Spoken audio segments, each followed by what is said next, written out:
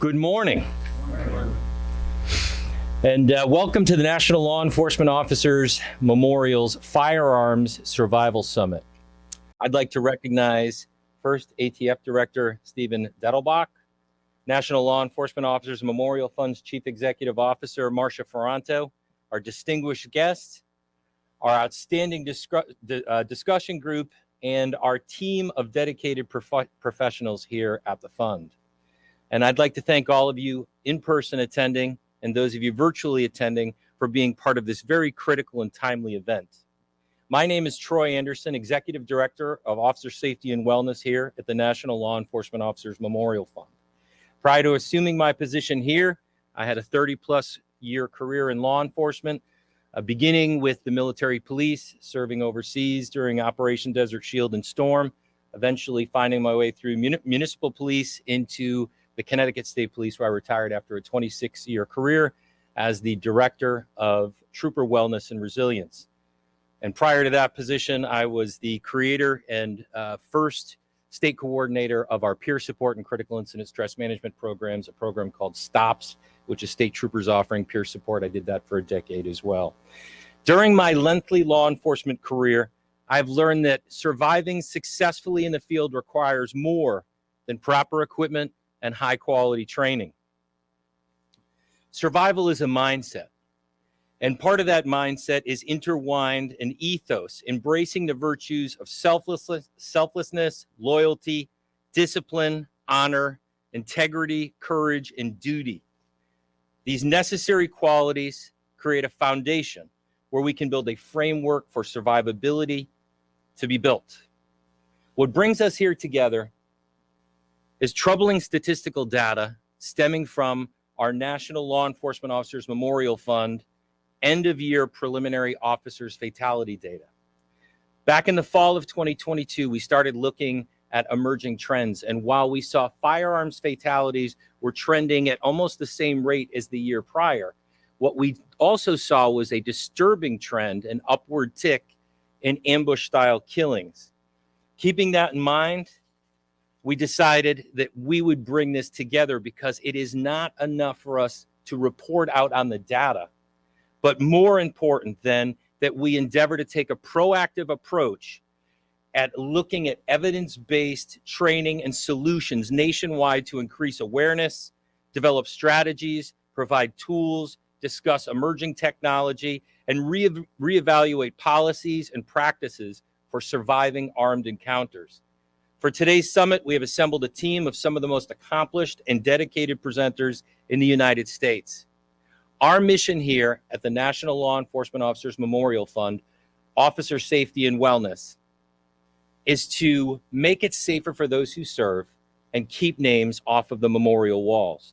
The program today is designed to do just that. I'm just going to go over some housekeeping quick for those of you in here. There will be ample breaks provided throughout the day. Breakfast will remain outside until the first break has concluded. There are exits on both sides of the theater. There's restrooms outside on the other side of the building if you go to the opposite side of the wing, on the first floor, and then upstairs by the cafe. The retail store will be open throughout the day, so feel free on your free time to stop in there. And there'll also be an abundant amount of museum staff to answer any questions that may arise or any directions that you might need. The last thing I'd ask you for those of you in the room, please silence your phones to try to minimize any disruptions. Again, I'd like to thank you all for being part of this informative, educational, and life-saving event. And without further ado, I will introduce our Chief Executive Officer, Marcia Ferranto. Marcia is known in the nonprofit world for her reputation as a motivational and transformative leader, an accomplished senior executive with international, national, and local experience. Marcia is dedicated to leading nonprofits through launch, transition, and the enhancement of missions leading to greater fundability. By helping a wide variety of nonprofit organizations, she has become instrumental in refocusing the nonprofit business model to fit in today's ever-changing business environment. As a proven negotiator, relationship builder, and team player, conversant in change management, turnarounds, and government relations.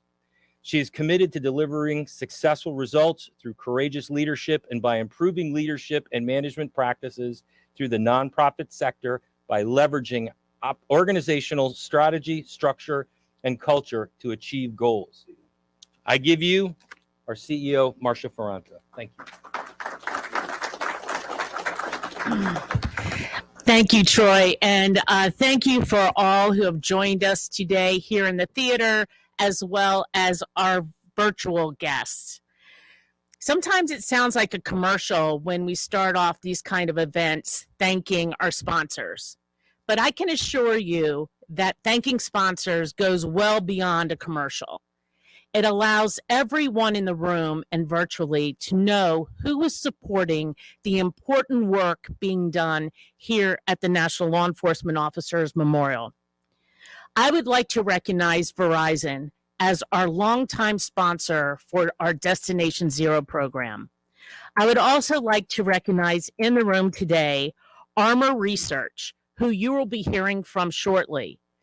Armor Research found us at the SHOT Show, approached us, and said, we want to be part of what you're doing in Washington, and they made it here today. So this morning, you arrived at the only law enforcement campus in the country. We operate under 3 pillars. The first being honoring the fallen across the street. The second, here where you are sitting, we are honoring the story of American law enforcement, the amazing story of American law enforcement. And this program is put together under our third pillar, officer safety and wellness, our effort to help keep officers off the wall. After this event today, we are going to be screening the movie that has just come out this past year, Service and Sacrifice. I encourage everyone here in the theater to stay and watch this movie. It was created for law enforcement. If you are in law enforcement, after watching this film, you are going to feel incredibly honored. If you are related to law enforcement, you are going to be incredibly proud. And if you're none of the above, you're going to wish you were. So I encourage you all to stay for the filming. So I get to introduce our first speaker. I fought to do this and I won.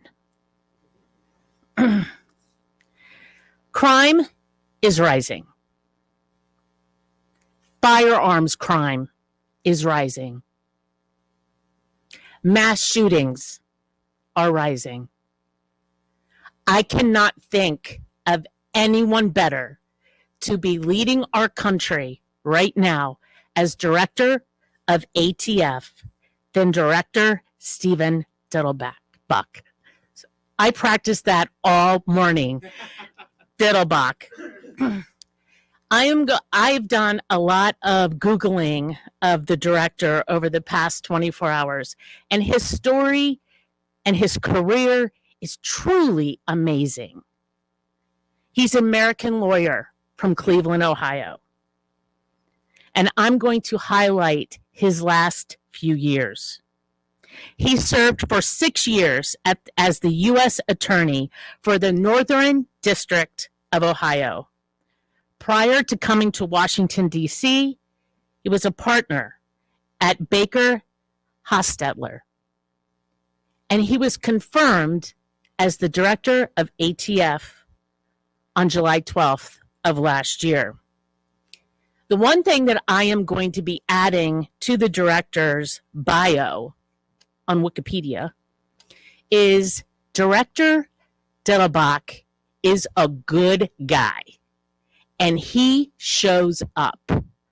He shows up when it's important. He listens when the conversation leads to areas in which he can have an impact and use his influence. Today, he is here with us. Welcome, Director. Thank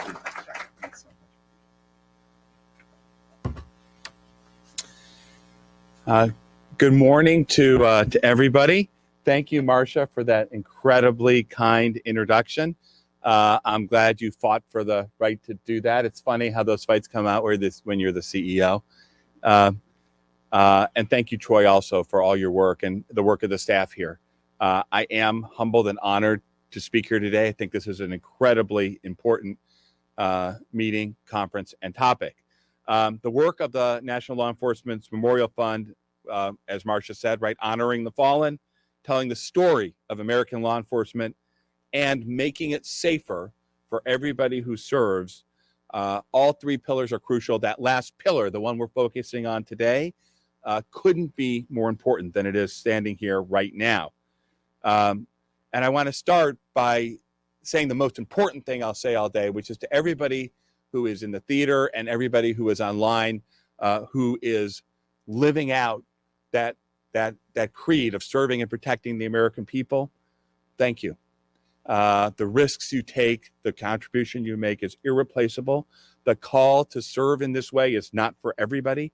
And thank you for making that very difficult choice to serve and protect the public. I also want to say a word to your families and thank them as well. The sacrifices that you make, that they make right alongside of you are crucial and important. And for those of you in this career, I've heard time and time again, and I think it's just self-evident, you could not do what you do in this profession that you have chosen in law enforcement without the support of your families. As ATF Director, I have the profound privilege of working with the extraordinary men and women of ATF, who every day go to work shoulder to shoulder with our state and local law enforcement partners in the fight against violent crime. And as Marcia said, it's been a tough fight recently. There are weeks and there are weeks, right? Some weeks are very, very hard. A lot of weeks seem recently to be very, very hard. In the past few weeks, one of the changes is that some of the things that happen, you see every day, have been looked at publicly, right? And it seems like you turn on the TV and there's now this endless stream of incidents. By the way, incidents and violence that you knew all about already, but it's a barrage of things over and over again across the country. Senseless shootings, mass shootings, and then on the local news, just a stream of gun violence that the men and women of law enforcement face every day. You're out there on the front lines, and at ATF, our thoughts are with you, our law enforcement partners, colleagues, and friends. You're the ones responding to the calls. State and local law enforcement, you're the ones running toward the gunfire. Think about that, right? The American people need to think about that, need to understand what happens every single day in the wake of this threat. You bear witness to the tragedies. You share the news with families, news that no family should ever have to hear, and you share their grief. And still, each and every day, you put your uniform on and you go back out there again. It is truly amazing. It's not said nearly enough, but on behalf of every single person at ATF, thank you for what you're doing. As I said, I don't need to tell each and every one of you in this profession that last week was not some sort of an anomaly. The level of gun violence we are seeing across this country is totally unacceptable. And I think it's important for all of us to say that. I think it's important for our partners in local law enforcement to say it is un-American. And tragically, the toll of gun violence has included line of duty deaths of scores of law enforcement officers, I think 60 due to gunfire alone in 2022 alone. This must end. We must figure out a way to stem the tide. And the first thing is we can't accept it. That's my biggest worry. My biggest worry is that somehow the people out there that we serve and protect have just come to kind of think that this is okay. It's sort of part of being an American. Oh, we just sort of deal with this as part of the bargain. It is not okay. It is not acceptable, and it is wholly un-American. It's not who we are as a people. And we need to call that out over and over again, or else people, I fear, will become callous to what we're seeing. And then we need to do things about it, all of us. And I'll talk a little bit, I'll start by talking about what we at ATF are seeing and what we're doing working with you, like you at ATF every single thing we do begins and ends with one question: does this enhance public safety? That's what we are all about doing at ATF. And as ATF director, my number one priority is very clear and simple. It's doing something tried and true. It is doubling, tripling, quadrupling down on our commitment to work side by side with all of you as partners in the front line. So one thing that we're doing at ATF is we're going to create, in the very near future, we're going to be announcing this, create and select a person who does nothing else at the headquarter level, but focus on our partnerships with state and local law enforcement. That's our full-time job, making sure that we are continuing to be creative, collaborative with you, and keep growing what is already an amazing partnership. So our efforts to support your fight against gun violence, against violent crime, I think fall into two categories: the things we've done well in the past that we need to keep doing, and the newer weapons we have. So let me first talk about the tried and true techniques, the things we've done well in the past to take criminals off the streets and take them out of our community and put them in jail. So that are things like our joint task forces, right? Things like trying to focus on organizational criminal conduct together, gang violence, other types of organized crime that is plaguing our communities. And I want to make it clear, yes, people talk about mass shootings, and yes, those are horrible events and they're on the news and people are shocked.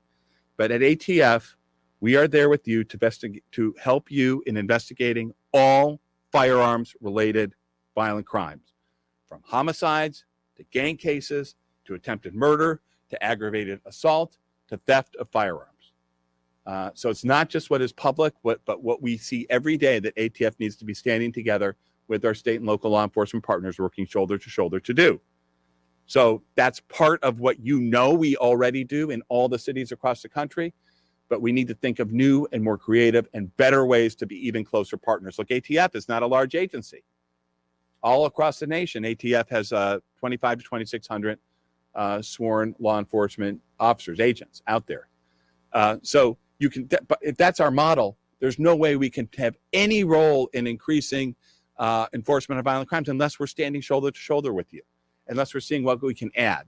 So that's number one. But number two are the new things, the newer things that we are working on together. And the one I want to focus on is our new weapon in the fight against gun crime, which is what we know as crime gun intelligence. And crime gun intelligence, can sound like a dense term to the public, but when you explain it to the public, the way I explain it is pretty simple. It basically means taking that crime gun, that gun's used in a crime, and squeezing every last bit of evidence out of that gun and analyzing it, crunching it to develop information on who are the trigger pullers in our communities, who are the shooters. That's what crime gun intelligence basically boils down to. It's a pretty basic concept, which is there's this many people who commit crime, but it's a much smaller group who are trigger pullers, and we should be focusing our resources on getting those people off the streets as quickly as possible before they shoot again. Now, as many of you know, we have a couple different pillars in what we call crime gun intelligence. So the first one is NIBIN, the National Integrated Ballistics Information Network. That's sort of the first pillar of crime gun intelligence. NIBIN plays a crucial role for investigations in the aftermath of a shooting. You think of a lot of examples. Out in Stockton, California, it was that kind of ballistic testing, which locals and ATF do together, that led to multiple homicides being tied together and helped police catch the killer. That's the good news. The not so good news is right now, only about 33% of law enforcement agencies are submitting to NIBIN. And we need that number to increase. And we need your help in getting that number to increase. We need you to help us to be the messengers, because if more information we get into the system when a crime gun is analyzed, the better chance we're going to get an actionable lead to homicide detectives on the street within 24 to 48 hours, which is our commitment. You submit NIBIN, we're going to get that analyzed within 48 hours and get that to the detective if there's a lead. The second pillar of crime gun intelligence after NIBIN is what's called E-Trace. Now that's what we use as sort of the NIBIN. If NIBIN is the criminal history of a crime gun, E-Trace is the birth certificate of a crime gun. It tells us where it started. So we can trace the origin of a crime gun that's recovered at the scene of a crime or afterwards. And there are examples of that also leading to actionable leads that helps catch shooters. So the subway case in Brooklyn, New York, where police recovered a firearm at the scene, ATF traces it and gets that lead out to law enforcement to catch that shooter. The July 4th mass shooting in Highland Park, right? Again, crime gun at the scene, emergency trace run, and law enforcement is able to catch that guy before he shoots up another parade or kills other people. But those are just the big famous cases. Every day, tracing crime guns is helping cops catch killers. That's the good news, right? The bad news on that one is only about 50% of law enforcement agencies right now are tracing. We have to get that number up. Again, the more we get the number up, the more chances there are to catch shooters in the wake of a killing or in the wake of another shooting. Now, when you put NIBIN and E-Trace together, okay, that's where we're able to help police departments to identify trends and patterns, gang activity, clusters of shootings, and you link them together. And again, that's a way that the intelligence can actually help address specific community problems. Not anymore by saying that this neighborhood is worthy of attention, which may be true, right? But that may require a lot of resources. That may be 20, 30 blocks, right? By drilling down and saying, these are the actual people that we are seeing out there in the community. Here's their associations. Here's who we should be focusing on because they're shooters. That idea of crime gun intelligence is so important in fighting violent crime that at the broader level, the president directed ATF to begin to work on an updated study of what's called crime gun trafficking, how the guns are getting to kill people in your communities. The last time the federal government did this kind of a study was actually 20 years ago, before this kind of intelligence even existed. And the goal is that we can put out information that will help people in law enforcement, prosecutors, policymakers to actually come up with new ideas to address the gun crime wave in our communities. So one of the things that's going to happen this week, the reason I'm talking about this report is the second volume in this 4-part report, the National Firearms Commerce and Trafficking Assessment, is going to come out this week. And that part focuses on crime guns specifically. The report analyzes 5-year data set from 2017 through 2021, much of which has not been previously available, regarding the criminal use of firearms that have been diverted from lawful commerce and have become involved in unlawful activity. And in this one report, it provides more information on America's crime guns than has ever been compiled in one place. Period, full stop. And of course, the report looks like a phone book, but more importantly, it's all available and interactive online.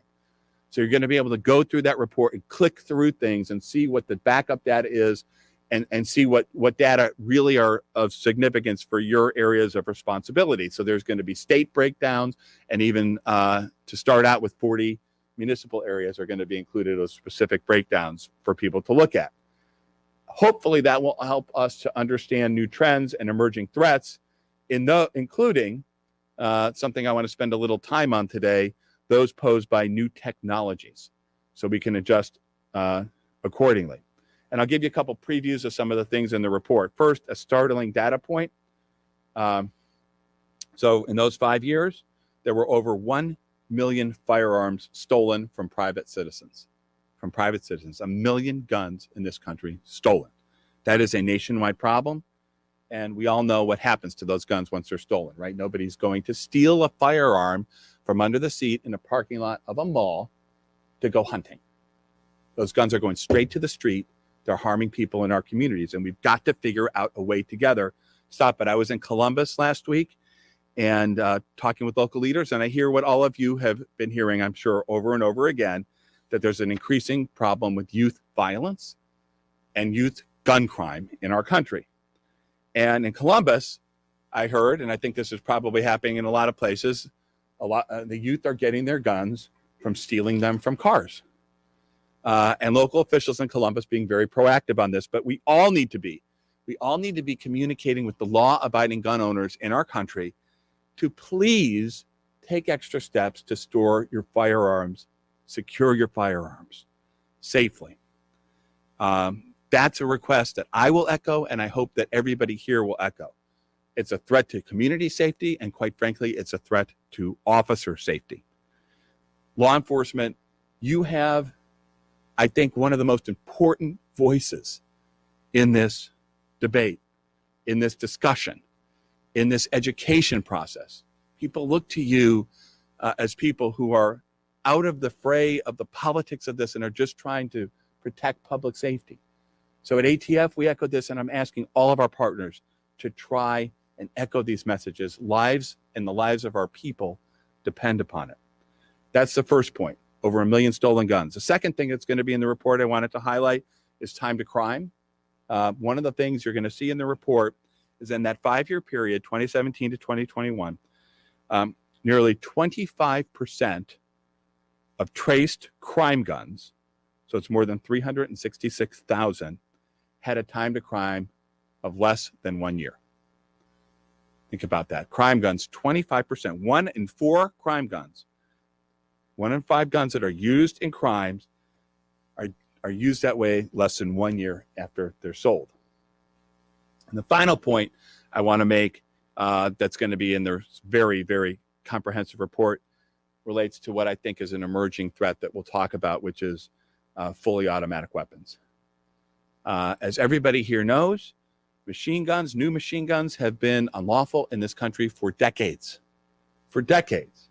By law, these weapons, which, by the way, we know can literally fire scores of rounds with a single pull of the trigger, that's why they're automatic weapons, they're largely reserved for the military and for law enforcement and government.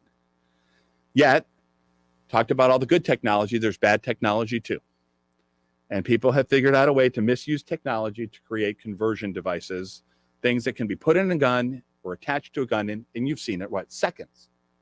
5 seconds, 4 seconds, even less, depending on the device, which instantly convert it to a fully automatic weapon.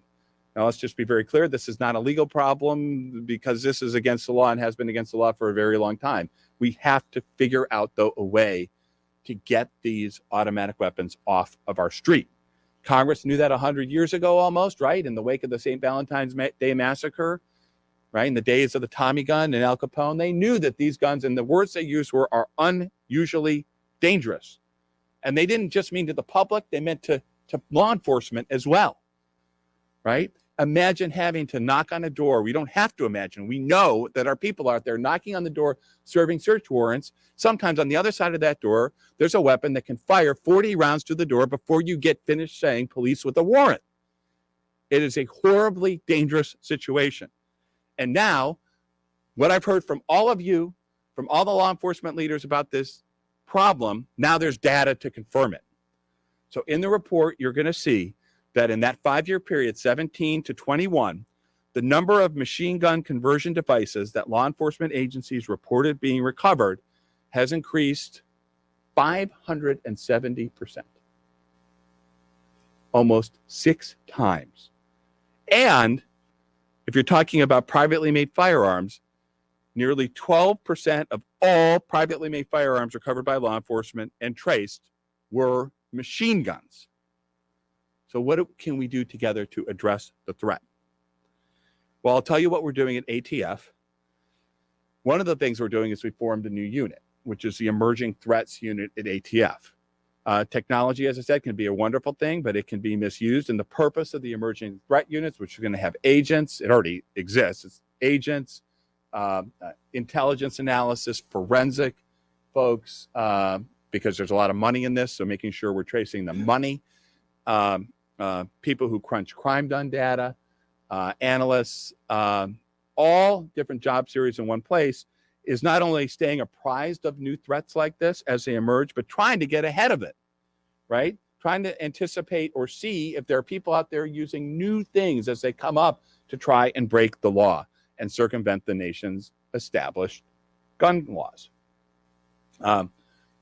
Look, we know that criminals always adapt very quickly, and we just have to keep on pushing ourselves in law enforcement to do our best, not just to keep up, but if we can, to get ahead of the curve. Public safety depends on it. And that brings me to the next point, which is, in general, of course, ATF has the mission of standing shoulder to shoulder and arresting folks, but we also regulate. And I want to just talk about some of the recent developments that have happened on the regulatory front, all in the name of public safety. There's two new rules that I'm sure most of you are aware of that have come out in recent months. The first was in August of 2022, and it dealt with a problem I've heard a lot about from state and local law enforcement, the problem of privately made firearms, or so-called ghost guns, which are unserialized and untraceable firearms, right? If the gun in Highland Park that had been used in the July 4th shooting had been unserialized and untraceable, we wouldn't have been able to run that trace and catch the killer. They shoot like traditional guns, they can kill like traditional guns, and they have been increasingly covered in criminal investigations. While federal law allows, of course, law-abiding individuals to make your own personal firearm, the rule made clear that the Federal Gun Control Act and its regulations, which deal with people engaged in the business of selling these weapons, they apply to ghost guns in the same manner as they apply to traditionally manufactured firearms. It's readily convertible to be a firearm. It should be treated the same way. Consequently, those in the business of manufacturing, either whether it's kits or other items that are readily convertible to be firearms that fit under the definition set out in the rule, they have to comply with the same regulations that people who are in the business of selling traditionally put together and traditional firearms are. That means serial numbers. It means conducting background checks, right? That's what it means doing, just playing by the same set of rules. The second rule that's come out more recently, is the rule dealing with the stabilizing braces that we've seen increasingly in our community. And that goes into effect today. Today is the day that the stabilizing brace rule will be published in the Federal Register and will go live. That rule makes clear that when manufacturers, dealers, and individuals use stabilizing braces to convert certain pistols into rifles that are designed to be fired from the shoulder, they're short-barreled rifles, if they meet the definition and the length of short-barrel rifles. And as short-barrel rifles, they have to comply with the same provisions as other short-barrel rifles have to comply with under the National Firearms Act. This rule enhances public safety and prevents people from circumventing the laws Congress passed almost a century ago.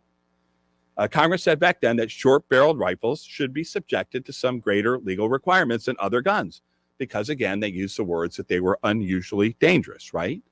And can understand why they have some of the functions. They can be concealed like a pistol, but they have some of the functions as their shoulder-fired weapons of longer guns. So that's why Congress decided to do this. And they've been used in mass shootings in places like Dayton and Boulder, Colorado, recently. Now, I want to emphasize again, this rule enhances public safety while protecting the rights of law-abiding gun owners. And you should understand this as you hear about this in your communities. And let me emphasize this. When ATF talks about public safety, that includes not just the public, but our people as well. It includes making sure that the men and women out there on the streets enforcing our nation's law, that thin blue line, that we're doing everything we can to protect our partners from getting hurt and shot on the job.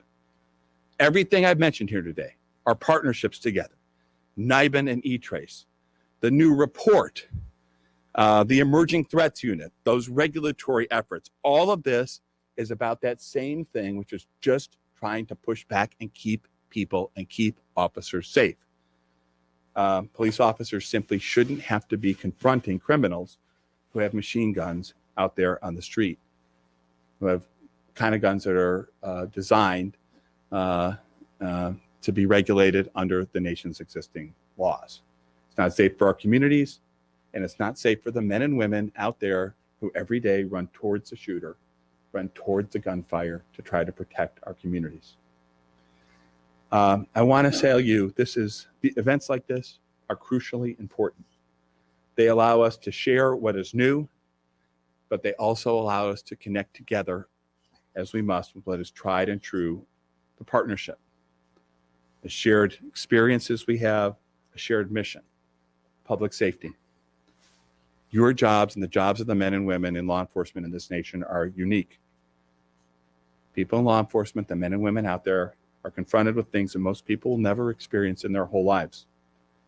In fact, you're confronted with challenges I think that most Americans would wish nobody had to be confronted with. The unacceptable number that while out there of fallen and wounded officers, the story told in this museum, every time you walk in here, you have the same reaction. It is a somber reminder of what is real and what is happening every day to the people out there in our communities protecting us. The jobs are taxing physically. They take an emotional and psychological toll as well. And that's not lost on anybody here at ATF. It's one of the reasons we will do everything we can to support these efforts through the kinds of partnership we have, through the type of grant making that the Department of Justice works together with people here on to support law enforcement. Now, I know that most of what I've talked here today has been either dense or maybe even a little heavy, but it's appropriate because it's a real threat out there. But I want to end with something that gives me hope. I recently, one thing I try to do, and I'm sure a lot of people here try to do, is I try to go to graduation ceremonies for new agents, for new people who are getting their badges. And those ceremonies, I think, probably make all of us who go to them a little emotional, and in a good way. And this last time, I think a week ago, was no different. So think about this if you want to feel hope about what's going on. I watched an ATF wife, who was an agent, present her husband with his badge, while, by the way, they had the mom out there watching the 6-week-old. Two people who are signing up to run the next leg in this relay race marathon to protect the public that people have been doing for centuries. I saw a graduate walk off the stage, and literally he kissed his new badge as he walked off the stage. Think about that. I mean, if that's what you want to think about, I saw an ATF mom present her boy with his badge. I understand we need more recruits. All of us do. We got to get more highly qualified and trained agents and officers out there in uniform. These are challenges. But if you want to think about something that can give you hope, think about those stories. They're still out there. And I say this to the bad people out there who we arrest with you, who we go after. There are still more of us than there are of you. And we just have to buckle down and keep respecting and honoring the work that the men and women of law enforcement are doing out there to protect our communities. So while there's a lot of challenges, I am still optimistic about our future. It's hard not to be optimistic when you go to that graduation, and it's not hard not to be optimistic when you go to conferences like this, where people of good faith, people who are trying to protect people and trying to make officer safety priority, are coming together in one room.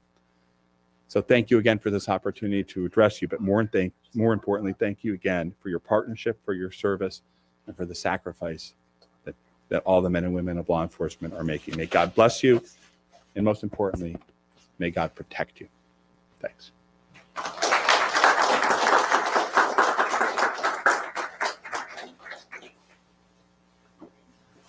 Thank you so much, Director Dettelbach. That was informative insights, and I think that we have, from my perspective, working in the state police, we had a terrific relationship with ATF and worked with them on a number of different projects over the years, and they are a resource for all of you. Representing our sponsor today, Armor Research, I will introduce Randy Sutton, who is a 34-year law enforcement veteran and nationally known media commentator on law enforcement issues. Randy is the founder of the Wounded Blue the National Assistance and Support Organization for Injured and Disabled Law Enforcement Officers. He served 10 years with Princeton, New Jersey Police Department and 24 years with the Las Vegas Metropolitan Police Department, retiring at the rank of lieutenant.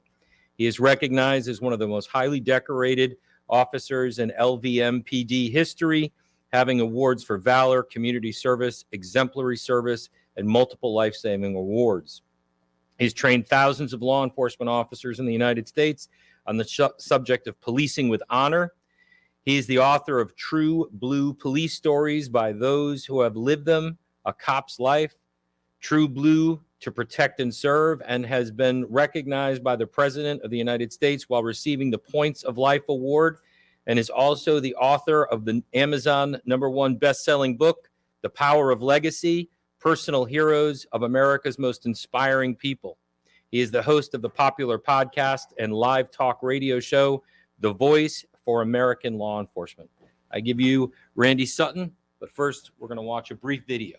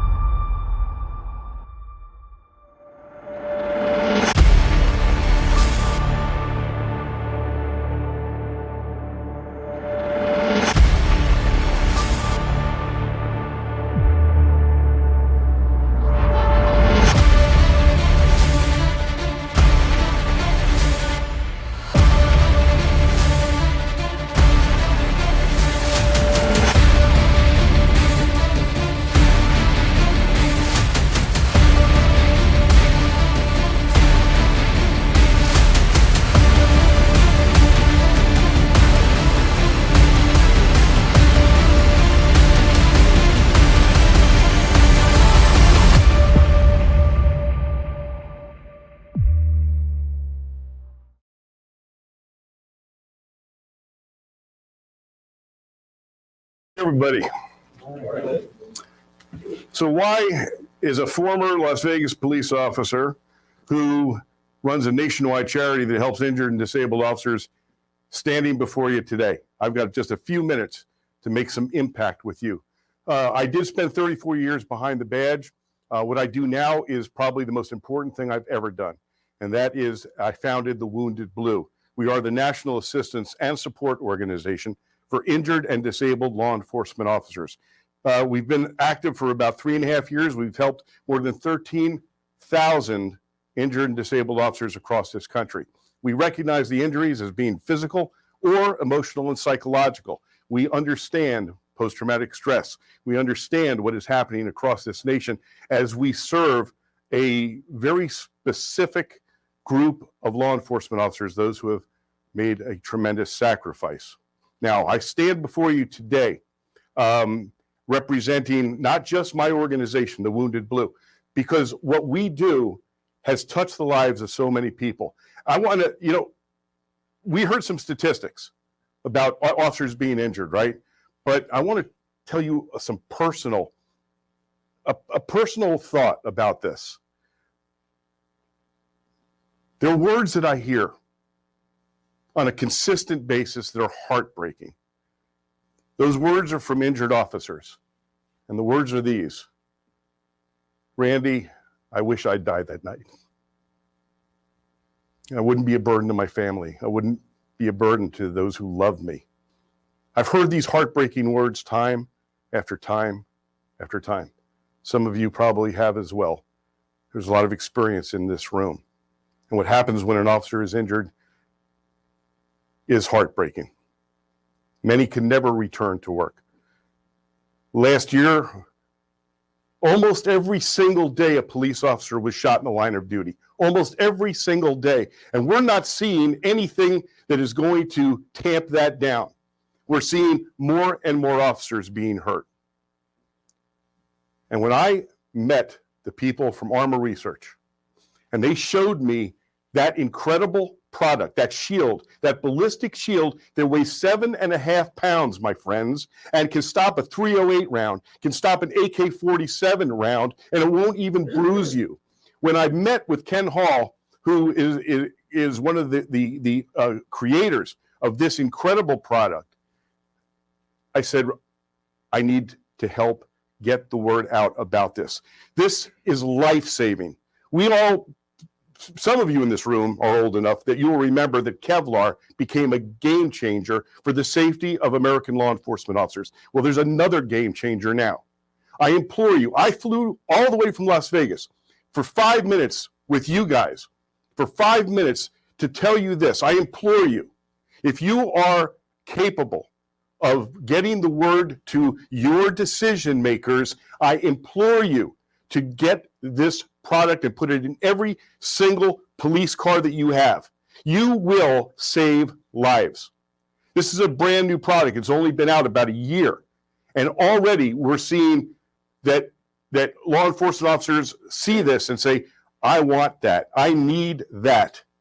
So in just a few minutes, I'm asking you, I'm going to leave my information up here. I'm Randy at thewoundedblue.org. Randy at thewoundedblue.org. Contact me. I will put you directly in contact with the people from Armor Research. And let me tell you this. They not only care so much about cops that they have created this, they live this. And everybody involved in this company is an injured police officer. Every single one of them knows the pain, knows what it feels like, and wants to save their brothers and sisters from their pain, from the anguish that happens when you're injured and disabled. The Wounded Blue is a national resource for every single law enforcement officer in America. We are your people. My entire team is made up of cops who have been shot, stabbed, beaten, run over, screwed up, and screwed over. They speak your language because they are your people. We are also a resource for every police department in America. We are autonomous. We owe nothing to no political arenas, no leaderships. We only care about you and care about your cops. So I implore you, go see this product. Reach out to me. I'll put you directly in contact with them. And I'm telling you, you will save lives. And that's what we're all here to do, isn't it? Is to save the lives of our brothers and sisters. I'm also going to leave up here a way to contact my organization. We're also having a summit, a National Law Enforcement Survival Summit in Las Vegas in September. Who doesn't want to come to Las Vegas? I'm going to leave them right up here. You guys can grab them.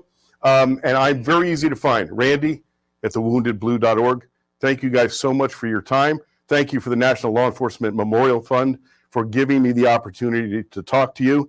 I have a long history with them, and I have stood sentinel across the street at that memorial for a long, long time. Thank you guys so much. 5 minutes. I got my 5 minutes, right? Seemed like it was like 5.5, but Oh, no, whatever. just kidding. It was perfect. And it really is an amazing message. To answer his question, who doesn't want to go to Las Vegas? That would be me, because I was just out there for the SHOT Show for a long time, and I think it was only a week or two ago. But that's where we ended up. I got an opportunity for the second time to see this product and handle the product, and it really is a game changer. Very impressive, and it's sort of something I wish that I had and that our agency had during my time of service. Our next presenter, it gives me great honor to introduce Bill Alexander, Executive Director of the Memorial, who joined the National Law Enforcement Officers Memorial Fund with nearly 30 years of law enforcement experience, starting with the United States Air Force as a security police officer at Andrews Air Force Base. After being honorably discharged, he joined the Prince George's County Police Department in Maryland, a community which borders Washington, D.C. He served initially as a patrol officer and later transitioned into a variety of supervisory and command level roles as he was promoted through the ranks. He worked as a senior command in the Media Relations and Internal Affairs Division. Alexander continued with his career with PGPD as the commander of Training and Education Division, where he oversaw the progressive, community policing-based police academy.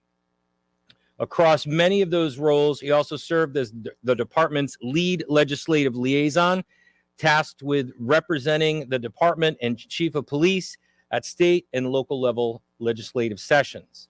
He holds a bachelor's degree in management and a master's degree in leadership from Johns Hopkins University in Baltimore, Maryland. I'd like to welcome my colleague and friend, Bill Alexander.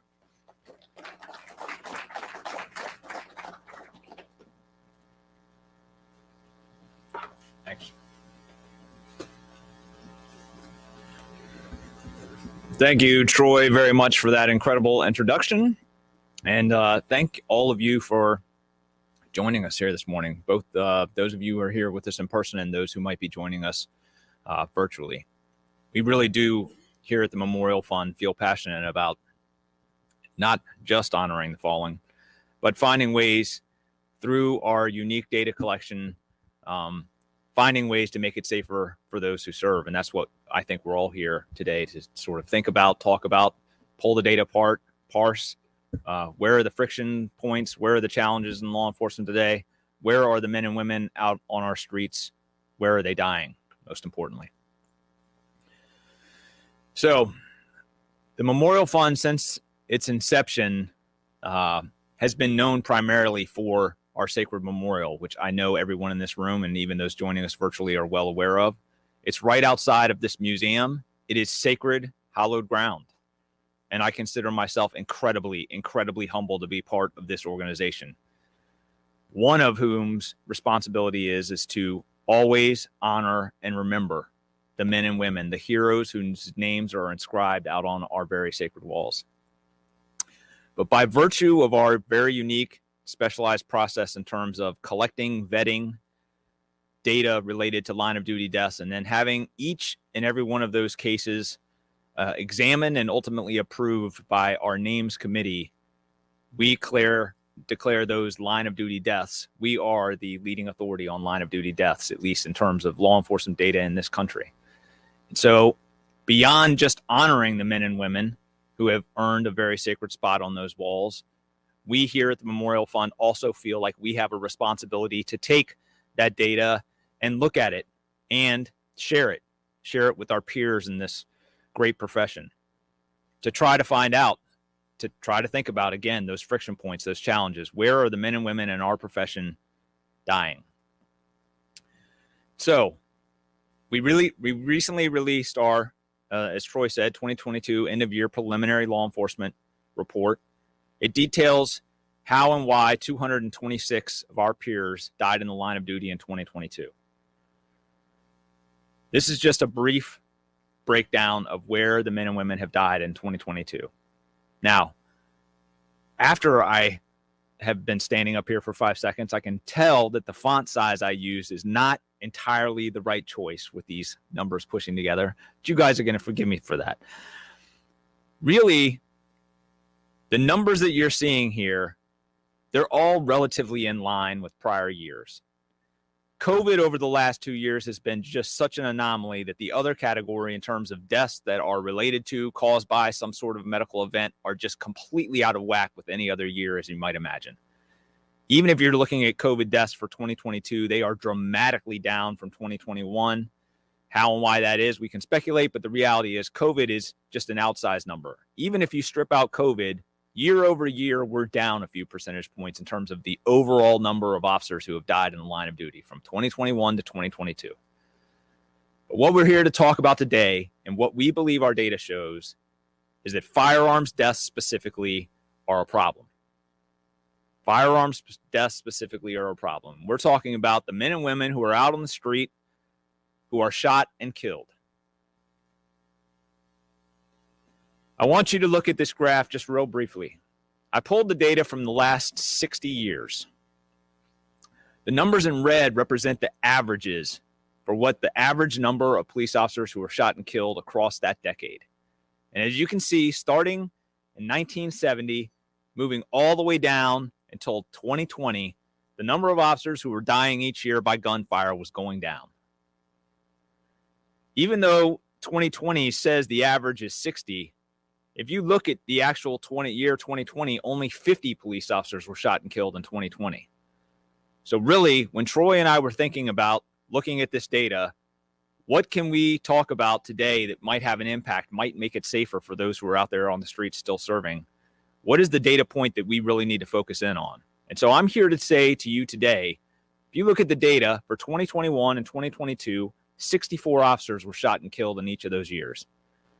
And if you compare that to the prior decade, including 2020, it's a 21% increase. And it's the first time in the last 60 years that this number is trending upwards. Now, 2 years do not necessarily correlate or relate to or going to guarantee some long-term trend. But we here at the Memorial Fund think this is very concerning. And I know that we're not alone. And I know we all just heard the ATF Director Dettelbach talking about a number of factors related to guns. Now, how and why this number is going up now, in part speculation on my part, but I think we could all talk about the long tail of COVID, some variation of unemployment, some variation of quarantines, increasing tensions in our community, some variation of inflation causing pricing pressures on the folks. I mean, I don't even know if you can go today into a grocery store with a $20 bill and get a single gallon of milk and a dozen eggs. And there's just no question in my mind that those kinds of pressures are impacting the community in which we are sworn to protect.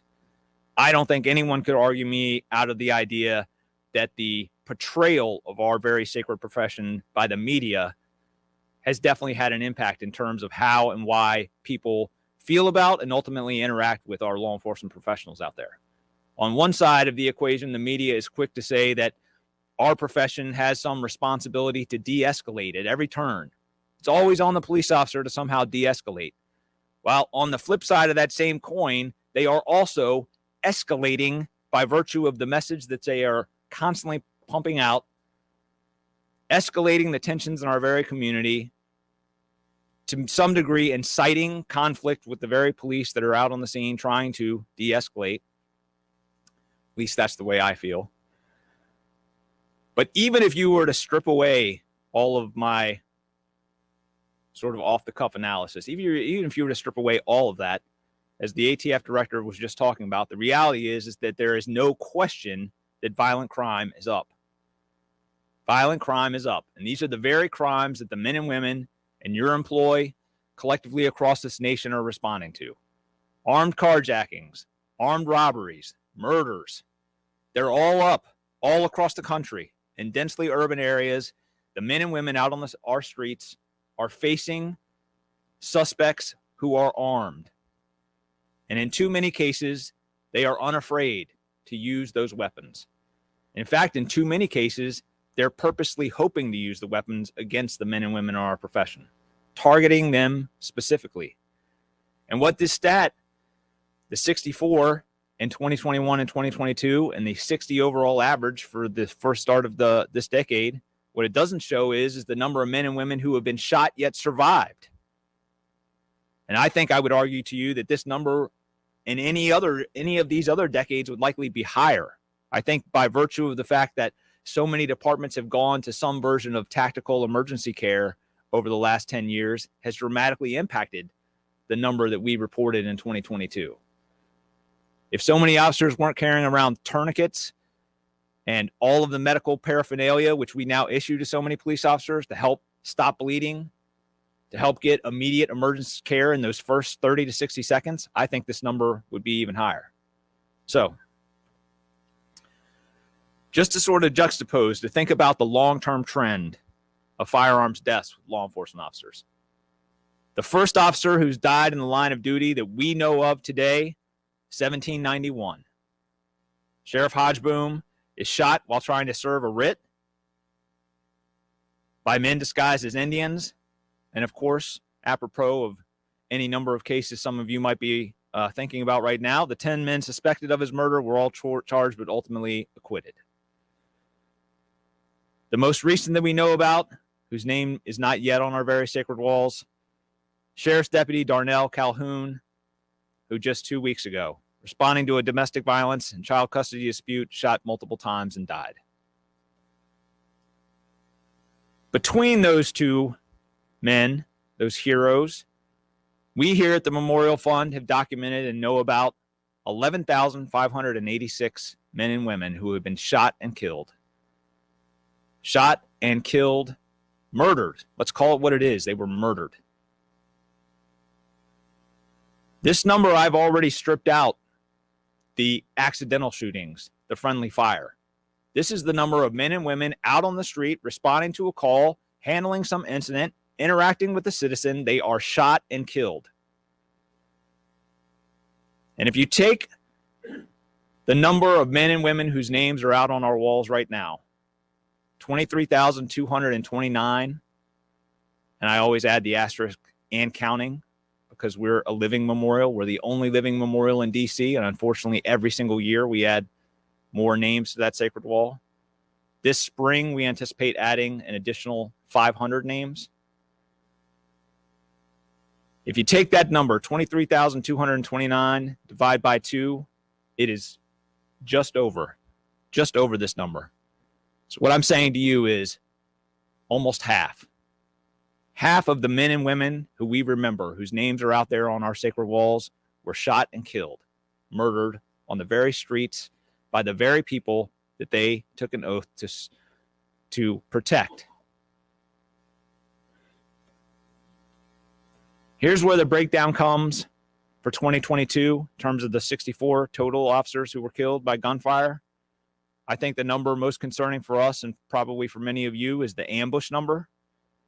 I know later this morning we're going to talk about a specific ambush case, but this is really near and dear to my heart, our hearts, and probably your hearts. There's just no question. There is no question that the tone and tenor of the public, again, perhaps driven by some level of media coverage, is that it has become okay to some degree to push back, to fight against, to target the police. And there's just, in my mind, no question that that is influencing, again, the number of encounters that police officers are responding to, and they are being specifically targeted. So I want to end here again on this slide. For the last 60 years, for better or for worse, for reasons probably involving various training initiatives, better training, better qualified applicants, reduced violence, reduced overall crime, as that officers are responding to, the number of officers who have been shot and killed, murdered on our streets has been going down. So we here at the Memorial Fund are trying to begin to think about, set a small alarm here. This is something we as a profession, we as peer organizations who are involved in the profession need to be thinking about.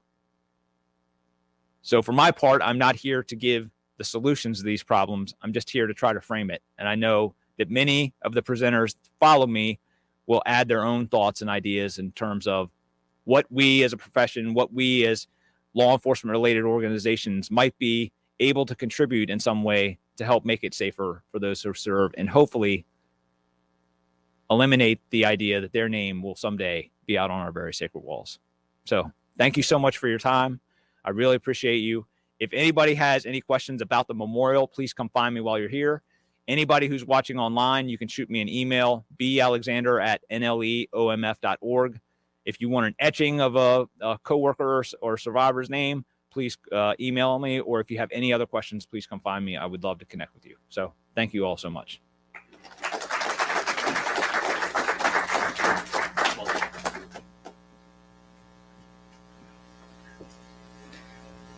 As I said earlier on, as we opened this morning, this is about building a foundation, and this is the foundation from where this day is going to go.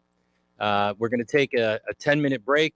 I would encourage everybody to go out and make good use of the breakfast and the coffee that's out there and some of the waters, because from this point on, building blocks, real learning opportunities, an opportunity for us to connect with solutions. And this is about solutions. It's about solutions for saving the fine folks that are out there right now serving our country on the front lines. So take 10 minutes and we'll see you back in just a few. Thank you. Welcome back to everyone. I trust that you had a productive break. Our next presenter, I have a personal connection with. We've been friends for a long time. In fact, so long that I think it was, we actually knew each other before we started these careers, respective careers. And we'll talk about what it might be like one day to get into a law enforcement agency. And of course, our paths have crossed once again. And just a really, really important message that is going to be coming to you today from our next presenter, Chief Brian Gould. Chief Brian Gould is the Chief Executive Officer of the Bristol Police Department. In his role as chief, he performs highly responsible managerial, administrative, and technical work involved in leading, planning, and directing the activities of the Bristol Police Department. As chief, and with over 28 years in law enforcement experience, he administers the department through his staff of department heads in the functional areas of administration, investigation, and patrol services, including animal control and emergency dispatch. Brian was the commander of the Central Region Emergency Response Team, which is a regional SWAT team. Some of Brian's special assignments and special teams include field training officer coordinator, Central Region Emergency Response Team, detective in Criminal Investigations Division and Narcotics Enforcement Team, and sergeant and lieutenant in the department's patrol division. Brian has a bachelor's degree from Eastern Connecticut State University, a master's certificate in criminal justice education from the University of Virginia School of Continuing and Professional Studies. Brian was awarded the Leadership Trilogy for completing the FBI National Law Enforcement Executive Development Association program and completed the Command Training Series Executive Development course of the Justice System Training and Research Institute. Brian is a graduate of the 274th FBI National Academy, and since that time has been a guest speaker and instructor for the FBI National Academy in Quantico, Virginia. Ladies and gentlemen, Chief Brian Gould.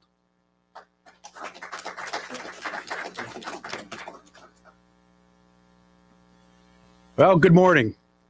First and foremost, I just want to say thank you. All words meaningless if you're not putting those words into action, right? So privileged to be here today, quite frankly honored. When Troy reached out and asked if I'd be willing to come down here today, this is certainly not the stage that I look forward to being on, for sure. We are just over 3 months from the murders of Lieutenant Dustin DeMonte and Sergeant Alex Hamzy. So as a department, as a community, we still have a lot of healing to do. We still have a lot of work to do. But when I was asked to come down here, I realized how important it is to come down and speak with such exceptional individuals, because we owe it to everybody that has made not only the ultimate sacrifice, but the sacrifices that they do each and every day out there on the front lines. We always throw the words out, never forget. And I want, as a police chief, to honor those words. And I've made it a personal mission of myself since October 12th. And I'm going to do everything possible to never forget, by honoring Dustin and Alex and another one of our exceptional police officers, Officer Alec Ayurato, who was also seriously injured that night and had to make that ultimate decision. And had he not been there to stop that immediate threat to not only our other officers that were responding, but our community. Because this was an active killing, it was a murder, it was an ambush. Those officers had no idea. They were only arriving there to do what our officers do, and that was to go and help out, to protect. They were lured into that scene and completely ambushed. And Officer Ayurato is with me today, and I'm so privileged to have not only him with me today, but as a valued member on our police department. So real quick, Alec, thank you. And a round of applause for you, because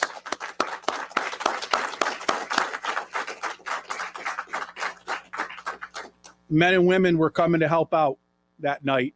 And if that threat wasn't stopped, we would have had more people seriously injured or killed, and we would have had more people in the community, no doubt, seriously injured or killed. So I'm not going to be able to go into too many details about what happened that night. And the reason for that is it's still under investigation in the state of Connecticut. When we have an officer-involved shooting and an incident of that caliber, we have an accountability bill that was passed a while back that gets removed from the agency that's responding or involved in it, and it gets investigated by an inspector general's office, as well as the state's attorney. So we have the Connecticut State Police, the inspector general's office, and the state's attorney's office in Connecticut that is taking a look and investigating that whole incident.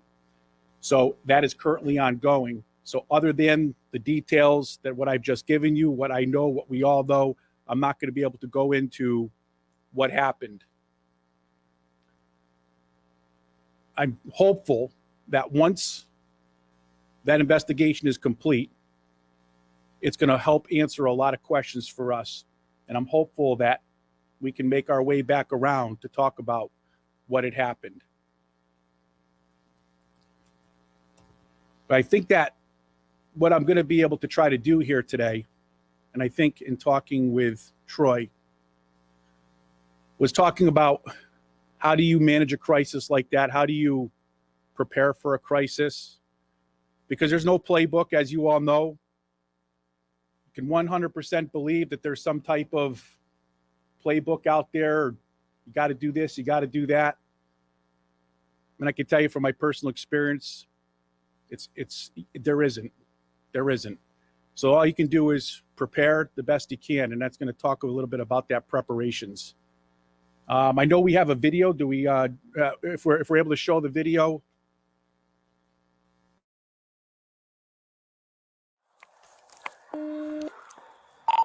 Shots fired, shots fired. More cars, send everyone.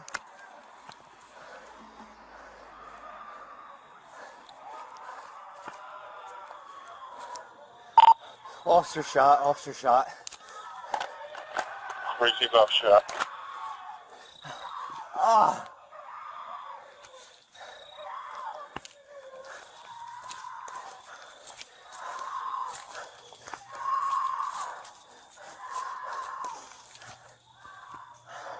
Ugh.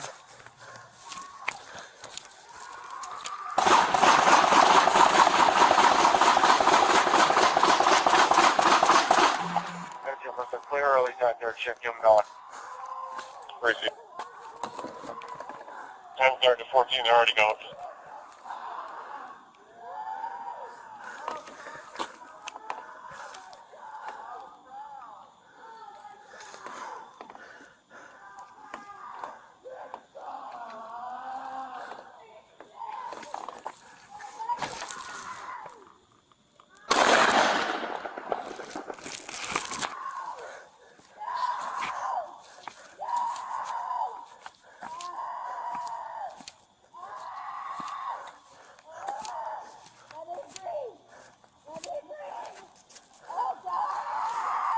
One down. Suspect down. Horrific scene for sure. And just to give a little context to that, that was from Officer Iorato's body cam. Officer Iorato had arrived on scene to what was believed to be a domestic dispute between two brothers, and he arrived simultaneously with then Sergeant DeMonte and Officer Alex Hamzy. And they immediately took on gunfire. They were ambushed by automatic gunfire. Officer Iorato had not known at the time, but had been struck a number of times and was able to relocate to a tactical position. And that's where the camera will actually pick up. He starts to assess his self-injuries, starts to process what's going on. And probably what's amazing is, after talking with him about the incident afterwards, where he was at in his mind, because he had no idea what was going on. It's pretty incredible to learn what the mind does to you and how your mind plays tricks on you. And that's stuff we're going to try to talk about. He really had no idea what just happened. And he had kind of a scenario in his head and was able to kind of figure out afterwards that it was something different. But after assessing his injuries, he was able to relocate back to the scene, and as you can see, was able to take that shot and stop that threat as the act of killing was continuing. Truly remarkable. Truly remarkable.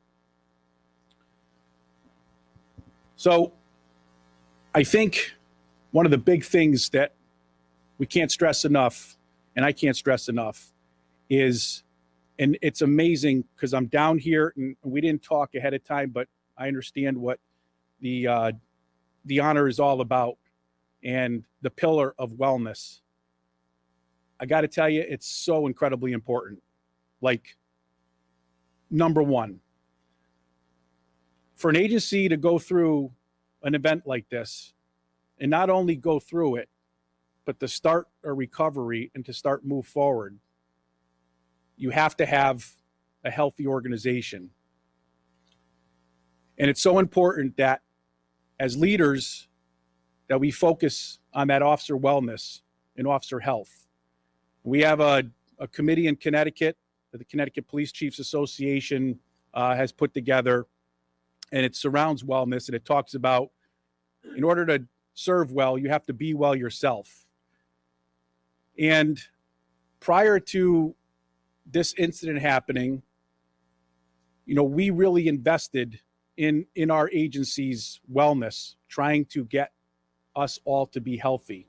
You've heard some great speakers prior talking about every day the men and women are serving on the front lines, and they're just taking on this constant pressure. And it's so difficult to deal with, and not just for them, but their families as well. And I think that, unknowing that this was going to happen, we just started really focusing on the wellness of the people that we serve with so that we could just be well. And it starts really at the top of the organization. The top has to embrace it, and not only embrace it, but they have to walk it.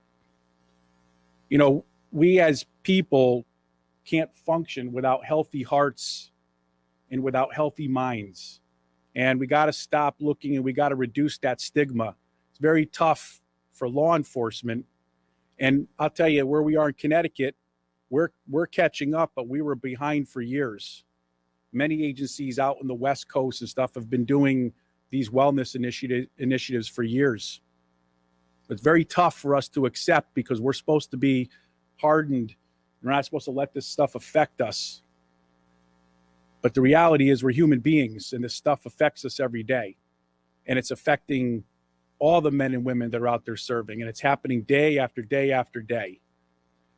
So I encourage the leaders. I encourage you to go back to the leaders. I encourage you to get your government involved.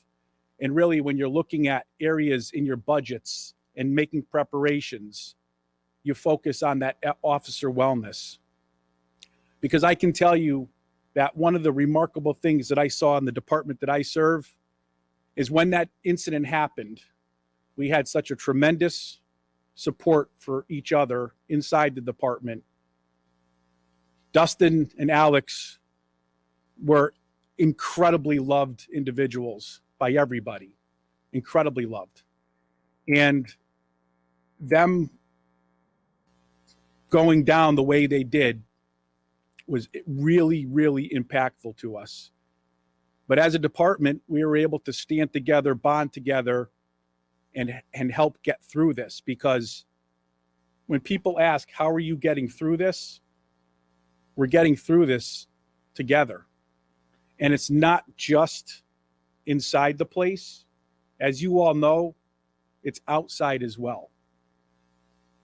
The day after the event happened, or the day, the immediate hours following, I was speaking at a press conference, and my sole mission at that point was not to discuss the incident, but to talk about these two remarkable individuals and their sacrifices and what they left behind with their families. I wanted to give everybody the understanding of who they were. And it truly was really emotional. And people have asked, does it affect you? And yes, it does, 100%. I asked our community politely, we need you. We need your assistance. We need you to be there for us. Because I knew that we were going into a period of an inability to serve. And I'll tell you, Bristol stepped up, not just Bristol, but surrounding communities as well. And we heard from all over the nation, all over the world. And I was so thankful for Bristol, the community of Bristol, to be there, to just show that unbelievable support and really be there for us. And then we had to rely on some other agencies to come in and help out to get us through this little bit of a crisis, because we really had removed ourselves from protecting and serving others because we were trying to protect and serve ourselves at that moment. So we had other agencies coming in to help out so that our community could be protected. That return on investment that we had from our community is because of the great men and women that serve the Bristol Police Department and their interactions with the community that they've had leading up to that incident. And that's how Dustin and Alex were. They were the tip of the spear on leading our, not just partnerships with our community, but our friendships in the community. And as a chief of police, I have decided in the past that my goal was going to be not only the chief executive officer in my formal role, but to be the biggest cheerleader possible for the great men and women that serve that agency, to go out and recognize all the work that they're doing day in and day out, and bond with the community and let them know who these great people are and why they're out there serving. And that trust that we built with our community came back so incredible. So a couple of things leading up to a crisis is having that in place with your community, having the partnerships, the relationships, all that, so that when that moment comes, because it's there. You're hearing these statistics and it's alarming. Never did I think this was a first for us in Connecticut. We've never had multiple officers killed and then another officer seriously injured and then having to exercise lethal force on a subject in the same event. First. And I'll tell you, nothing prepares you for that. It's just that phone call that came in was horrific. And it will stay with us forever. And we have like a new norm now at the police department. It is so incredibly important, those numbers that you're seeing, that we as leaders, we as communities invest in our departments. And when I mean invest, I'm talking about training, equipment, giving our people what they need to protect and serve. Everything possible. Now, we all know that budgets come into play and there's a price on things. But as a leader, if we've decided to take on a leadership role, that's our decision. We made that choice. And there's a lot of responsibility that comes with it. If you're going to embrace leadership, it's more than having a positional authority in a department. It's way more than that. Positional authority is the most basic form of leadership there is. Doing something or having somebody do something because your position authorizes it to do so. The great leaders out there serve the people that they serve with, and they put their needs first at all costs, because they're the ones out there doing it every single day. You can sit back and write mission statements, vision statements, strategic plans, what have you. And if you're not reinvesting in the people that we serve with, those are nothing but words, because they're the ones that go out and carry it out every single day. And they're not going to do it willingly if they're not cared for and not supported. So important that we invest in the training, the wellness, the equipment, You just watched right there a remarkable officer do a remarkable task. And it's because of the training, the equipment, the well-being, everything encompassed came out in that night. Truly incredible. He's the exception to what we train for. And what a lot of people don't know is we're talking about tourniquets and stuff, and how important it is to invest in stop the bleed. And we train in that.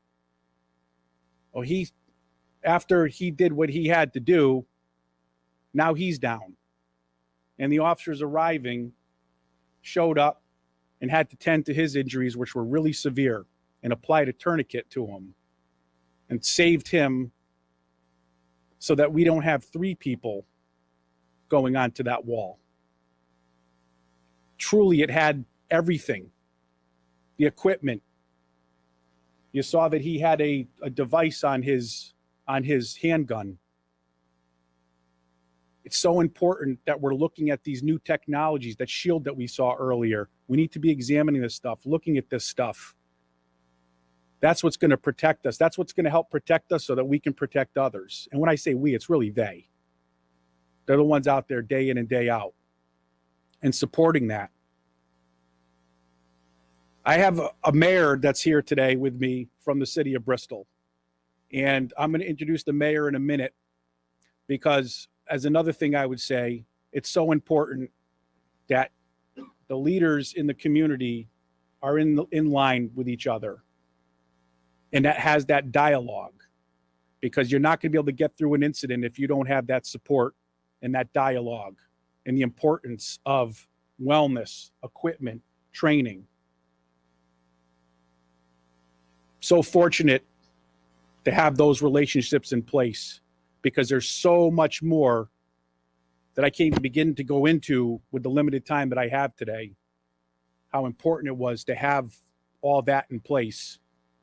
Last night, Alec and I were out walking in the memorial, and we have people on that wall, but they're from many, many, many years ago, 3.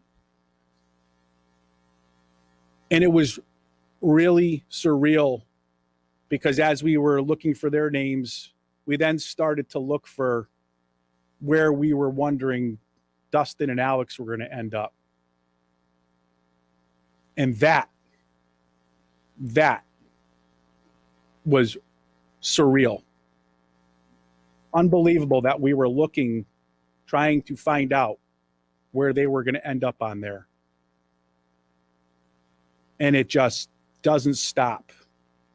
And it just makes me, for me, recommit. Make sure that they have what they need. They're the ones that can tell you what they need out there. And as leaders, we need to listen to that. We need to be paying attention to them. What is it that you need?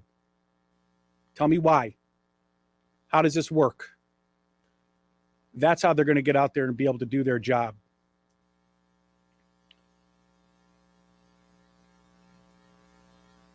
I don't get any proceeds or anything, but I will say that if you haven't read this book, or as leaders, you're not promoting this book to your organization, please do so. Emotional Survival for Law Enforcement by Dr. Kevin Gilmartin. It's been around for a long time. This book, I believe, actually came out in the early 90s. I read this book and read it over and over, and was able to get it to every single person that serves the Bristol Police Department approximately a year ago, with one request: read it, and then have your family members read it too, because it's so important that your families understand they're going through this too. We always talk about those serving on the front lines. Your families are serving on the front lines as well. I was having a conversation earlier, and we were talking about, we say, don't take the job home with you. Don't bring the job home. The job comes home with you. They know. I have a 17-year-old. They know what's going on. They're paying attention. They're listening. So it's important that we pay attention to that. I wish I could speak to you because I really could sit here for a long time. There's so much that I want to say, so much that I want to do to help these people out. But I have to introduce some other people here. Please, for your sake, for your department's sake, for the people that you serve with sake, for your community's sake, invest in training, invest in equipment, invest in wellness, invest in your leadership, because you're going to get through this together, but together has some qualifications, because that means oversight and accountability. And it's so important that the leaders are on board with that all the way down. I'm just going to do a quick engagement for 1 second. And I don't mean to put pressure on you, but I heard that you're all kind of high level here. I've asked this question to numerous people throughout the nation, and nobody's ever gotten it wrong. I swear to you. Nobody's ever gotten it wrong. So the deal is this. I'm going to throw out a question. I'm going to give you 1, 2, 3 to process. And on the count of 3, answer the question. In any agency, in any organization, anything that you do, we're talking about law enforcement here, the most valuable and important asset in your agency is 1, 2, 3. Batting 1,000. Your people. We know this. I'm going to ask you one more question. I got to do 2. On the count of 3, you're going to answer together. Is that a new concept? 1, 2, 3. No. So why are we as leaders failing to address the most important asset? And that's what I want to get done. That's the mission that I'm on, is getting back and understanding. We know the answer. We know it. 2018, I went down to the National Academy on orientation day. I heard about a survey. And that survey that was put out mentioned, talking to law enforcement throughout the nation, talking to law enforcement internationally, just polling people in the profession. What's your number one concern when it comes to what you do when you protect and serve out there? What's your number one issue? What's your number one concern? And I think we'd like to think that it's officer safety, that they'd like to come home at the end of their shift. It's wellness. It's this, it's that. And those items were there, but they were down much lower. When I heard the answer to what that number one was, it really took me a step back and really refocused my position in the department that I serve. And that overarching, and it was backed up in a recent study that was done, when you ask people that serve what their number one fear is, their fear is their managers, their administrators. That was like incredibly eye-opening to me. Why is that? If we are saying, and we have the answer, that they're our most important asset, why is it that the most important asset has that fear or has that discomfort with their leaders? And that's where we need to flip the script as leaders. That's the aha moment for me of, wow, something's not doing it wrong. Because if they truly are the most important, then we need to be investing them.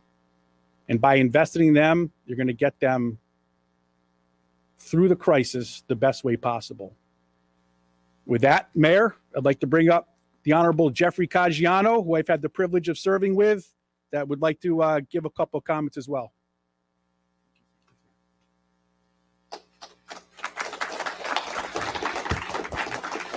Thank you. I have to say, first of all, I'm totally humbled to be here. I am completely out of place as a mayor of a big, small town, the city of Bristol, sitting with the men and women in this room that serve and protect us every day is very humbling. I was elected just 11 months before this incident on October 12th, 2022. And as the chief said, there's no way to prepare for that. I think in the bio, you might have seen that I'm here to talk about how we move forward and get through this. And I'll talk about that just a little bit, but I think I'll do a lot more of looking backward. So let me first just talk about moving forward. You know, in Connecticut, and I'm sure this is across the entire country, it's very difficult to hire people now into the police force. It hasn't been that glamorous job that when I was growing up, everybody wanted to grow up to be a cop and to serve people. It is a great profession, and I think we're trying to change that. We're actually offering incentives, sign-on bonuses for people that come in that are certified, because that's how hard it is to get police officers. And they put themselves into danger every day. And we need to flip that script. We heard a couple of the other speakers talk about the fact that we hear a lot of negative energy around police officers. I know from my own experiencing living in Bristol, raising my kids in Bristol, that we have the greatest police force around. And we all know police officers. And when we see things on the news and we hear negative things about police officers, all of us should think back to the 99.9% of police officers that we know and have connections with all the time. So the chief talked a little bit about the city of Bristol and how they came together.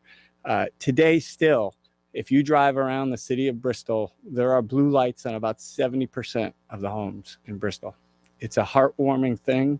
I wish it could spread further to the whole state of Connecticut, which was actually pretty good. I've given around Connecticut and the whole nation. We need to take events like this and make sure people refocus on what our priorities are. And in municipal government, I said this when I got elected in 2021, and I still believe this today.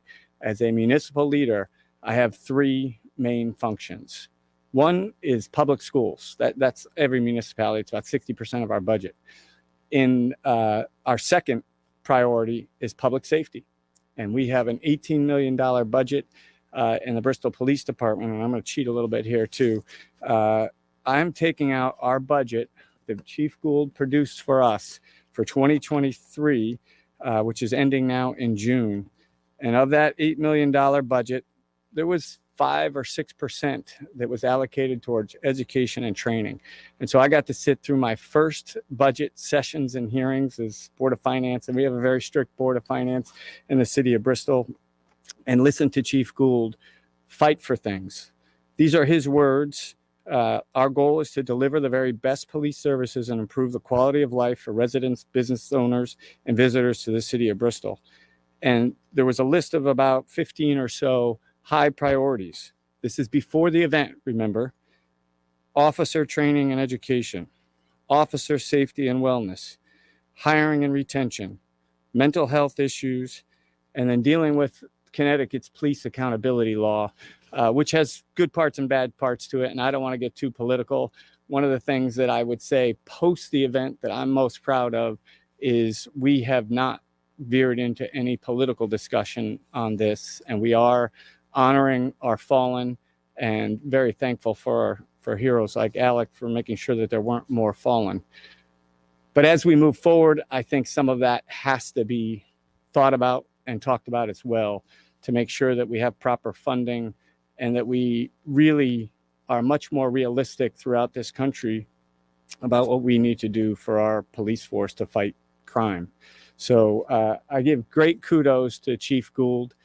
Number one, he's a tough act to follow when you're speaking because he's done a great job as well. But we have partnered from day one when this happened, and I couldn't be more proud of my city of Bristol, of Alec, of Dustin, of Alex, and Chief Gould. And God bless all of you and what you do. And please walk out of here proud. It's a great profession. Thank you very much.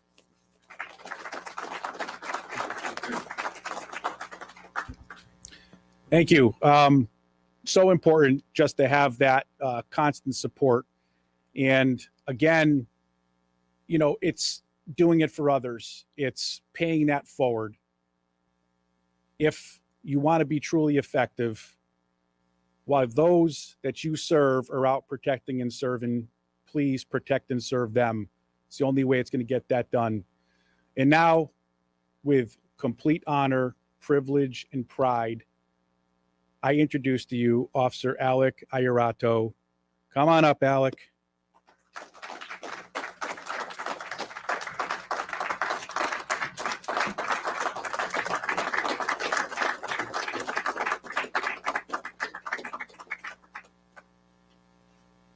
I'd like to welcome up our Executive Director of the Memorial, Bill Alexander, once again.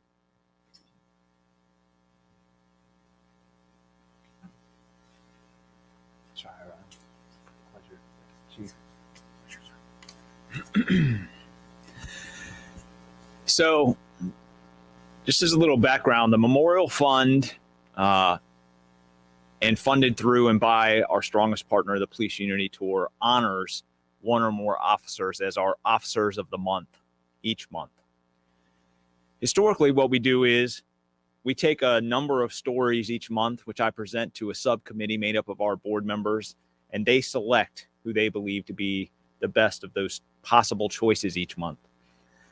Soon after this incident occurred, I asked the subcommittee, I said, is there any story in your mind that could possibly be greater than this gentleman's story here? Is there any reason to have even more than one selection for the month of December? And they all unanimously said that has to be our winner for December.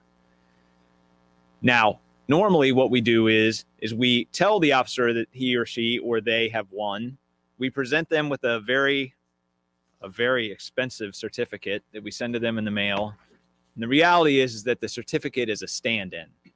Each October, we have something we refer to as Police Weekend, and we invite all of the Officer of the Month winners to come out to our campus here. We have a ceremony here, and we give each of the award winners what I'm not kidding around, I really call the most impressive award I have ever seen or held in my hands.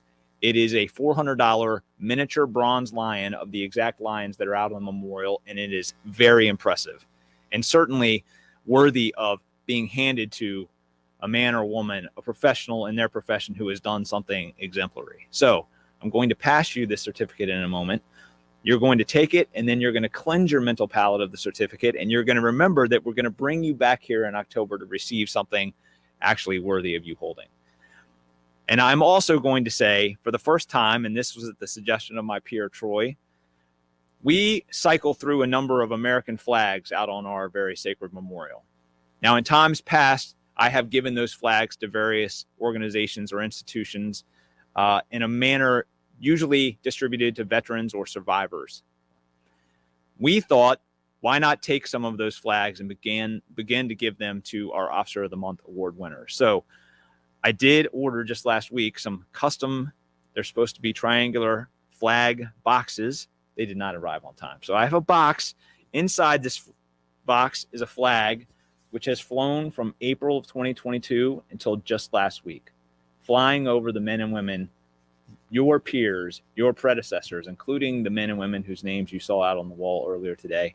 And I hope that you will be honored to accept this flag on behalf of the Memorial Fund. So before I pass these items to him, I know the chief was a little circumspect. Anything I say now, he can, of course, disavow later. But my understanding of the events are that in the late evening of October 12th, 2022, now Lieutenant Dustin DeMonte and now Sergeant Alex Hamsey and Officer Alec Ayarato of the Bristol, Connecticut Police Department responded to a possible domestic violence incident. After arriving on scene, the officers began speaking with the man inside the home and asked him to step out to talk with them. Without warning and from behind the officers outside the home, while the officers were outside the home, the officers began taking heavy gunfire. The suspect, later identified as Nicholas Brutcher, fired more than 80 rounds at the officers, striking all three and ultimately killing Lieutenant DeMonte and Sergeant Hamsey. Despite being struck himself, Officer Ayarato maintained his composure, moved to a position of cover, and he was then able to determine the suspect's position and return fire, striking and killing the armed suspect. The ongoing investigation, again, I will allow the chief to disavow, suggests the suspect intentionally fabricated the report of domestic violence in an effort to purposefully lure and then target law enforcement officers.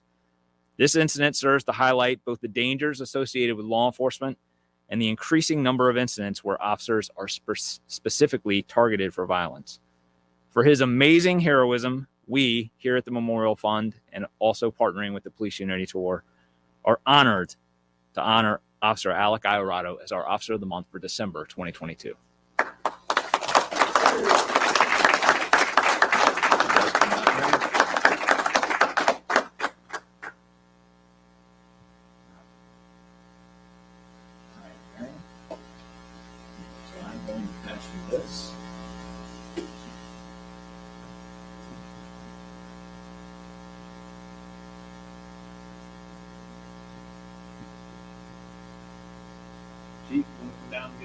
Sure.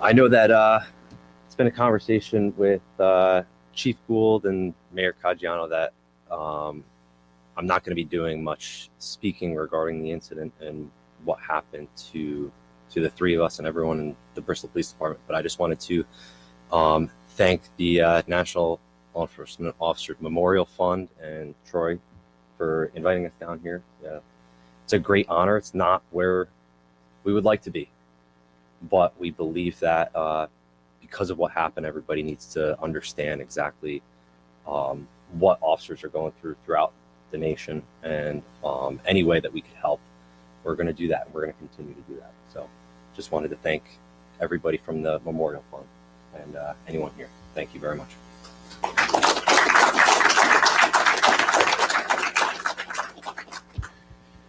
So in closing, they just yanked me, by the way. I was ready to go on for another 7, 8, 10 hours, but I've been yanked. I just want to say, again, thank you. So appreciative of, number one, this opportunity to come down here and speak with everybody.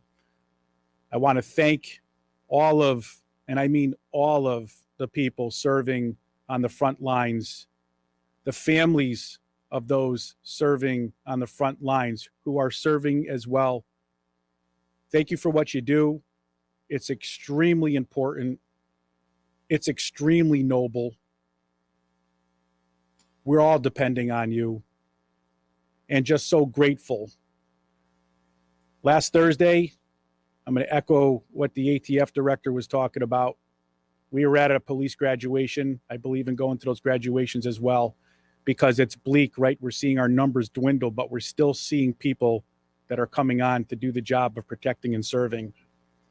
And it was really nice to see these incredible people coming on at this time and the support that they're getting from their family members. And I saw the same thing.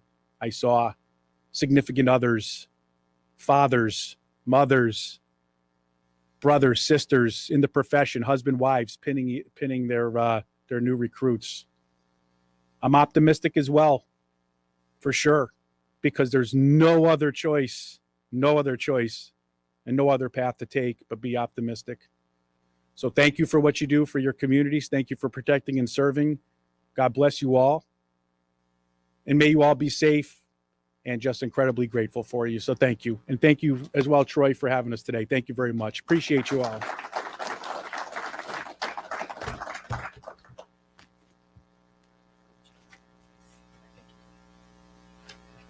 Thank you, Chief. Thank you, Mayor. And thank you, Alec, because I think all too often in our vocation, the word hero gets thrown out. Maybe too often. Rarely do we encounter genuine heroes. And we have one with us today. And it's a story of redemption and survival. And that's exactly what this is about. We don't want to celebrate these events. We don't want to. You should never have to experience that. But we know that it's unavoidable. It's going to happen. So where do we go from here? It's about resources, and that's what our next presenter is going to discuss. Matthew Garcia. I will tell you first that Matt and I have known each other for a long, long time as well. Not as long as I've known the good chief, but Matt and I have known each other for about 20 years. He was my right hand in our STOPS program, and Matt and I did a number of critical incident stress debriefings. Most notably, we did 33 together following the tragic shooting at Sandy Hook. We did all the debriefings for all of the state police, the 212 state police that were participants and investigating. We also did the debriefing for the Newtown Police, for the fire service, and all of our state and federal partners that were involved in that event. He's a man of distinction, and I'll read his bio, but I just wanted to tell you that first because, as you said, it's just words. But these are good words. Matthew Garcia is a retired member of the Connecticut State Police who has contributed 26 years of service as a state trooper and local police officer. His career took him from uniform patrol, serving throughout Connecticut, to sergeant before retiring as a lieutenant with the State Police Bureau of Special Investigations. He served 12 years in the Connecticut State Police Peer Support Program, coordinating critical incident debriefings, and 9 years as a hostage and crisis negotiator attached to the Connecticut State Police Emergency Services Unit. He has led debriefings in the wake of the critical incidents to include the Sandy Hook school shooting response in 2012 and numerous officer-involved shootings. As a negotiator, his duties consisted of coordinating the efforts of state police negotiators and responding to incidents in support of the State Police Emergency Services Unit. Matt was responsible for the training and certification of all new negotiators and ongoing refresher training for current members. Matthew has spoken on issues related to police stress and suicide in Ontario Police College, Missouri CIT, Mental Health and Recovery Services of Warren and Clinton Counties, Ohio, and Baltimore PD. Matthew is currently the program manager for the National Law Enforcement Officers Memorial Fund Ambassadors Program. I give you Matthew Garcia.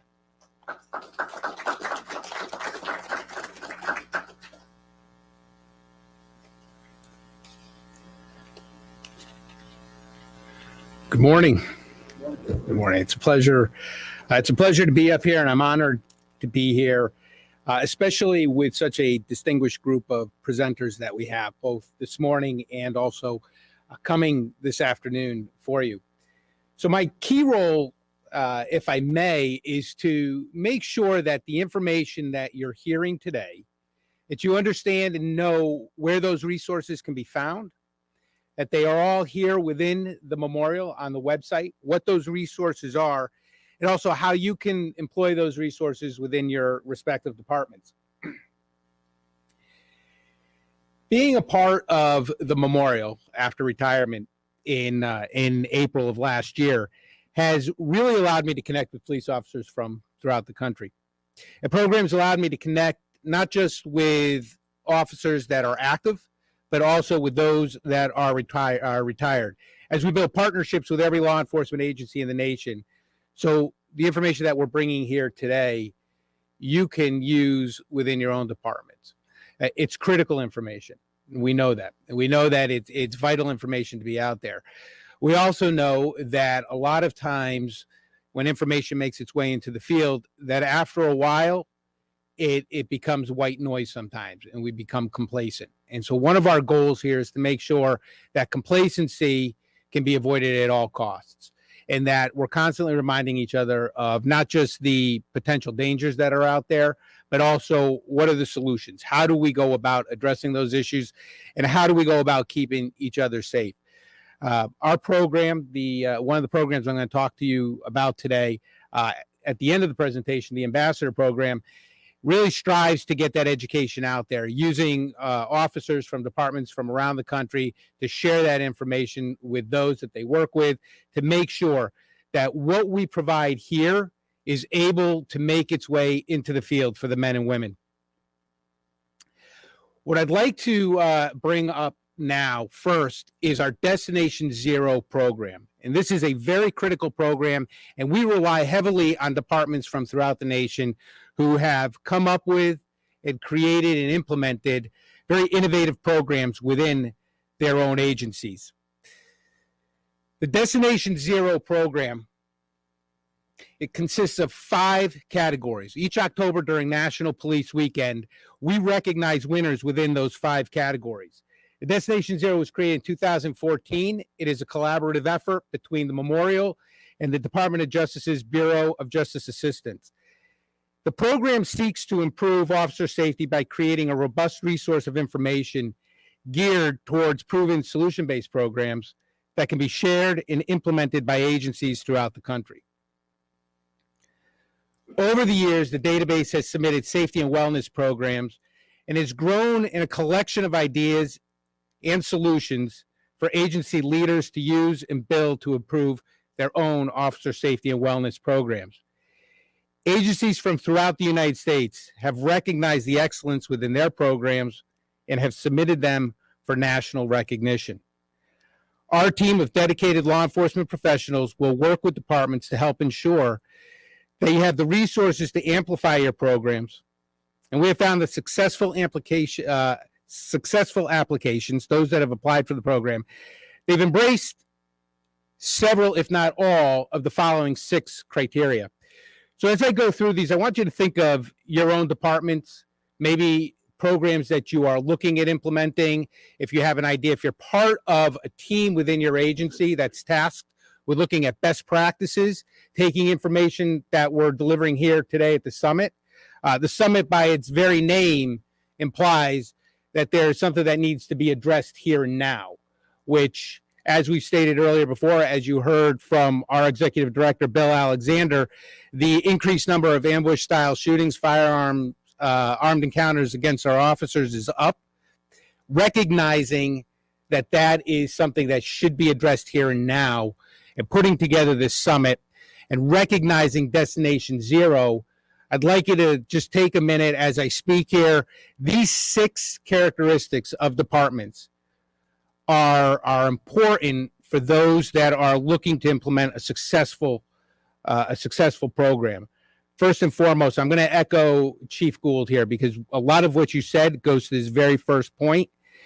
It has to be fully supported from the top down. You need the support from the top down. Any program, any of the successful programs that have come through in Destination Zero have really come from the top. And that doesn't mean that our leaders, our law enforcement executives, our chiefs and our sheriffs out there have to come up with the ideas. But they need to know who to put into those positions to implement those ideas, to make them work, and then the support has to come from the top. It could come from simply addressing the men and women of the department, being part of any type of informational video put out. If your agency uses something like that to communicate information on a wide scale. If you have a large department, sometimes using your public information office to videotape commanders sending out messages. It's a great way to show support for those programs. It has to start from the top down. Embracing technology and keeping up with current trends. There's a lot of technology that's out there that helps programs grow. Depending on the size of your department and your available resources, you may be able to buy into some of the software that helps to disseminate that information or to track progress throughout the course of whatever it is that you have implemented within the agency. Thinking outside the box, and that's a real critical component of this.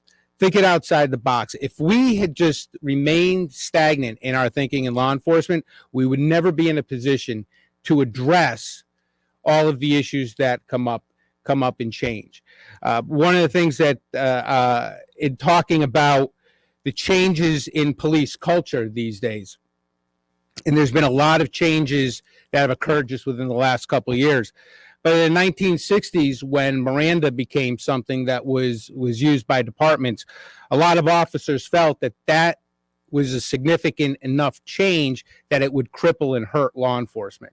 But as law enforcement shows time and time again, you take something and then you can build right upon that. And today, interview and interrogation classes have become the norm for departments. And we've really built an entire, a whole entire theory of how to interview, a study, if you will, of exactly how to interview and successfully interview. So thinking outside the box is critical for agencies. Incentives. working within your current structure, and it changes from department to department, but incentives are a motivator for officers. Sometimes it could be financial incentives. Other times the incentive may be additional time off. For those that are involved in the program that meet certain standards, physical fitness standards, a lot of agencies within our Destination Zero network have put together physical fitness requirements for their officers, and in order to encourage them to follow through, they've offered incentives, whether it be financial or whether it be additional time off. That may be specific for individual departments, but it's still an option out there. Reaching your employees and making sure that that information gets out there. The Destination Zero program and the Ambassador program that I'll talk about in a bit, we really are looking for, within departments, those who are very comfortable getting up in front of the agency. They want to take those best practices, those solutions, that information, and they're comfortable disseminating it either through roll calls, short videos and trainings, posting information, or they're well respected within their agency if people come to them asking for assistance or for help.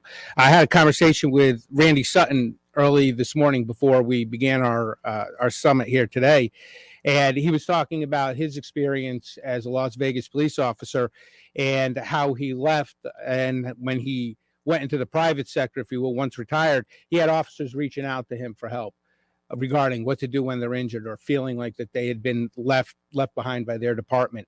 So reaching your employees is critical, because if you're not reaching them, they're going to be reaching out elsewhere to get that information. But when it comes from the top down, when it comes from your leadership, it makes the program more powerful. And then getting everyone involved. So successful programs have really been able to capitalize on implementing something that's effective to sworn, to non-sworn, into addressing families. So we know that police officers, we don't go through things alone, right? We bring our families with us. Our families are there, whether we're aware of it or not. So implementing a program that addresses all of that is one of the characteristics that leads to a successful program. The deadline for this year's submission, if you have a program in your department and you are thinking of submitting, the deadline is February 28th of this year. All the submissions are reviewed by our selections panel, consisting of law enforcement professionals who will meet regularly, and they will review each program. They're looking for the best and the most innovative submissions in each of those 5 categories. However, they will work with you. And the reason why they will work with you to ensure that they have all the information necessary is because at the end of the day, the recipient of all that information are the men and women in law enforcement. They're the ones in our agency. So we want to work with those departments to make sure that everything submitted is absolutely as it should. We want to get all of the information necessary from the department that's submitting that application, because in the end, it's going to benefit our officers out in the field. Our website is designed to provide a database of resources for our partners, from technical assistant briefs, which are short videos that can be played, as I've mentioned before, to just highlight information from the programs. And again, some of it seems common sense, but sometimes we just need a reminder of what's common sense, so we break out of that complacency role. These short videos, which can be played during roll call or even implemented into trainings, if you're putting on a training for your department, or if you belong to a specialized unit that's responsible for putting on monthly trainings, it's something that you could throw in there just to remind the officers. And then, and this is key, we want to make sure that this information gets out there. Everything that is provided to us through Destination Zero, but also everything you're going to hear today, we want to make sure that it gets out there. So if you're looking to either find out more information about a program, if you've recognized the need in your department and you want to touch base with us and find out, hey, is there a program that can address this issue within our department, we encourage you to reach out to any one of our team. By reaching out to us, we'll make sure that we connect you with those who are responsible for Destination Zero and making sure that you have the information that you need. So with that being said, I'm going to highlight 2 departments. Both departments were our 2022 winners in specific categories for Destination Zero. In each department, if you listen to their video. I'm going to play a video for you, but they implemented all 6 of those characteristics that I went through.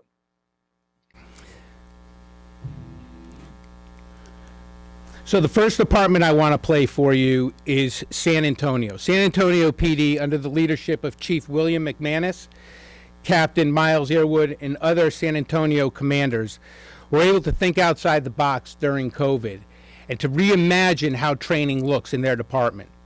And it's impressive, the program that they came up with, because every department was affected by COVID and restrictions were put upon them for training. San Antonio Police Department, thinking outside that, they were able to come up with a program that dealt with training the men and women, ultimately increasing those hours, those training hours, at a time when most departments were cutting back training because of COVID restrictions. They also looked at their officer-involved shootings. The officer-involved shootings and the number of rounds spent at the shootings was much higher than they wanted. So they looked at that. They developed the coordinated response program. They implemented that into their training, and they changed the culture within the police department for the betterment of the officers and the betterment for their community.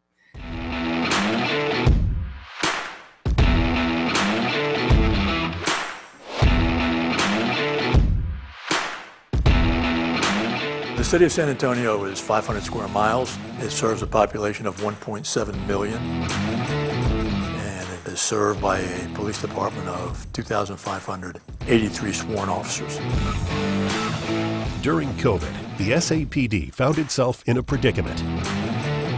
Conducting in-service training, as they had in previous years, was nearly impossible due to strict COVID protocols. After some quick thinking, the department came up with a new and intensive program called the SOU Training Initiative, taught by its highly trained Special Operations Unit. The Special Operations Unit is comprised of SWAT, K-9, Bomb Squad, hostage negotiators. So these are all officers who have received a lot of additional tactical training. San Antonio is a very tourism-centric town, and so by virtue of COVID slowing all of that down, SOU found ourselves with additional time on our hands. We didn't have the same number of high-risk situations that we were dealing with. We didn't have the same number of large events that we were dealing with. And because we had the additional time, we opted to focus that extra time into a training program. With agency-wide buy-in, the Special Operations Unit began to set up tactical training sessions. But rather than patrol officers going to the academy for training, the SOU team went to their substations, saving time, money, and allowing officers to train with their own shifts. So by doing the training this way, we were training groups of officers that worked together with their supervisor during their normal duty hours, so they didn't have to wake up early or change their schedule. We would break up the patrol shift into 3 groups. And so while 2 groups would go out and answer calls, 1 group would stay back and get about an hour's worth of training. And then we repeated that until all 3 groups had been trained. And they really enjoyed the aspect of training with their coworkers and with their supervisor. I think that gave a lot of officers additional confidence when they would go out and perform their normal duties. A large segment of training, the Coordinated Response Program, focused on officer-involved shootings and tactical decision-making.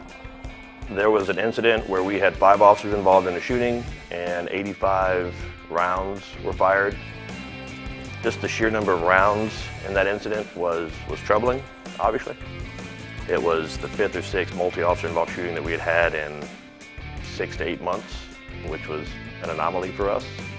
So we wanted to reduce the number of police officers that were involved in an officer-involved shooting.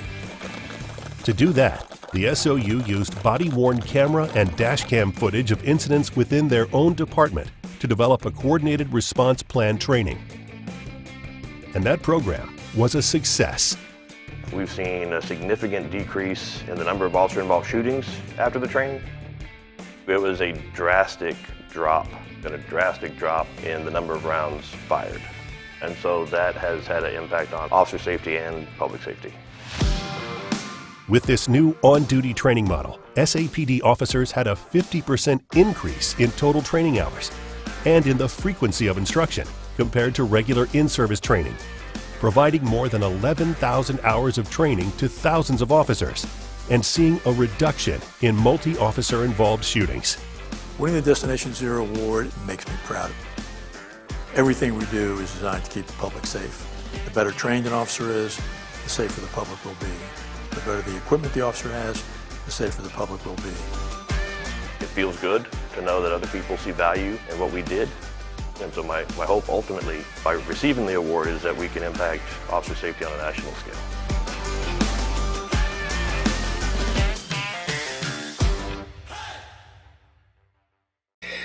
Just before the summit started this morning, I had an opportunity to talk with Alec briefly about the necessity of training. And we seem to think that under pressure will rise to the occasion, if you will. And the reality is that you're only going to rise to the level of your training. So training is vital and it's critical to departments. And taking that training seriously is not just put on the officers who have to go through it, but it's also on those who develop the training to make sure that training being developed is really addressing the specific needs within the department. By reimagining the training and seeing the current restrictions, San Antonio was able to implement a program that was successful in increasing the level of training by 50%. So they increased their training hours. They decreased officer-involved shootings with the coordinated training response. They also found a way to use their special operations team. So the special operations team, which was at a reduced level of activity because of COVID, because of lack of tourism to the city that they were used to, this gave them the time to implement the training, which kept their SOU team fresh and constantly working with officers. They were also able to look at a problem and not see it as an obstacle which led to a dead end, but they were able to see a way around it and to successfully implement something to the betterment of the entire department. One of the other things that San Antonio was able to implement within their department was a disengagement policy or disengagement training. Disengagement is becoming more widely used throughout the country these days. And what disengagement does under certain criteria, it's not a policy or practice that fits every single situation. But what disengagement under the right circumstances does allow, it allows officers to buy time, to reevaluate, to strategize, and to plan effectively, rather than to just run into a situation when they may not need to. We were able to meet with Captain Miles Earwood earlier this month and talk to him about the policy changes in the implementation of technology and equipment into the department's overall strategy to improve officer safety. Here's Captain Earwood.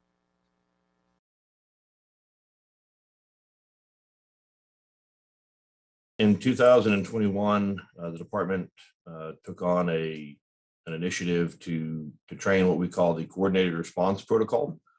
And it originated in SOU, where we tried to take some of the components that SOU and SWAT use, such as teamwork, communication, and making sure we have the resources needed to handle a call, and try to impart that onto patrol. The coordinated response protocol, in short, basically encourages officers to assess the details of the call. If there's no exigency, meaning that there's no one, it's not an active shooter, there's no one currently in an ongoing state of danger, the officers are encouraged to ensure that they slow down, they wait for their cover. Not only do they wait for their cover, but they communicate, they talk to their cover officer and come up with a plan. Even if that plan is, I'll do the talking while you manage lethal cover, right? Something as basic as that.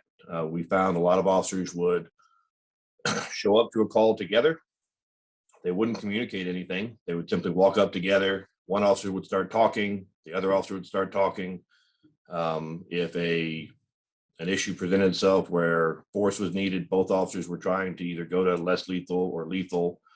And so we encourage them to say, hey, if force is needed, like you do lethal, I'll do less lethal, and kind of come up with some sort of plan ahead of time.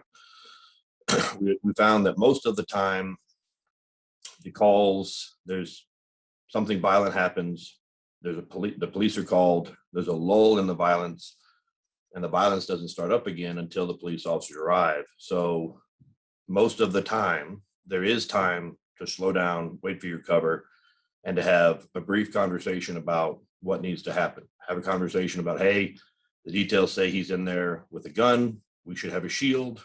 You know, they should call for a shield if they don't have one. If they need to call for a less lethal option like a launcher or a less lethal beanbag shotgun, you know, we encourage the officers to really slow down, assess, and plan, and ultimately coordinate, right, as the training implies, to coordinate the response and go in together. After we initiated that training, we trained all of patrol. In the next 12 months, we saw a significant decrease in the number of our officer-involved shootings. We also saw a significant decrease in the number of rounds fired during those shootings. By virtue of reducing officer-involved shootings and reducing the rounds in those shootings, we think we've had a positive impact on officer safety and public safety. Along with the coordinated response protocol training, the department implemented a disengagement training, where ultimately in years past, when I was an officer, disengaging was unheard of.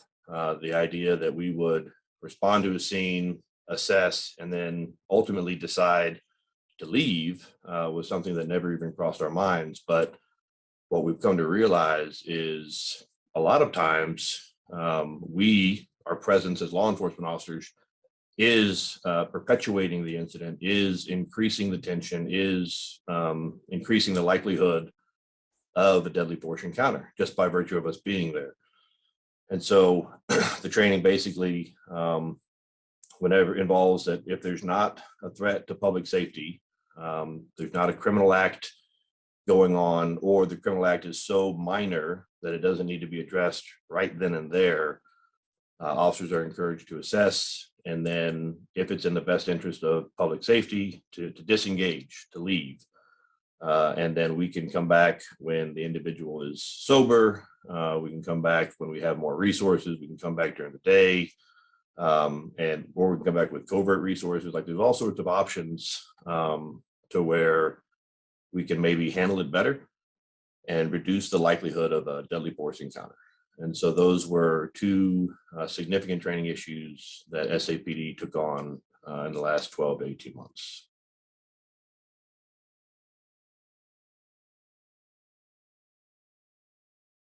Something that we're actually starting this year, we're transitioning from 40 caliber round to a 9mm round. We had done research in 2021, which showed that the 9mm rounds helped improve officer accuracy, the reduction in recoil, the ability to get back on target, was something that helped improve accuracy overall. And so we've been a 40 caliber department for as long as I've been on the department, which is so more than 20 years. And so us transitioning to 9mm is a significant event for us. The handguns that we're issuing come ready for a red dot sight. The holsters, we're issuing a weapon mounted light with every handgun that the officers don't need to purchase. And we're also providing them a holster capable of holding the weapon with the light and the red dot sight. So now the only purchase that would be on the officer is to purchase a red dot sight that's approved. And so by reducing the cost of outfitting the handguns with the red dot sight, again, if anyone's familiar with the research on red dot sights, the accuracy improves significantly with a red dot sight. So our vision is that by transitioning to a 9mm and increasing the amount of red dot sights on the guns, that our accuracy should also improve, which in turn obviously improves officer safety. We purchased a large number of shields, which are smaller, more portable, and they are now deployed in the field so that if needed, they will be able to hopefully be on site already, but if not, they'd be very close. We also increased the number of less than lethal options that officers had. We noticed after tasers came on board years ago, the use of the less lethal shotgun beanbag round diminished. And so in an effort to counteract that, we transitioned a lot of our inventory to less lethal shotguns. And we also purchased 40 millimeter launchers for patrol, which the 40 millimeter launcher has a much wider range of use. And generally, we've seen it has a better impact as well. And so we've increased those tools on patrol. And then we're constantly updating our drone program. So if officers find themselves in a situation where a drone can be useful, we can deploy a drone, send it ahead of the officers, have it, let's say if we're looking for a suspect in a field, our helicopter, we have several helicopters, but if they're tied up on something or if it takes them a while to arrive, we've got an increased number of drones now in the field, which can be deployed more readily and with significantly less cost than the helicopter. The second department that I'd like to highlight for you this morning is Chesterfield County Police Department, Virginia. They were the recipient of our 2022 Comprehensive Safety Award. And again, they implemented all 6 of those characteristics into their program. Under the leadership of Jeffrey Katz, their colonel, and Lieutenant Colonel Dan Kelly, they were able to, understanding the theories of leadership and the concepts of training, to use resources at hand, things that they already had within their department, but use them in such a way to increase the training efficiency for the men and women of their department. By instituting a comprehensive training program, they were able to, one, gain the national attention, but really to provide information to departments out there that are aware of their program. Part of my goal is now to make you aware of their program. Here's Chesterfield County, Virginia PD.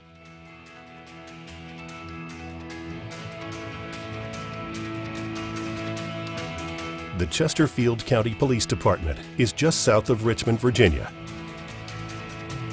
The agency has 558 sworn officers, serving 365,000 residents. To help its officers thrive at home and at work, the department created a broad, comprehensive officer safety and wellness program. We must recognize that the life of a police officer is going to bring health challenges and wellness challenges that we have to prepare them for. We have to give them the education and training and resources so they can combat those problems. The CCPD owns and operates its own academy, where frequent and intensive training is at the forefront of each sector of the agency's officer safety and wellness program. The department has ongoing firearms instruction, as well as judgmental use of force training, active shooter training, and defensive tactics training. There is a 71-acre driving range open 300 days a year, where officers receive extensive emergency driver training, pit maneuver drills, pursuit training, and usage of stop sticks tire deflation devices. And all CCPD officers complete the 4-hour National Traffic Incident Management Responder training course.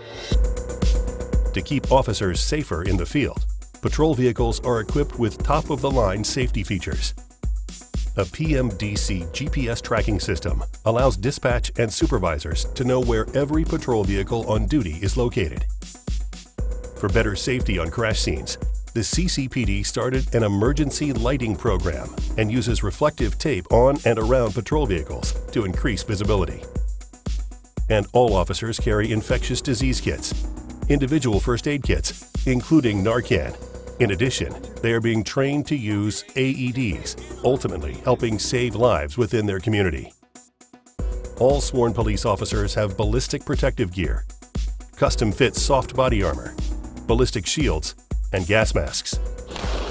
They are issued Glock 17 9mm pistols and 12-gauge shotguns, as well as a variety of less lethal use of force options. And the department purchased a drone to help search for suspects and to ensure it's safe for officers to enter potentially dangerous scenes. the CCPD created a 57-member special response unit that is trained and equipped to respond to civil unrest and search and rescue operations, as well as a police emergency response team.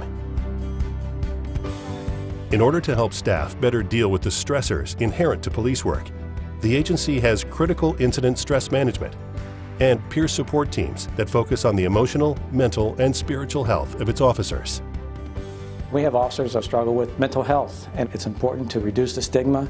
It's important to reduce the stress on our officers so that they can feel free to get the help that they need. There is also peer support for spouses and family members.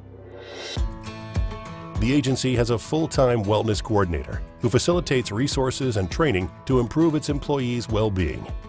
We have certified athletic trainers and strength and conditioning trainers available to our members 5 days a week at our academy. We have expanded our workout facility at our academy. We strongly believe that healthy people help people. So when our members are healthy and well, they're going to provide the best service to our community. Since the CCPD's comprehensive wellness program was implemented, the agency has seen huge successes.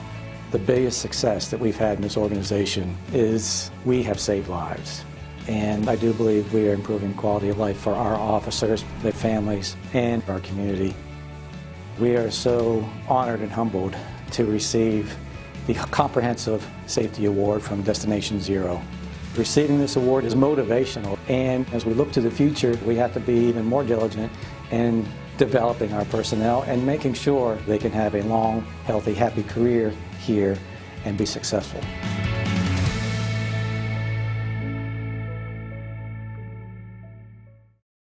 The importance of being at the top of your game, both physically and mentally, is going to be really drilled home this afternoon when one of our presenters, Pete Solis, comes to present, a man who has walked the walk. The Chesterfield County Police Department took a multifaceted approach to address officer safety, developing scenario-based and resiliency training, training with simunitions, instituting a modular shoot house, and reinforcing the fundamentals. CCPD created a mindset of training to survive. Recently, our team had the opportunity to speak with Lieutenant Colonel Kelly about the need to bring statistical information regarding armed encounters to the knowledge of the men and women on the front line, as well as how training must evolve to better prepare officers for armed encounters. Here's Lieutenant Colonel Dan Kelly.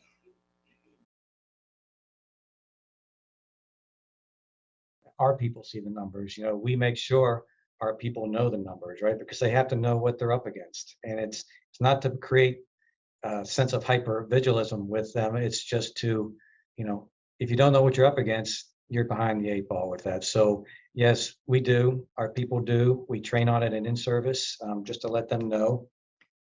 And it's, you know, the other things involved too, that, you know, the constant barrage of the 24/7 news cycle and all the different media outlets and the social media, you know, it's exhausting. And our officers feel that, you know, from Ferguson to the summer of 2020 to today. I think all law enforcement is feeling the increased sense of possible harm that we could endure. And, you know, daily we're dealing with the stress of society's increased aggravation and hostility towards law enforcement. So, you know, when we look at that and I talk with our officers on the street, I can see it and you can feel it that they are shouldering this weight. You know, they still want to serve their community and they really want to protect and they want to make sure they do everything right, but they are feeling that weight on them. It can be overwhelming. Now, I believe what we can do is to help them keep up the good fight, right? We need to support our people. We need to give them the training, the equipment needed so that, you know, they can improve their confidence. They can stay disciplined. They can encourage growth through their learning to enhance their ability to stay safe and survive. And if we do that, you know, maybe, just maybe, I think we as a vocation, I think we can get to zero.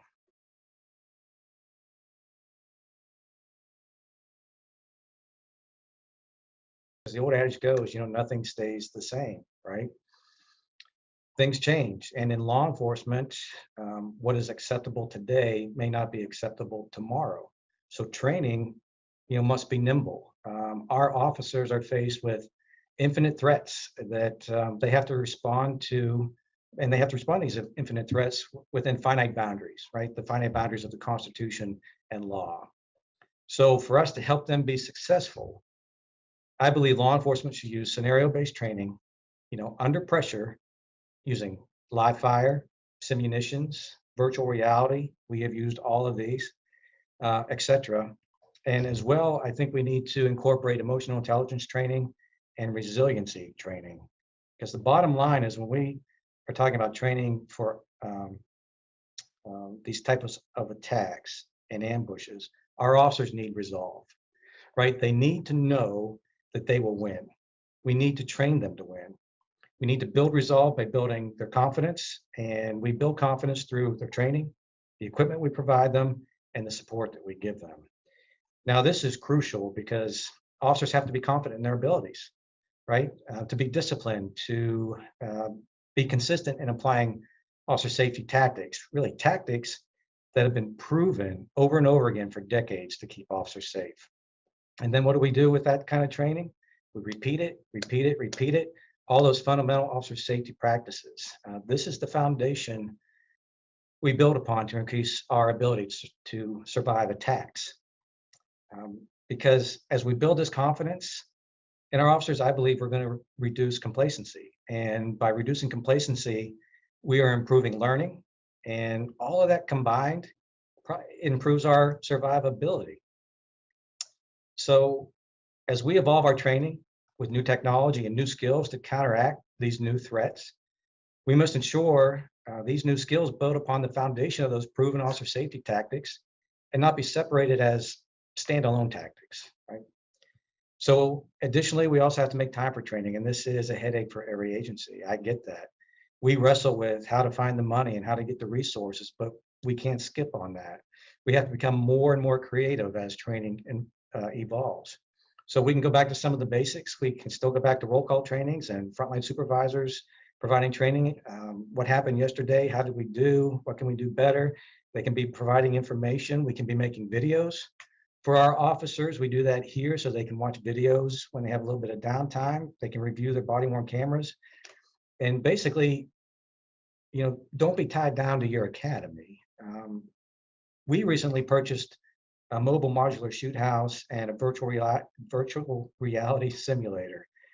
And, those are great because we don't have to be at the academy for that. We can set up the VR in one of our district stations, and when you go through ambush scenarios or active shooter scenarios, we can set up the modular shoot house pretty much in any building that we have access to, and we have several of those. Even set it up outside and have our officers go through building clearing and different things like that, so they can learn their techniques and rely on their abilities to manage their weapons. And then lastly, I'd probably say to our people, how do we replicate these types of things? I say, don't rely on your budget, right? We in Chesterfield have used other resources to buy equipment when our money ran out. Our criminal asset forfeiture money, for example, or we have donated funds. Every community has people and businesses in it that want their communities to be safe. They want to stop the violence that's impacting their communities. So they are willing to help us. We have to be willing to reach out and build those partnerships so that when our budget does run out, maybe there are other ways that we can buy this life-saving equipment to help our officers and the people in our communities. And just to wrap it up here, I think the last thing I'd like to mention is we all should be taking advantage of the free training available to us. And just to give kudos to Valor and BJA, they have free training. Officers can use these modules as time permits, and it's a great free resource for them. So the second program that I mentioned earlier that I'd like to close on today is our ambassador program, which really strives to get all of this information out into the field. Everything that you've seen here today is available on the website. None of it is hidden or kept from our officers, because we recognize the importance of making sure that has every opportunity to get out there into the field. So the Law Enforcement Ambassador Program is one of the several programs out of our Officer Safety and Wellness pillar. It's comprised of volunteers, both active and retired law enforcement officers, as the program seeks to partner with officers from agencies throughout the nation. An ideal goal would be to make sure that we have a liaison with every single police department in this country that has access and knows where to find this information, so it doesn't sit idle on our website, but they're able to get it out there and to share with our brothers and sisters out in the field, and also amongst our law enforcement executives. We also rely on those very executives nationwide to help us identify people within their own agencies who have a drive to research best practices, institute programs within their departments to address specific needs, and help disseminate that information through various forms of training. Becoming an ambassador is a process by filling out the online application. You will then have an opportunity to meet with our selections committee for an interview with those members who are already ambassadors, who understand the importance of the job, but also recognize the characteristics of those best suited for such a program.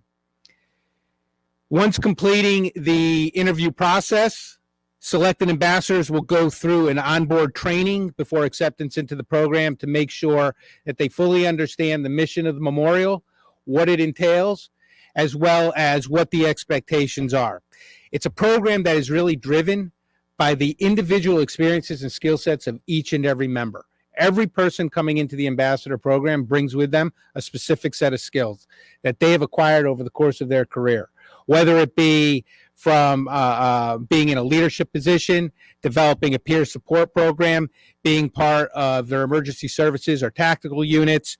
They understand certain needs within departments. They bring those skills into the ambassador program, making each one individual, yet we're all part of the same team. We currently have representation in 21 states: California, Idaho on the West Coast, Texas, much of the Northeast, Ohio, Michigan, down into Florida, as well as into Georgia. The program relies on this dedicated group of volunteers to not only help raise funds for the memorial, but to make sure that we educate officers on the various partnerships and the critical information that's contained within.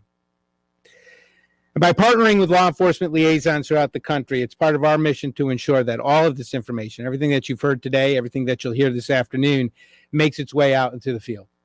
I can't say that enough, because you really are the voice to carry that information out there. The fact that you're here today shows that you recognize the importance of today's summit, and you recognize the importance of making sure that we keep our brothers and sisters out there safe. With that, I want to thank you for your time today. If you'd like to know more information about the program, either Destination Zero or the Ambassador Program, for those law enforcement executives that are listening virtually out there today, as well as in here today, if you would like to reach out for more information, the QR code here will get you right to that field. Send me your information. I'll reach back out, or a member of our team will reach back out to you, and I will put you in touch, or a member of our team will put you in touch with those representatives from Destination Zero if you need more information regarding that program. Myself or one of our current ambassadors will reach out to you if you would like to know more information about the ambassador program. But together, we're hoping that we can ultimately bring the number of line of duty deaths down to zero. So thank you. Thank you for your time.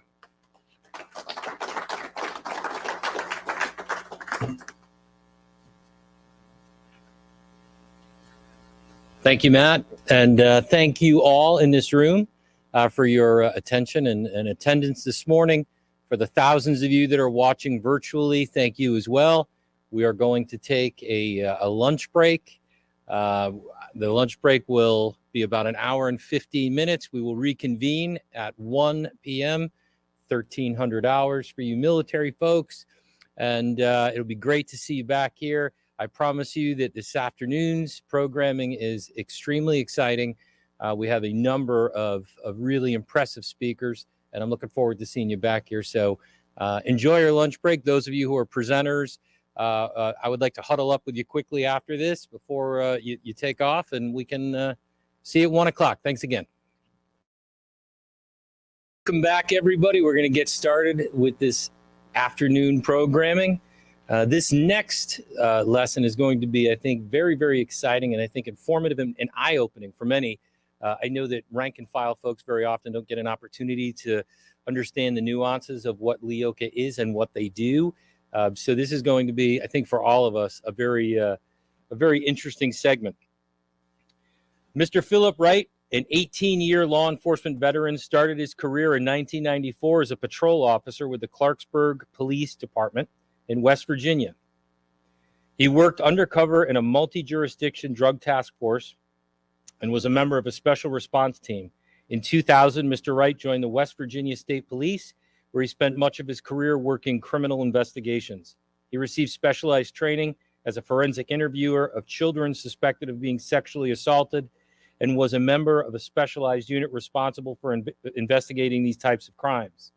In addition, Mr. Wright provided officer survivability instruction to cadets in training at the West Virginia State Police Academy. Mr. Wright entered duty with the FBI in 2012. He is assigned to the Criminal Justice Information Services Division in Clarksburg, West Virginia.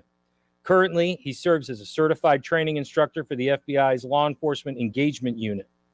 Mr. Wright has lectured and trained multiple law enforcement officers nationally and has authored several articles relating to law enforcement safety. He has been researching felonious assaults and deaths of law enforcement officers since 2012. He has consulted and advised federal, state, and local law enforcement agencies regarding law enforcement safety issues. Mr. Wright received a degree in applied science, political science with honors at Marshall University, Huntington, West Virginia. Ladies and gentlemen, Philip Wright. Thank you, sir. Appreciate it. All right. Well, good afternoon. I hope everybody had a wonderful lunch, and I thank you for this great honor and privilege to be here. Thank you for inviting me and being part of this great summit. Hopefully you do take a lot from this. As you mentioned, my name is Philip Wright. This is the Officer Safety Awareness Training. As you know, FBI likes a lot of acronyms, and this is another one. We like to refer to it as OSAT. We've been around for almost 20 years now doing the OSAT program, this Officer Safety Awareness Training. Travel around the nation and teaching this class. It's something that we enjoy. I enjoy very much so. I've been on since November 2012, been doing this. I came on board with the FBI specifically to teach this class. I don't want to do anything else. So I really understand the mission behind this. The mission is saving lives. This is the reason why I do that. I heard him mention earlier, you know, the goal was to keep law enforcement officers' names from being put on the National Law Enforcement Officers Memorial Wall. That's always been my mission. That's the reason why I travel around the nation and teach this class, because our mission is saving lives. Make sure those officers go home at the end of the day. So this is what I enjoy doing. This is very much my passion of mine. That's why I continue to do this, travel around the nation and teaching this Officer Safety Awareness Training course. So how would I describe OSAT to you? Really just a few words, actually 6 words. What is OSAT? It would be this. We are a data-driven, research-based training course. Really, that sums it up in just 6 words. But really, one of the things in the backbone of this OSAT program is the data. The data is very relevant, as well as the research. And from that research, we incorporate into a training program, which is, you know, you'll be going through a portion of that today. But it's the data I want to touch on just briefly, so you get a good understanding just the importance of the data we collect, because the data tells us and paints us a really good picture of what's happening out there. So that's why it's important when we, let's say we, the LEOCA program, law enforcement officers killed and assaulted, if there's any kind of data we collect on that, it's important we get accurate information, accurate data. Because inaccurate data is not painting us that clear picture we want to know or see. As well as getting complete data. We have to fill all the information that we request in order to get that complete data. those two things, complete data and accurate data, really paints us a great picture of what's happening out there. That really supports what we do as a program, the OSAP program, and understanding what's going on out there in the world when it comes to law enforcement. What's getting us killed? What's getting us assaulted? Well, the way we learn from that is through that data we collect. The LEOCA program is a very important part of this OSAP program. The data we collect on law enforcement officers killed and assaulted.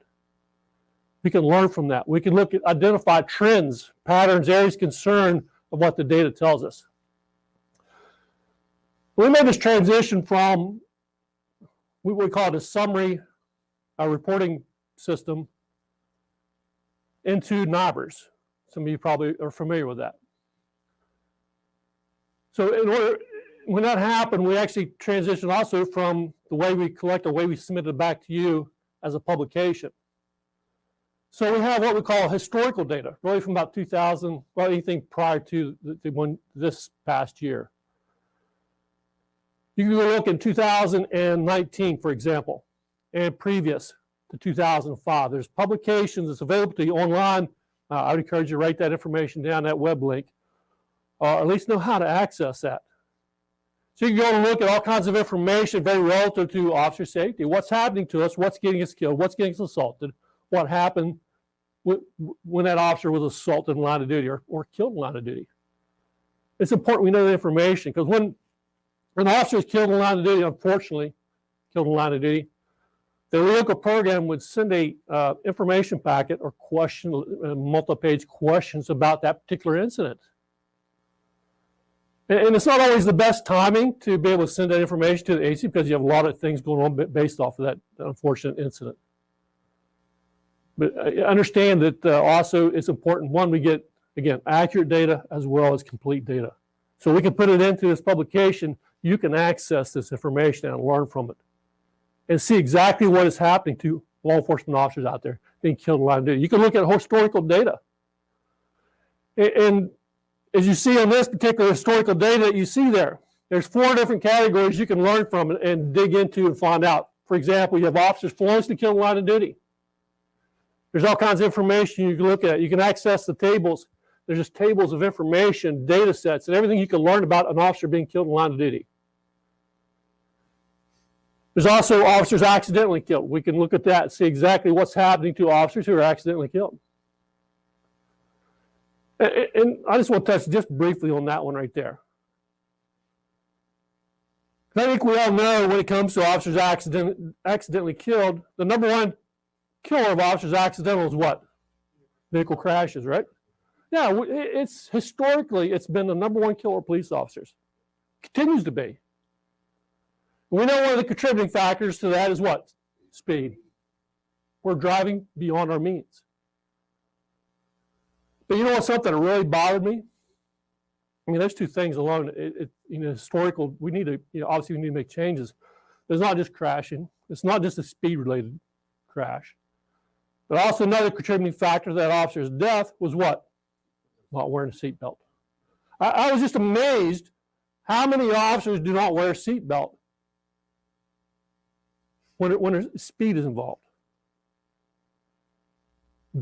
Back about 10 years ago, we dug in this, actually done a video, and IECP was part of it. It's called Is Today Your Day? And at that time, they said 40% of officers were not wearing a seatbelt during a crash. And I was amazed by it. I was blown away with it. I didn't realize it was that the numbers were that high. 4 out of 10 officers not wearing a seatbelt. So I had so much concerned about that and disbelief. I actually dug into the data we collect as well, just to see how accurate information was. So when I did it, it was ended up being like 43% at that time. So it's just something that we have to make changes there, right? We can look at that data and see what's going on. Why is it happening? And make changes to your policy, make changes to your procedures, your training, all those things that we can do based off of what the data is telling us. That's why we do this. There's even a section for federal officers killed and assaulted, even officers assaulted. And in this particular historical data, we're talking about serious type of assaults here. Officers who were shot with a firearm and survived that attack, or stabbed with a knife or other cutting instrument and survived that attack. Those are serious type of assaults in this particular data sets. So we can learn from it, get that information, historical data. So what we found out is, even throughout history, we're seeing a lot of common themes that happen. Just because one year you're seeing high numbers in this doesn't mean historically it's not the same. We can look at that information and learn from it. So let's transition to the NIBRs. They also transitioned the way you access information. So they created this, what they call Crime Data Explorer. It's kind of a one-stop shop. You can look at all the information that we collect as far as the data goes. It could be the LEOCA data. It could be crime in the U.S. It could be hate crime. It could be law enforcement suicide data. There's all kinds of information that we collect through our UCR program. It's all housed within, for the most part, within this Crime Data Explorer. So you can go on to like a one-stop shop and learn that information. Well, this is the way you access that particular data set into the Crime Data Explorer. There's a section there in the middle, Law Enforcement Explorer. You can click on that. You can look at LEOCA data. You can look at any kind of information like law enforcement assaults. You can learn all kinds of information from that and learn exactly what's going on. Learning from history, right? That's what data is. You think of data that way, as history. Because it's something that happened in the past, correct? And if we look at it in that manner, we say, okay, that data is history. And how does the old adage go?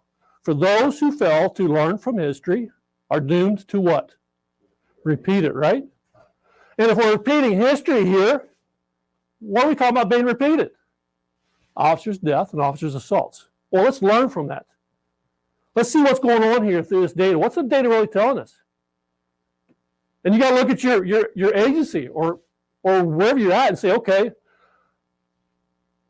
if we've seen officers are being killed in a particular way or a certain area of concern, we can look at that and take measures into your own hands and make changes through policy, procedures, training, or whatever it may be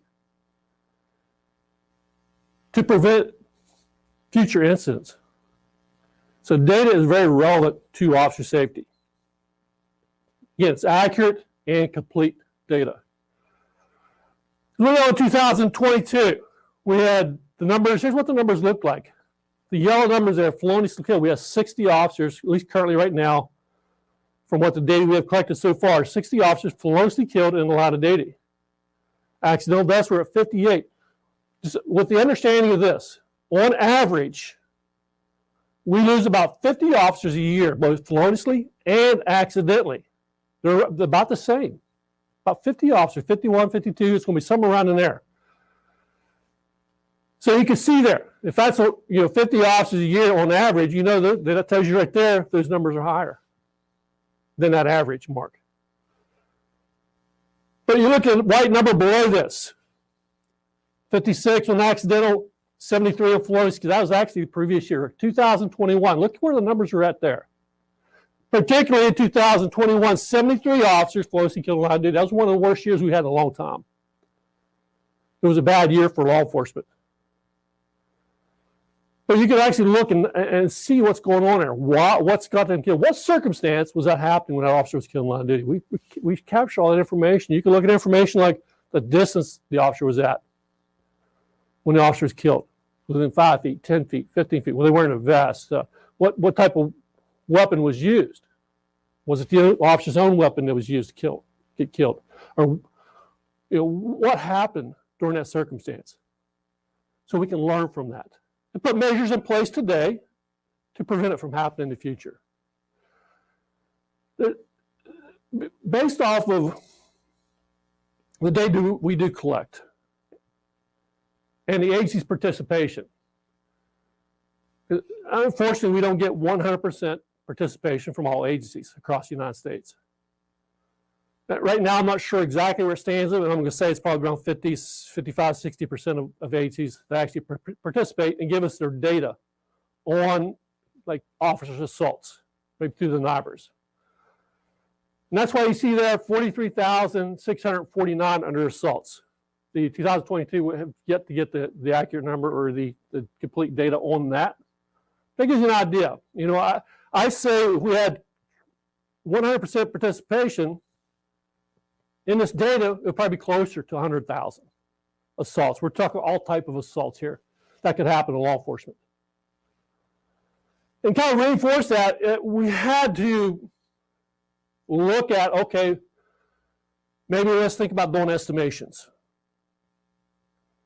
Based off of estimations, they do like a lower bound and an upper bound. You know, what's the lowest amount of officers maybe who could be assaulted this particular year, and what's the highest amount?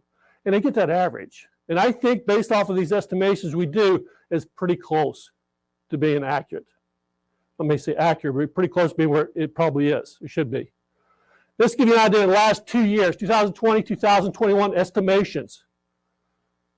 Officers assaulted, 188,000 officers assaulted in a 2-year period, with 56,500 officers assaulted with injury. To get kind of paints a bigger picture of how it can be broken down and what it's going to look like or should look like. You can do about firearm, knife, other kinds of blood instruments, all that you can see there. Personal weapons, 120,400. That's the biggest number there, right? Can we get killed by personal weapons? For sure. Oh yeah, absolutely. Happens all the time. So that's why we've done estimations. And I think it does, I get a little concerned about it at first, but I truly believe, based off even what I believed from the very beginning prior to this, that these is what the numbers should look like. So it really just confirms to me that these estimations are right there, we're probably about where it would be if we had 100% participation. So we look at this data. This data answers a lot of great questions for us, does it not? It answers that who, the what, the where, the when, and even the how. You know, if we're here to serve law enforcement, get a deeper understanding and a better understanding of what's happening to us out there, what question does the data really not tell us? It's that why question, right? It's that why this officer, why this offender, or even why these circumstances. That data doesn't answer that question, why. Why is that particular officer? Was it something the officer said? Did something the officer didn't say? Something the officer did or didn't do? Why that particular officer? Data does not answer that question. Or why the offender? Say why an offender who's been arrested, say 10 times, decides on the 11th time he wants to assault an officer or even kill an officer. Or why an offender who's been arrested for a simple misdemeanor, shoplifting complaint, decide at that time he wants to kill a police officer. Well, it doesn't really answer that. The data doesn't tell us that. Or even why the circumstances. Why these particular circumstances? So we knew we had to get into the research. The data wasn't going to answer that. We knew we had to get into research. So since the early 1990s, till the most recent study, the Green Book, Ambushes and Unprovoked Attacks, we finished up in 2019. So we have 4 research studies we've actually conducted. So we're talking about in-depth interviews of officers killed in the line of duty, or I'm sorry, assaulted in the line of duty, typically shot in most cases.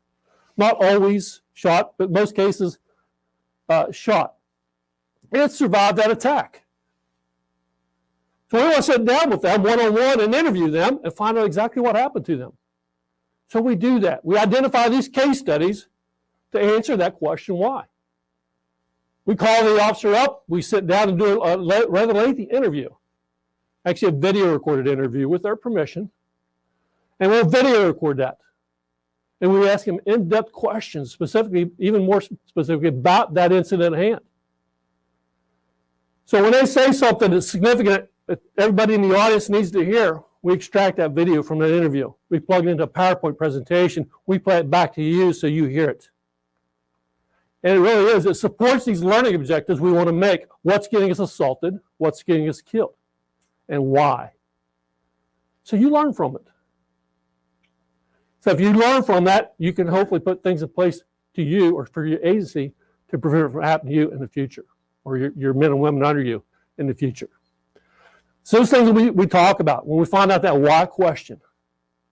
So it's what we do in our presentation. We actually play a lot of videos of officers. You hear directly from them. You hear directly from these offenders as well, because we even go into the prisons. And we'll sit down with that offender who attempted to kill that police officer. In some cases, they do. And we want to find an in-depth interview with them, a lengthy in-depth interview, and we video record them as well with their permission. So when they say something that supports that learning objective, it's something you need to hear, we plug that into a PowerPoint presentation and play it back to you so you can hear it directly from them. And you're going to hear from some of our officers and some of our offenders here very shortly. So we had all these, think about all these interviews we've had. We would actually have them transcribed, trying to find out, what's some of the problems we're identifying here. Initially, we started to compare them on a case-by-case basis. Now, we could not do that. Kind of like comparing apples and oranges, if you will. So we had to kind of step back and do kind of the old scientific approach, if you will. We stepped back and looked at all of them in the big picture. And we asked ourselves this: what commonality does each of these critical injury assaults have in common?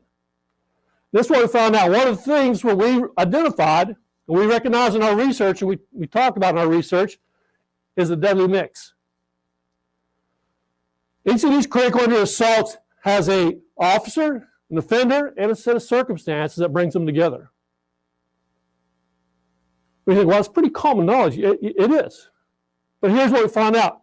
What happens with that officer when these three things come together? What's going on there? Those are things we identify throughout the presentation. And what is it about the offender? What do we learn about them that could create that potential deadly mix? And what about the circumstances? So what we do is we identify all three of these, and we speak on these three things throughout the presentation. So you give an understanding what it is about the officer we learned. What does the research tell us about that officer? What does the research tell us about that offender? And what does it tell about the circumstances? When they come together, what creates that deadly mix? But more importantly, when they leave the presentation, they understand what it is that creates that deadly mix. More importantly, they control that mix and prevent it from happening. Those are things we identify and talk about through the OSAT presentation. So I said to you, that we had lengthy interviews of these officers and offender. And based off of that, we come up and we developed this PowerPoint presentation. Well, one of the modules what I will talk to you about today, we're going to talk about, and it's a module that is really one of the most important ones I think we could talk about. And here's why. But let me say something, it's the officer and offender perceptions. What is perceptions? We're going to talk about that. We'll give you an idea what the definition of perception is. What we're going to find out is it reinforces something we already know has been a problem with law enforcement throughout, ever since we can remember. We know, based off of really, when you first get into law enforcement, we know the number one killer of police officers, talked about all the time, it's that big C word, right? Complacency. And that's 100% right. Complacency does kill. But where does complacency come from? Well, it comes from perceptions. Complacency is derived from perceptions. All right, let me dig in this a little bit further, give you a better understanding. But first, let's understand what perceptions is. What's the definition of perceptions? We have three different definitions that talks about perception. Thanks to Merriam-Webster, it breaks it down to three different areas. What I like to do is plug in two words: officer and offender. For example, that first one there should say the way an officer or offender thinks about or understands someone or something. Or you can say the ability of an officer or an offender to understand or notice something easily. Or you can say the way an officer and offender notices or understands something using one or more of your senses. So when you plug those words in there, it has a deeper connection how it could impact us as a law enforcement. Right, so we know perceptions.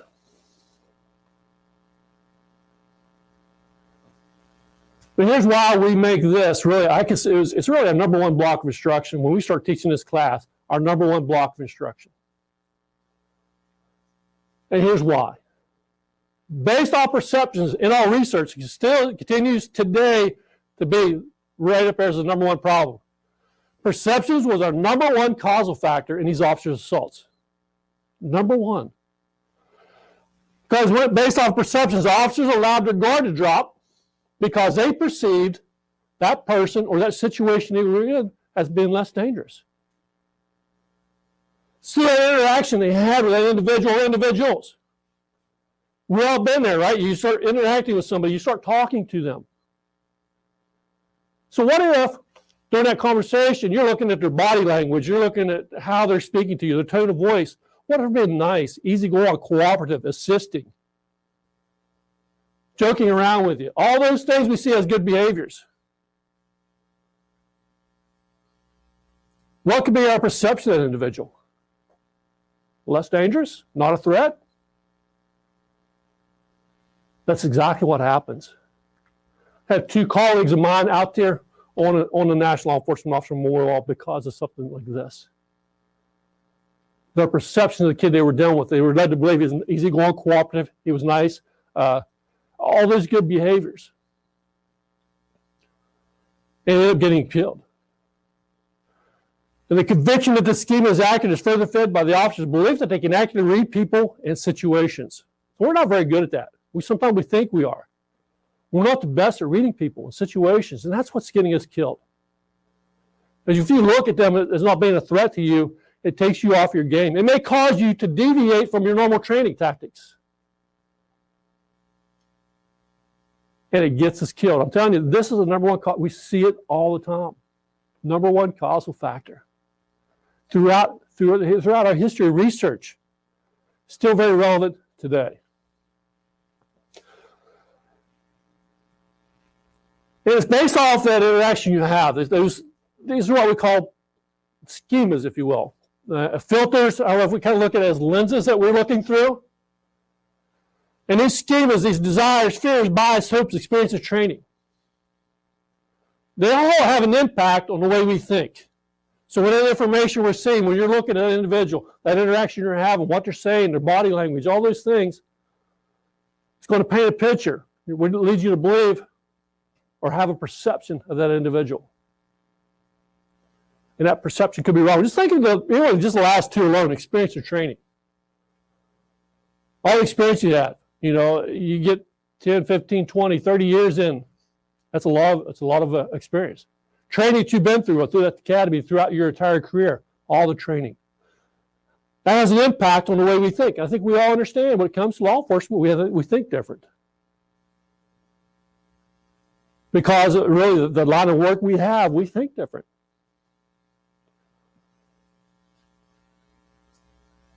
And there's something in our research we identified as officer perceptual shorthand. And it's something as simple as an inanimate object can throw you off your game. Right, let's say I'm sitting at an intersection, car comes through, runs that red light.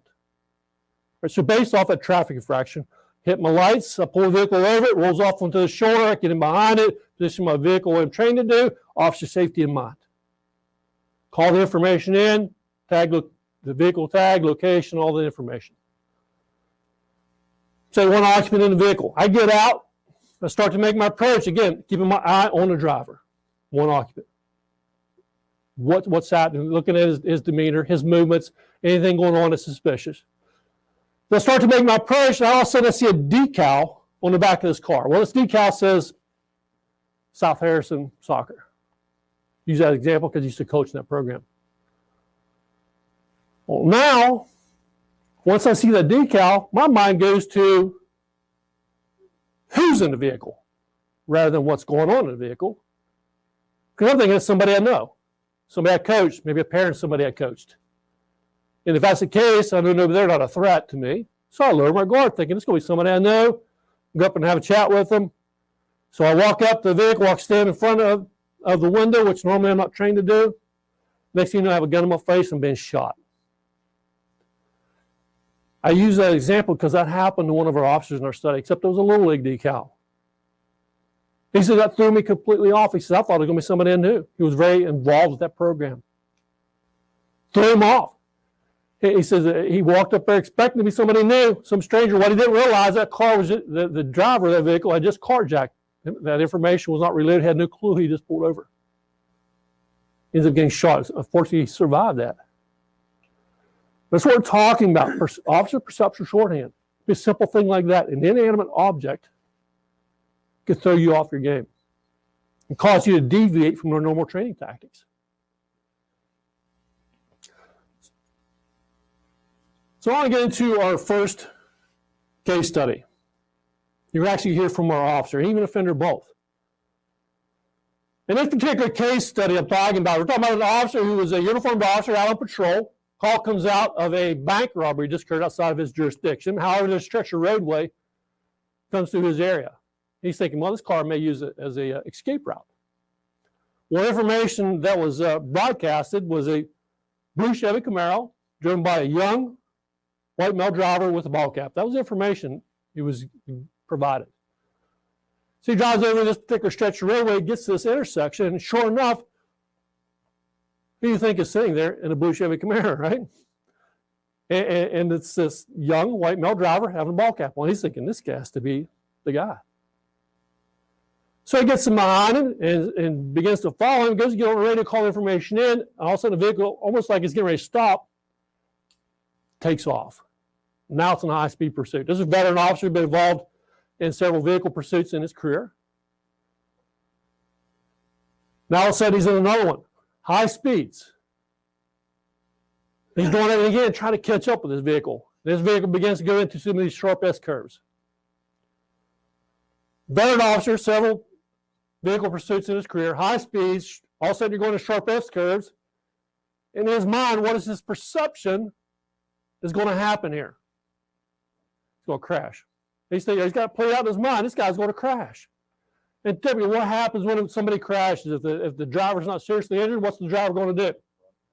He's out of the car, he's on foot, and he's gone, right? So he's got to play it out in his mind. His perception, he's got to play it out. Well, this blue Chevy Camaro goes around this last sharp S curve. Well, this officer eventually makes up that same curve. And as he's coming out of this curve, sure enough, there's that blue Chevy Camaro sitting off to the right-hand side of the road. So in his mind, what just happened? Crashed. Couldn't be further from the truth. So based on that, their perception of this guy, based on the interaction, they were led to believe, the officers believed that that person they're dealing with was less dangerous. Wrong perception. Turn their back on somebody who is a potential threat.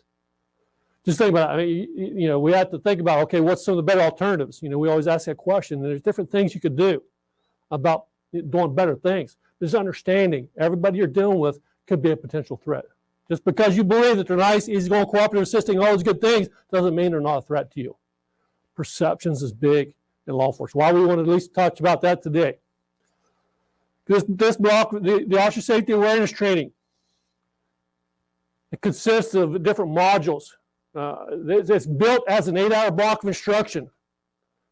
And we'll come out to any agency. You request our training, we'll come out to you and put on this training for you. We'll hit on all these topics of discussion, those things we found in our research as areas concerned where all law enforcement officers are being assaulted and even killed in. And what can we do better? Some things we identified. A lot of them mindset type training. So when you leave there from this training, you leave there thinking differently. Kind of snap out of it, understand where can police come from, how you can prevent yourself from being assaulted. So we'll come out and do that. Free of charge. We all like free, do we not? Yeah, well, the FBI pays my expenses, my per diem flights, all of them, anything. We'll come out and do this training for you at no cost. And a lot of states have it set up and certified. You can get continued education hours as well. If you don't, we have the information. You can do that. With that said, this is my information. You get in touch with me and give me a call. I'll be more glad to answer any questions, assist you in any kind of training. We're more glad to come out and help you with that. With that said, thank you all very much. I appreciate being part of this. Thank you all, and be safe.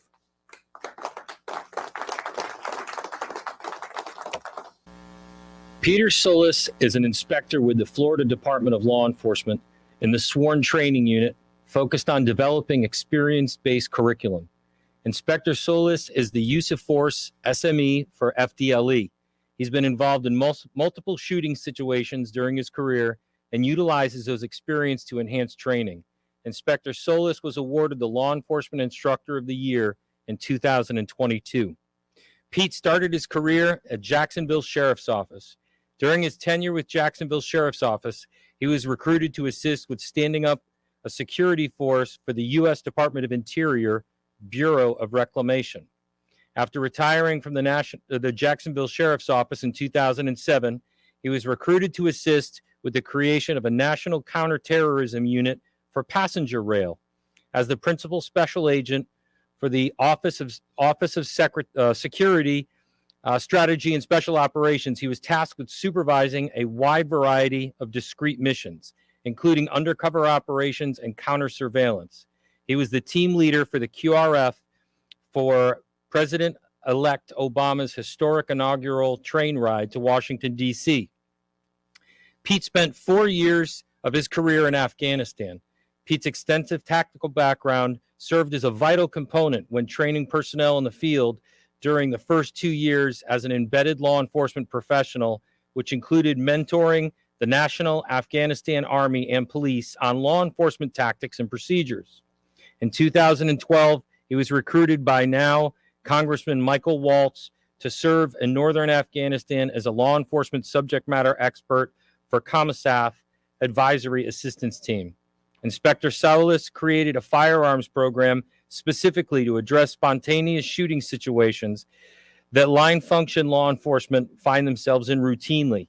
He continues to believe in developing the complete officer and emphasizes to his shooters that they must remain situationally aware and physically and mentally prepared to engage while maintaining tactical proficiency under the stress of combat. Pete Saulis developed a firearm system using his extensive firefight experiences and knowledge of psychological aspects of human change during deadly force encounters. Pete has been training civilian law enforcement and military personnel nationally about the aspects of surviving deadly force encounters. Pete has been awarded the Medal of Valor, Purple Heart, Military Order of the Purple Heart, SWAT Man of the Year, and the Florida SWAT Association's Award of Merit. Pete has also been nominated for the nation's Top Cop Award and elected to the American Police Hall of Fame's Legion of Honor. He was awarded the Outstanding Civilian Service Medal and the Commander's Award for Civilian Service for his participation in Operation Enduring Freedom during a deployment with the U.S. Army in Afghanistan. Lieutenant Colonel Dave Grossman, author of Bulletproof Mind and the Pulitzer-nominated On Killing, included Pete's 1997 deadly force gun battle in his book, On Combat. I give you Pete Saulis. Hey, good afternoon. Hey, first off, I want to say thank you very much to the Memorial Fund for having me up here. I'll tell you personally, worked up in the D.C. area for about 4 years, and I avoided this place like the plague, only because I have a lot of brothers on that wall. I also have a son in law enforcement. So again, you can probably understand why this is a unusual place for me to be right now. It brings back a lot of memories and can be an emotional place to be. First thing I suggest, especially for the virtual audience, is that you buckle up, because I'm going to try to download 8 hours of surviving armed encounters in a 1 hour block. Things I hope to cover, or I want to highlight. Number one, my gunfight experience. I also want you to know and realize that, I got in law enforcement after being a football coach. I mean, I like youth. I like helping people. And when I stepped into that arena or got in that marquee for the first time and rode with somebody, I distinctly remember asking, hey, man, they actually pay you to do this. So I was hooked immediately. I'm the only person in my family to be in law enforcement. But you needed to understand kind of the background I came from, part of getting into this profession. Number one, I want to highlight my gunfight experiences. Tragically, I can tell you right now, I've been in 7 civilian law enforcement shootings, 3 as a patrolman, 2 as a SWAT officer, and 2 as a narcotics detective. The far worst, and the one that everybody highlights, occurred in 97. We'll deep dive that one. I was in patrol, and I was ambushed by a homicide suspect from Georgia.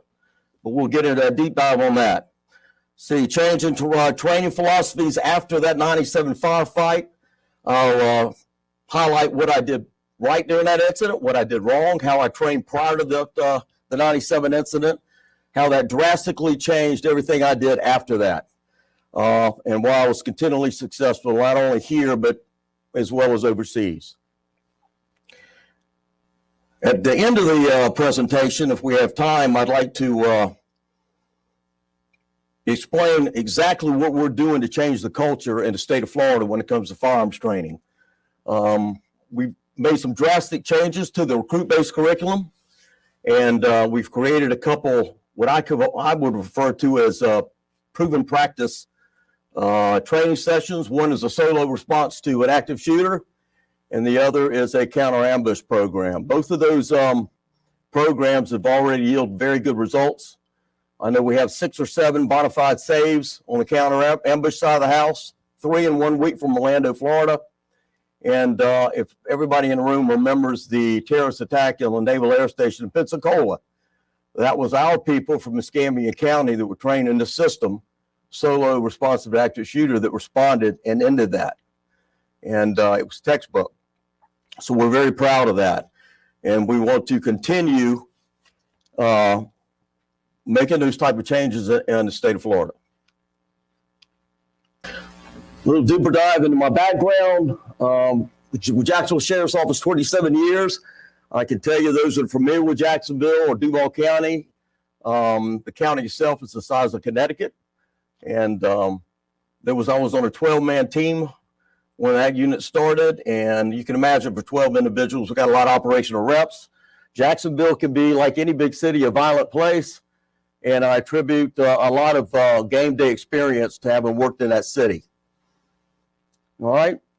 In about 1999, 2000, I was approached by a gentleman by the name of Adam Lewinsky. Adam Lewinsky was John F. Kennedy's speechwriter. He is also the founder of Police Corps. And I was approached by him to author a firearms program that they could take around the country for recruit base. And that's how I initially got into the instructional side of the house. I had no desire to do that. I wanted to remain operational, but it looked like a great cause and there was great people involved. And that's why I got involved in that. And it's something I'd like to approach, or at least tell you about the Police Corps program that I really found interesting and I still believe in to this day. The big thing about Police Corps is they wanted to front load all the high liability issues that law enforcement face. In other words, if you were at a state academy and you got 100 hours of firearms in training, then if you went through the Police Corps system, you would get 300 hours of firearms. Same with DT and driving. So they front loaded all these skills prior to you getting out of an academy. And I think that's a fantastic idea. I think we may ought to pay as much attention to that as we do diversity. You know, if you front load these people before they come out of the academy, they're more confident. Confidence breeds calm, less of a liability to the citizens they serve, and certainly less of a liability to the agencies they're working for. So it's a big deal. It was a great program. And it's a shame that it just dissolved here a year or two after it got started. It was in 38 states, I believe.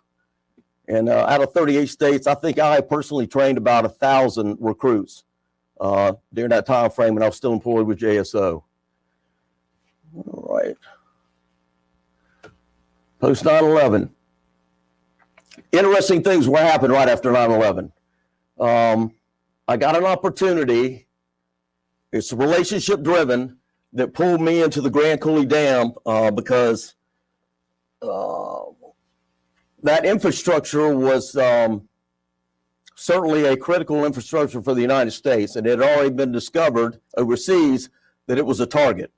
And like anybody, I wanted to assist anything I could do to protect my country. So when I got the call, I had plenty of leave, and I launched to Washington State and helped a bunch of retired special operators from mainly 7th Group develop, stand, recruit, write SOPs, and put together a pretty reputable force on that dam to protect it.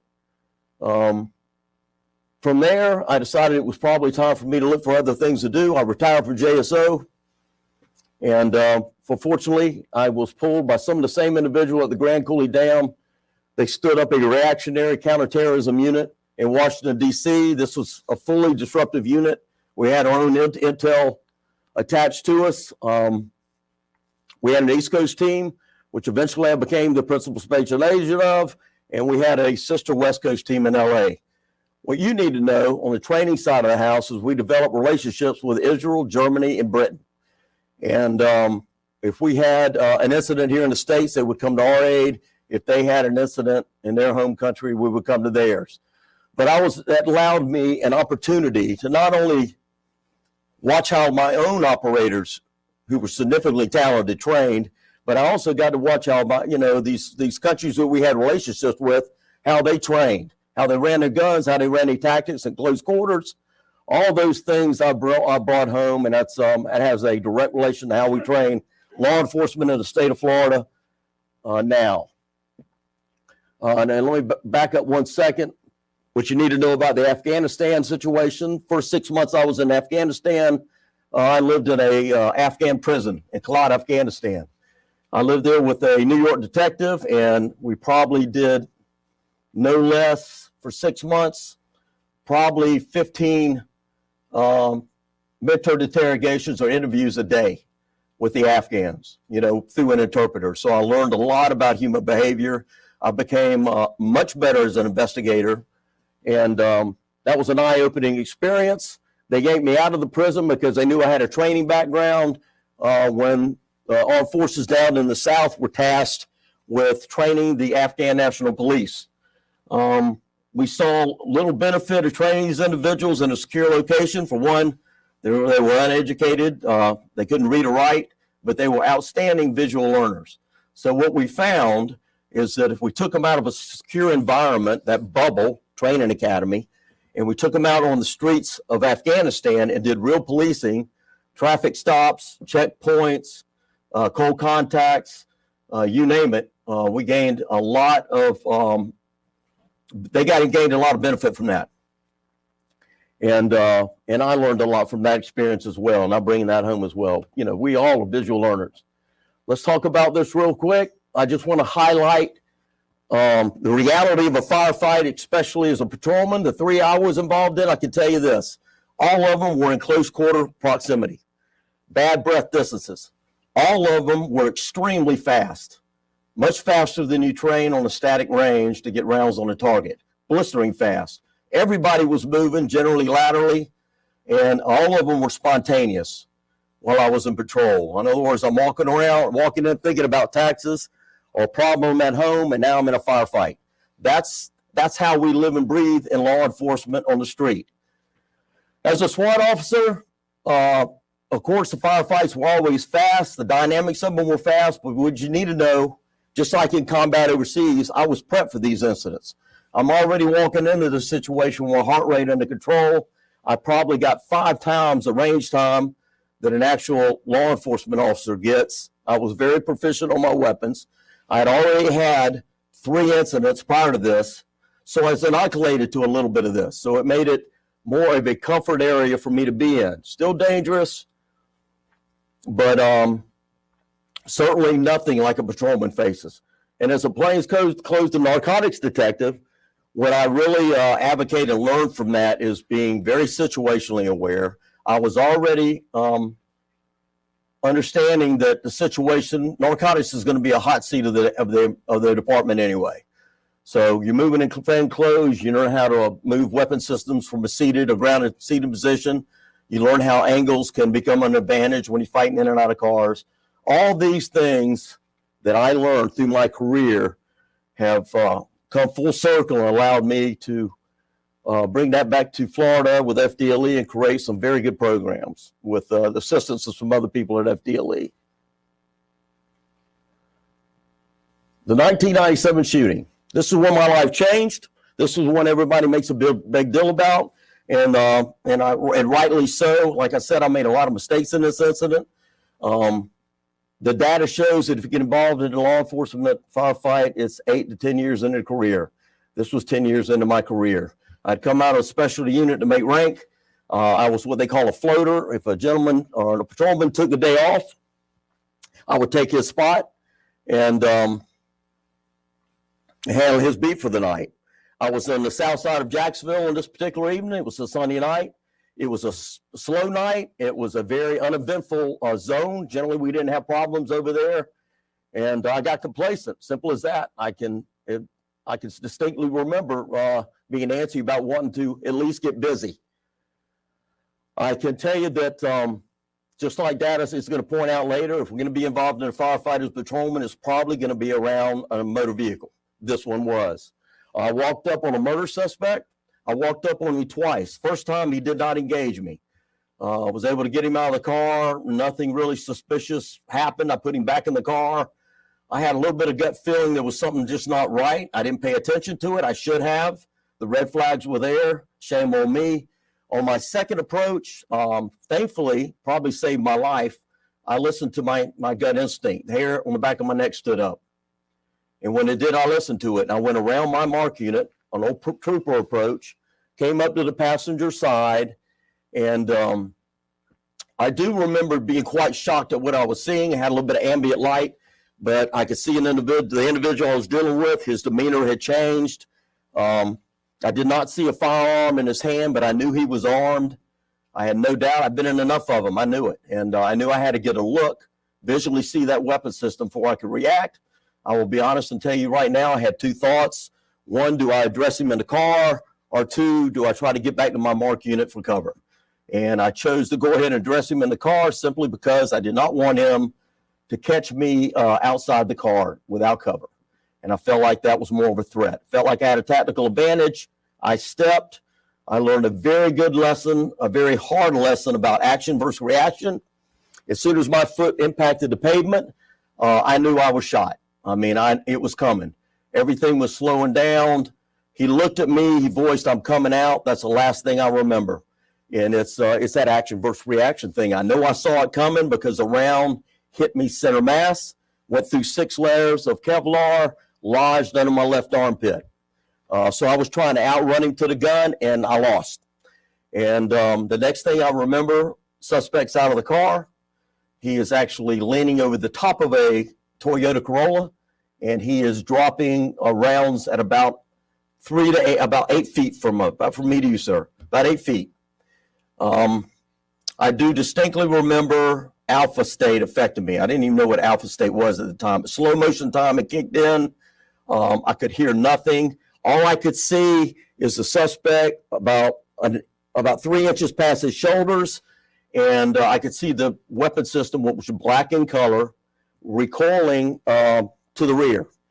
It does this 3 times. I count 3 spent casings going over his right shoulder. That's the kind of concentration you have. About the time the 3rd casing went over his shoulder, subconsciously, I told myself, if you don't move, you're going to die. And at that point, I started pushing toward the front of the car for cover. I also started dropping rounds through the windshield and the roof of the car. He's also firing. I distinctly remember taking an impact to my right forearm, and then an immediate follow-up impact to my right forearm. I had a flashlight in my hand, and let me caveat back. Generally, if you have something in your offhand, it's going to be there while you're in the firefight. I mean, that just sympathetic reflex. You're going to snatch it up and keep working. I dropped the light by the time I got to the front of the car. Fortunately for me, I've always been a one-handed shooter. I've always practiced to be a one-handed shooter because I felt like and knew from other incidents, seeing other people hitting the hands, that, hey, I want to be a two-handed fighter, and I want to be able to take advantage of angles, cover, and God forbid, if I lose my gun hand, I want to be able to pick it up and run it with my support hand. So I practice that, and that's one of the things that I advocate that all of us do. Drop rounds on him, he disappears. If I had this do over again, and I'm talking to the police officers virtually listening, if I had to do it over again, I would advance on him. We in law enforcement are taught to create distance. That is a mistake in a gunfight. Hear me, I'll say it again. Creating distance is a mistake in a gunfight, especially with the parameters of 7 feet to contact that we live in. So, yeah, if I had to do it over again, I would have advanced on him. I didn't. I moved to cover. I moved to cover tactically, I think correct. I'm keeping my eyes on my threat zone. I'm backing up heel to toe. And when I see my vehicle in my peripheral vision, I turned. Mistake number 3 or 4. That was a costly one, because the next thing that I remember or can feel is a round passing through my left shoulder and a projectile exiting out my left tricep. And I actually saw the material blow out. At that point, I rolled in, tucked in real tight behind my car, and then I realized everything that I'd been told about complex and fine motor skills was true. I had a key that I couldn't get in my trunk to save my life. Literally could not get my trunk opened. I had a long weapon in the trunk, had an H&K-33 with a double stack mag in it. I knew it was laying there. It was not in kit. It was accessible, and I could not get to it. And so, like I said, we learned a lot of lessons. This point during the gunfight, I learned another vital lesson. I noticed behind the car, number one, I knew I could reload. I looked dexterity-wise like I had it, but I could also see clean through my arm. I could read my tag through my arm. Little blood, and that got me fixated on where the tag and the arm and not suspect. I was able to shake that off, and that's when I realized that I may have a serious issue because I've got what it appears to be projectile or it appears to be that I've hit an artery in the leg because I am leaking, and it's not only leaking, but it's squirting on the trunk of the car. The minute I realized this, and I'm trying to get bad guy in my vision, I covered that wound up, and it just started pumping out another hole. So what had actually occurred is a round struck a quarter in my pants pocket at the car. It drove the quarter and the round through my leg. Never felt that impact. To be quite honest with you, I never felt any of these impacts. I mean, I felt the impact, but for me, unlike Alex, I don't know what he could tell you, but it wasn't a rifle round. I didn't feel pain. It was just an impact, and it told me it's time to go to work. It's time to get busy. Things have gotten very serious at this point. I knew I had a time restraint working against me at this point, especially if this was a serious bleed that I was inflicted with, and I knew I had about 45 seconds to effect change. I will tell you right now, love my family to death. I did not think about my family. A calm came over me, and I knew I had to get busy. I knew that I did not want to be the only one stuck in that parking lot when we got units on scene. So I decided at this point I was going to leave cover and attack. I reloaded, and that's another thing that was highly unusual. Generally, we're taught law enforcement to load in a working space. I didn't do that. I actually beamed the weapon system very high because visually I wanted to keep constant eye contact on my adversary. If he moved, I wanted to know it. So I kept everything very high at that point. And I also wanted to hear and feel that magazine seat when I left cover. Fortunately for me, I never had to leave cover. Suspect came to me. He's now running a silver weapon. He transitioned, just like the director for the ATF stated that when they steal these weapons, they get in the wrong hands. The two weapons he was utilizing were stolen in a home burglary in Pennsylvania, made it all the way to Georgia or Florida within 10 days, and now I'm dealing with them. So to caveat off that, he came to me. Fortunately, I reloaded. 2 magazines were fired, and I reloaded for the 3rd time once he entered his car, and I ended the gunfight. Now, I will tell you this. A lot of rounds went downrange, and I will tell you from previous exposure, I never got a situation where I got an immediate response with a handgun. Unlike Alex, I wasn't fortunate enough to get maybe a surgical shot on the neck, but I was getting good torso hits in every shooting I was involved in. In the 97 incident, I fired 27 rounds after being hit him 22 times out of 27 rounds. The only rounds that didn't hit his torso, one round hit his left wrist, broke the wrist, broke his elbow. He's now a one-handed fighter, and his shooting proficiency went way down. The other round that didn't hit him in the torso hit him right in the back of the neck. I remember it slapping his head off the steering wheel. He rearmed himself, put the car in drive. The car launched on a fence where it stalled, and he rolled over, and that was the end of that. But never got the immediate response I thought you may get with a handgun. It's Hollywood related. I will tell you this, however, as far as immediate drop of a suspect, shotgun has never failed me. One in patrol was immediate drop. One on SWAT on an entry, it was immediate drop. Done. Just going to speak gospel truth here. I just want you to understand the ugly side of things, and I think law enforcement needs to know that.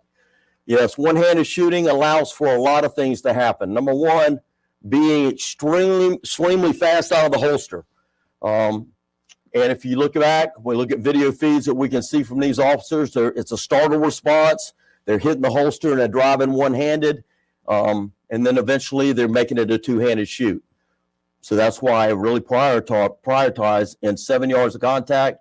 We're getting off the X now and presenting that weapon one-handed and good accurate fire immediately. Does it mean the officer can't go to two hands? Absolutely not. But he's going to find out, or she's going to find out, that they can work angles that you cannot work with a two-handed grip. It doesn't impede movement. And for those dynamics, it's just a good fit. Physically fit. I can tell you personally, that's another reason I survived that incident. I was probably 5'8", 220 at the time. I was a lot more dense, but I could inflict damage and I could take damage. And that's part of law enforcement. It's still a contact sport. Regardless of what society tells us, somebody is going to put hands on you eventually, and you're going to have to put those hands on somebody else eventually. It's going to happen. It's just part of the profession that we live in. So, yeah, I was physically fit. That helped with impacts, injury. I'll tell you what really helped me, though, is heart rate recovery. When that round hit me in 97 and shut me down, I had never had that cocktail dropped in my system.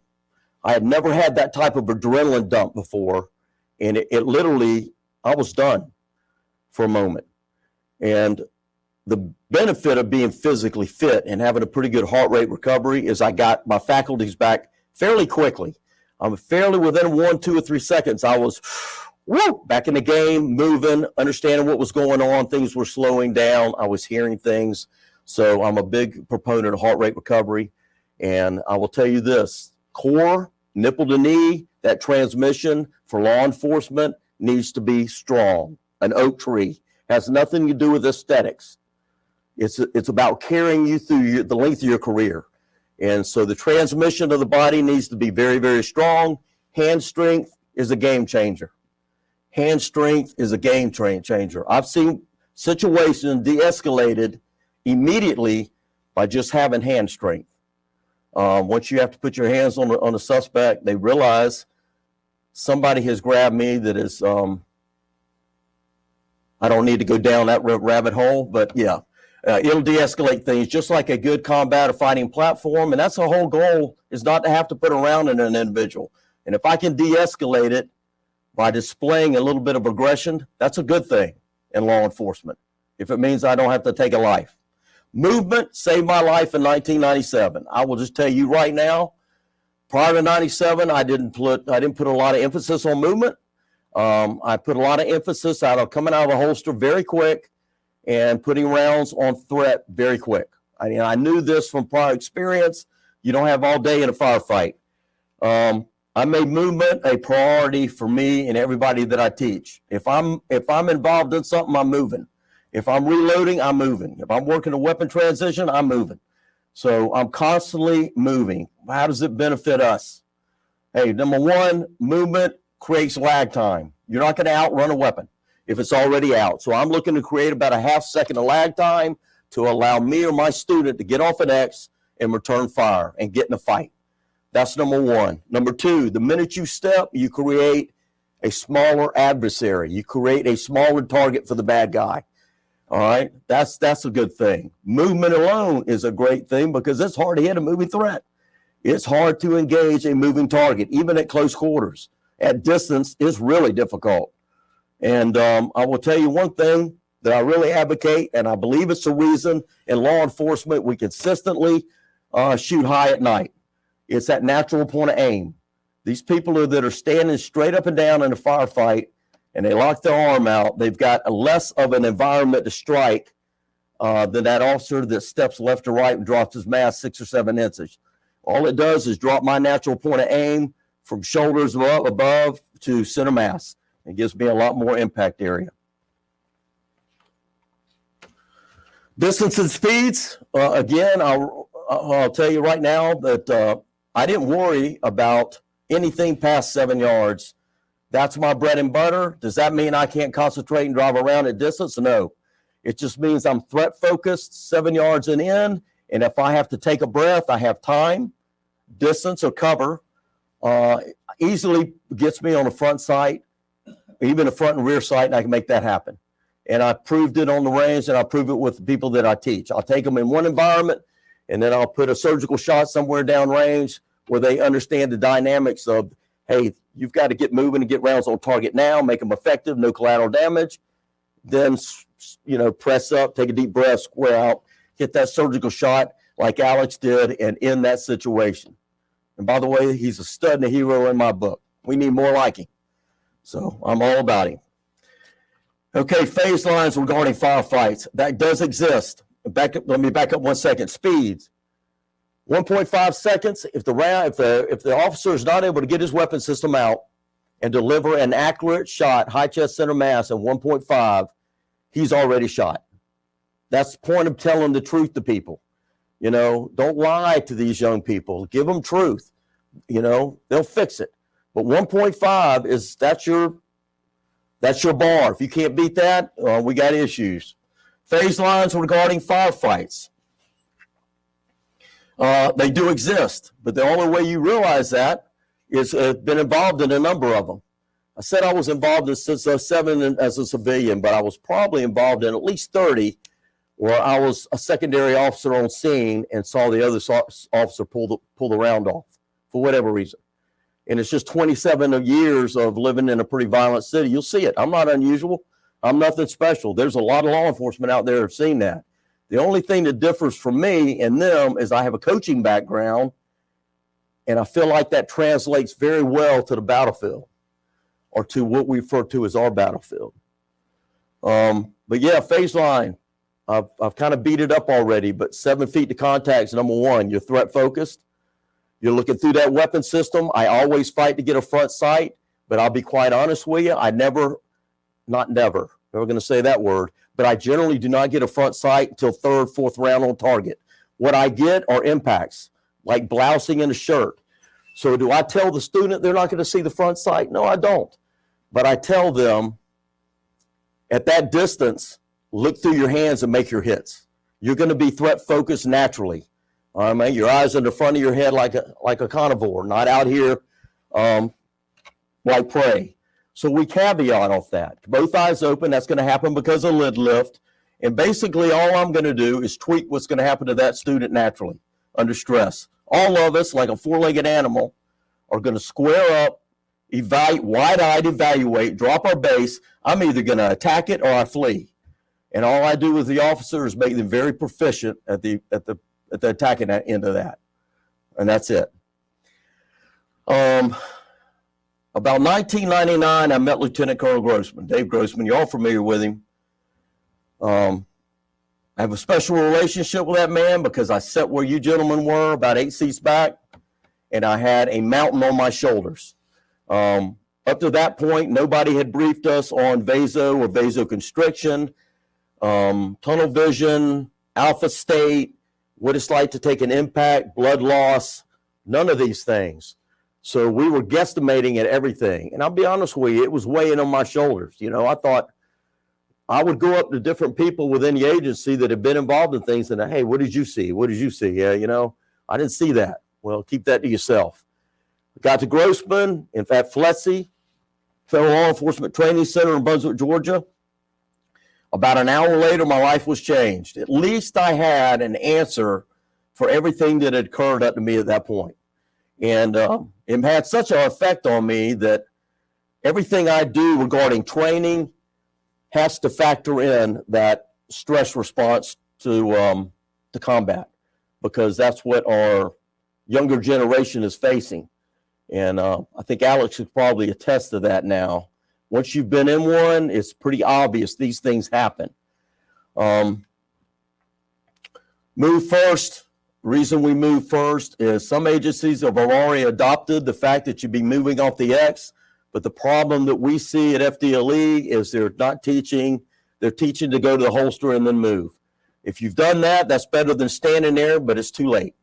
You need to initiate that movement immediately, right now, first. And goal is to get the weapon system out while you're doing this and land in a good fighting position where you're delivering from 3 to 4, or what we call our compress ready. So we've got people moving first. What you need to understand, and what the recruit needs to understand, by taking a step left to right, Once you throw in adrenaline and the stress of the situation, that 2 feet turns into 4 feet. And it buys them enough time to get back in the fight. So, yeah, move first. It's a big deal. Fighting platform. All I want you to know about the fighting platform, the way we created it with FDLE, is it needs to support, number one, most importantly, movement. You should be able to go 360, turn your hips, go left to right, step forward, heel to toe, toe to heel to the back. But you ought to be able to move 360. Second thing that we want to work into the fighting platform, it should support all your use of force measures, from empty hand to cuffing to impact weapons, OC, handgun, all the way to rifle. Nothing changes. One combat platform to support all your use of force options. It's going to differ from height. Generally, taller people need to spread out a little more. If you're short like me, it really doesn't matter as long as it's head forward, shoulder forward, knees, strong foot to the rear. But it's also something that's going to happen in a startle response. You know, like any animal, they're going to square up and drop that base. And like I said, we just tweak that, make them very focused and very proficient at it. Threat focused. I've been accused of teaching point shooting. I have no problem with point shooting. I'll teach whatever works. I have no desire to offend anybody, but if point shooting was the way to roll, I would roll it and be an advocate for it. I'm threat focused. And what I mean by threat focused, I index everything that I shoot. It could be a tie. It's going to be center mass or whatever I'm gauging. If my hand is up here, then I'm indexing a wrinkle on my hand. And that's the way we train our students.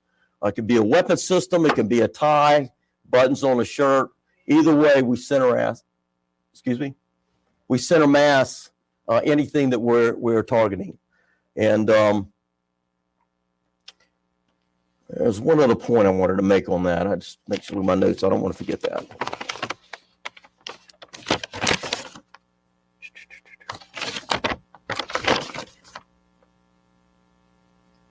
Oh, here's what I want to make it. To the instructors out there, let me tell you how we accomplished it. Old school, we would take a blue bag target and put a 12-inch plate on it. We tell the students, concentrate on the plate, nothing but the plate. When we saw proficiency there on the 12-inch plate, we'd send them to reload, lunch, or whatever. We throw up a 9-inch plate. From there, when they come back, next thing you know, it's a 7 or a 5-inch plate. But at the end of the day, we're shooting a playing card. And that kind of gives them, they start to buy into that aim small, miss small mentality. And we see good results after that. Next thing you know, we'll run up spine line. So they understand, again, you have to index everything that you shoot. Just makes life easy. And especially in these dynamics, I'm finding, number one, I'm an advocate of the red dot on the weapon system, on the handgun especially.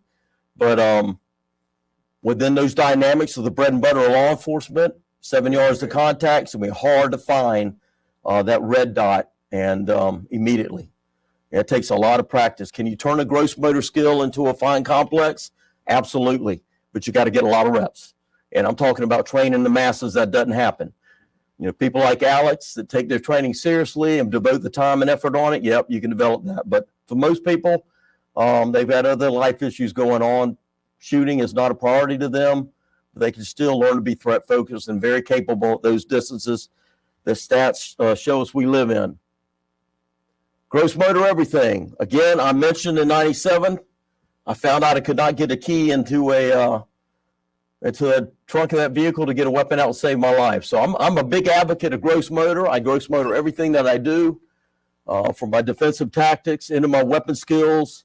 For example, bringing the weapon system, handgun or long gun, bringing it in. I just tell students to bring their elbow to their floating ribs. It turns the weapon where they need it. It's a gross motor movement they can do under stress. If they get injured, they're going to pull their arms in anyway. And I get a good buy-in on that. As far as filling up extra mags, we tell people to just thumb to the middle of middle of chest to your belt line and left. And you'll pick a weapon, pick magazines up very carefully, keeping your eyes in a fight. Another just example of gross motor movements that we apply to everything we do on the firearm side of the house. Mounting trigger. Mounting trigger at extension with a finger on the trigger well under stress is a mistake. You're just asking for problems. All right. Number one, we get a slapping the trigger effect.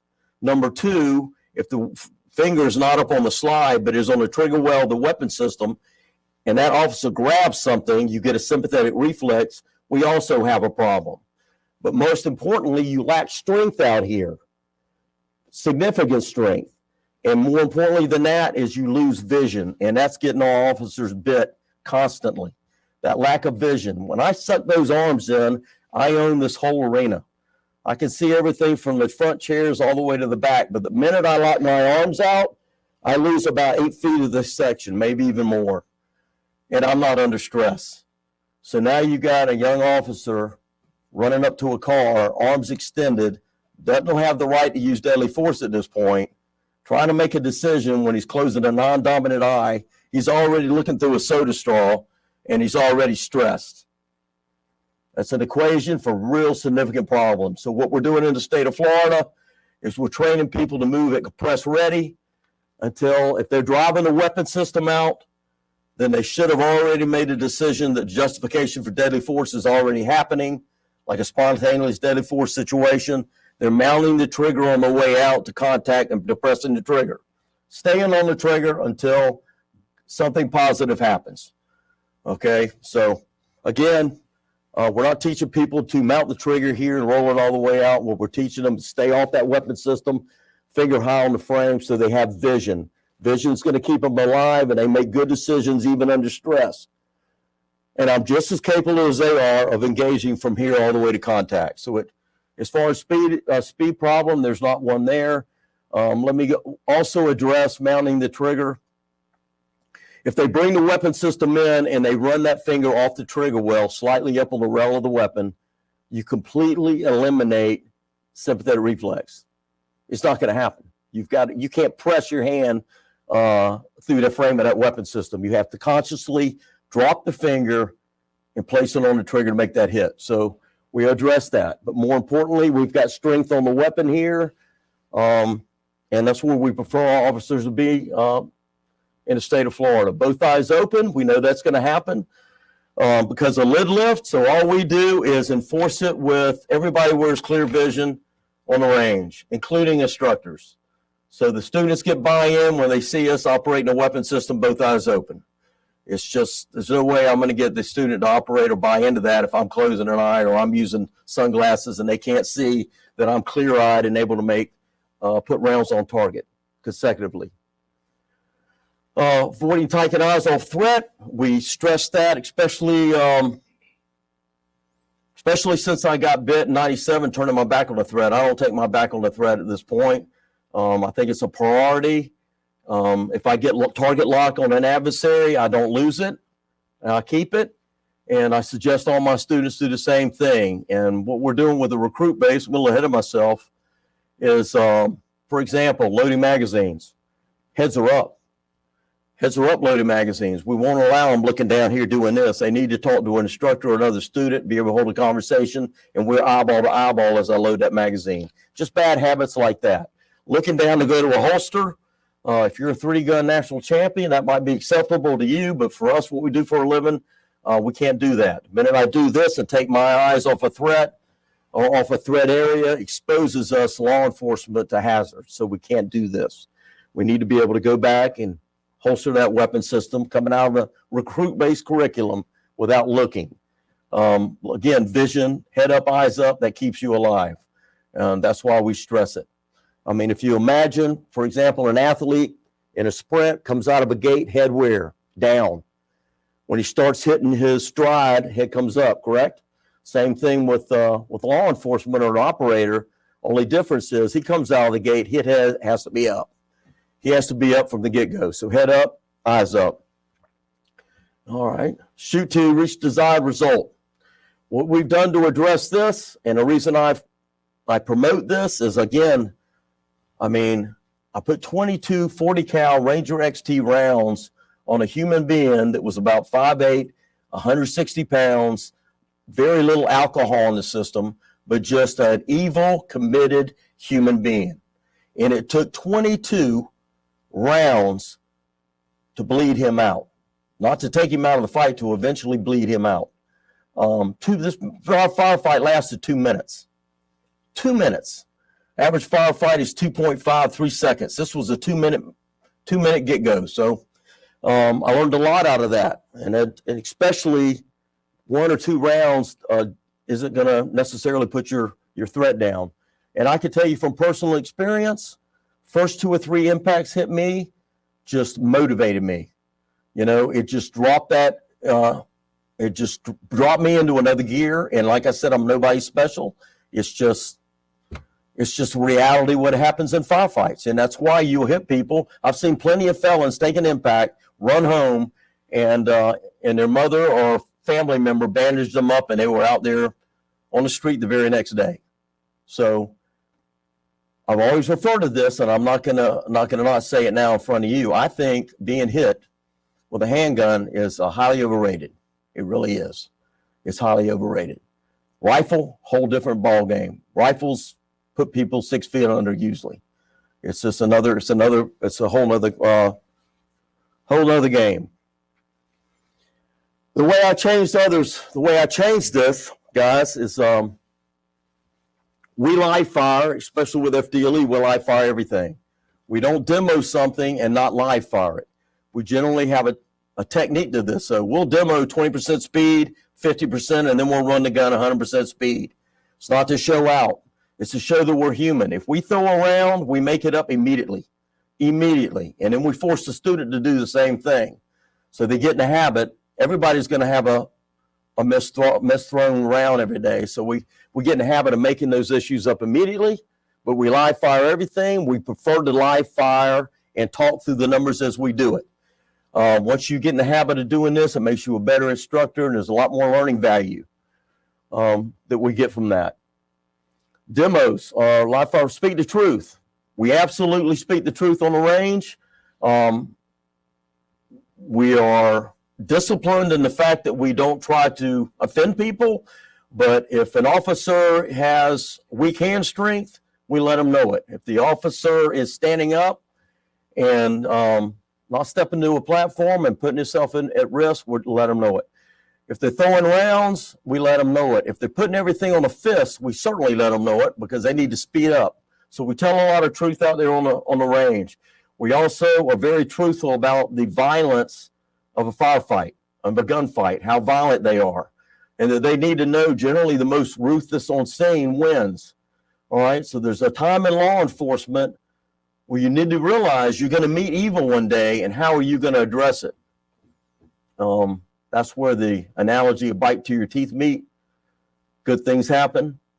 Every law enforcement officer in the country needs to understand that for their own safety. All right, a lot of evil out there. Closed shooting protocols. We've seen tremendous gains off this. Closed shooting protocol is simply this. Instead of demonstrating on a static line, I'll bring all the students up around me, and I'll have them form what I call a horseshoe effect around me. And then we live fire demo everything I'm doing with a student standing here and here. We do this for a lot of reasons. Number one, great visual effect. They can watch everything, every minute detail of what you do, how you feed your weapon system, how you put rounds on the threat, pull the weapon system back in, all those post-shooting protocols. They see everything. They can hear everything. But more importantly, they get that muzzle blast effect, okay? You're inoculating that student to gunfire. You're not being unsafe about it. And in fact, they developed a very, very significant respect for that firearm, but they don't necessarily fear it like they did. You know, they understand these are the dynamics of it. And a lot of your tactical teams around the country and overseas do a lot of this. You don't have to be unsafe about it, but there's a big buy-in to do this, because I would rather my son at 31 years of age experience this on a range where range instructors know what they're doing and they can do this safely, versus him have to experience on the street or Walmart at 2 o'clock in the morning. So I'm just inoculating my students to gunfire before they ever get the gunfire. We will grab a weapon from time to time in a safe direction, just to make sure that that student realizes, yep, this is what it's like to get somebody on a weapon. This is why we prefer you to bring that weapon system in here. Absolutely stay away from the sole or the south circle of safety. Anything that allows you to break your wrist, you don't have positive control of the weapon at this point. And we're seeing a lot of incidents in the state of Florida during these active shooter incidents, et cetera, where civilians that are fighting to death will grab a weapon. They don't see uniform, they just see gun. They're experiencing everything that you're experiencing through stress. Thus, they don't hear anything. They're looking through a soda straw. They're fighting to death, and they will definitely put their hands on your weapon. That's why another reason we run the compress ready. We stay away from this at all costs. Calm instruction. It has to be calm. We put these students in some critical situations from time to time. Very safe at doing it. But we can't bring them back to us. When we can see the eyes and we can see that deer in the headlights look, that calm mentorship right there pulls them back into us, and we start making big gains on the instructional side of the house. So we remain very calm in instruction. We're not yelling at students. We're generally not looking at a target either. I'm generally on the gun side, or my instructor is on the gun side of that student, eyeballing the student right in the ear. And he's just there to let him or her know that, hey, you can do this. And very, very, just giving him little updates to keep him proficient and back in the fight. We've seen a lot of benefit for that as well. The whys behind all instruction. I'm going to revert back to my father, who raised me as a football coach. He coached all the way to the pro level at one point in his career. Three things I distinctly remember. Number one, the benefit of repetition. He was big about getting repetition and the benefit of game day reps. That's huge. Game day reps. I got a lot of game day reps in Jacksonville. Operational reps goes a long way for what we do in law enforcement. And repetition period. That should be a no-brainer at this point, but you'd be amazed at all the officers we run around all over the state that don't understand the benefits of dry fire, the benefits of getting that weapon system out without even throwing around. So we stay pretty heavy on that. Whys behind instruction. He would also tell you, you can't tell an athlete to do something without giving a very good reason why he's doing it, or you won't get buy-in and commitment.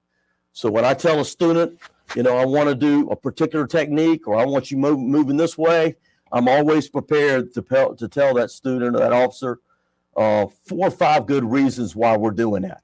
And that's where it's important on the instructor's side of the house that you get very familiar with your craft, very passionate about it, and that you have a real clear understanding of what happens under stress, and whether you've been in a firefight or not, you need to have a real clear understanding of what really happens in them.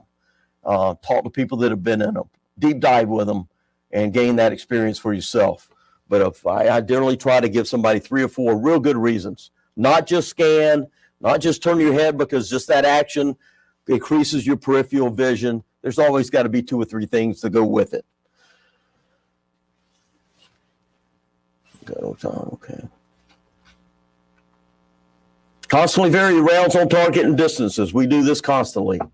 We're trying to erase range scars. One range scar I mentioned already is taking your head out of the fight just to look at reloads, etc. Well, this is another range scar with law enforcement. They'll generally get 1 or 2 rounds on target, immediately come back, do a scan. That's a mistake. So what we do is we constantly vary distance on target and range on target. You might get 8 rounds at 3, 1 round at the 15, 4 at 4, and vice versa. I just constantly back and forth on that range. We've also taken at this point and started running lines, flat lines or range lines silently. So we do not, we already know they're not going to have hearing, and they got a bad habit of not keeping their eyes trained on their environment. So what we do is we take the lead instructor on the range and put him in another vest. It's very noticeable, something of that nature, and everybody on the line has to watch the lead instructor. Lead instructor provides this information they need with his hands. If he says 3 rounds to the head, 1 round to the chest, I as a shooter realize at this point, I got to put 3 to the head, 1 to the chest, 4 rounds with a 5th sight picture. And then on the up, they turn, find their threat, and move. And we've gained a lot of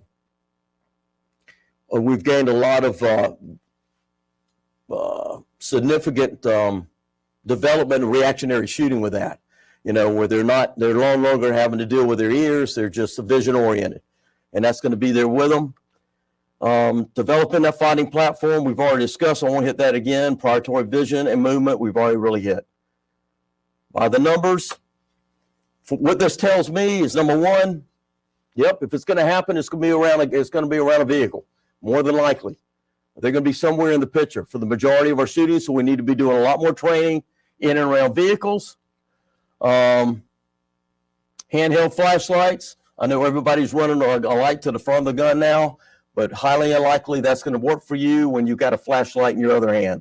You just can't walk around with a light at the end of the gun and light up that environment. This is information. This is also a situation where if you're immediately in that gun battle and it's spontaneous, you're going to keep that light remained in your sport hand. It'll be there after the gunfight. So we go ahead and make the recruit base and the new basic curriculum. That's a part of it. They need to qualify with that light handheld in a low light environment under time restrictions.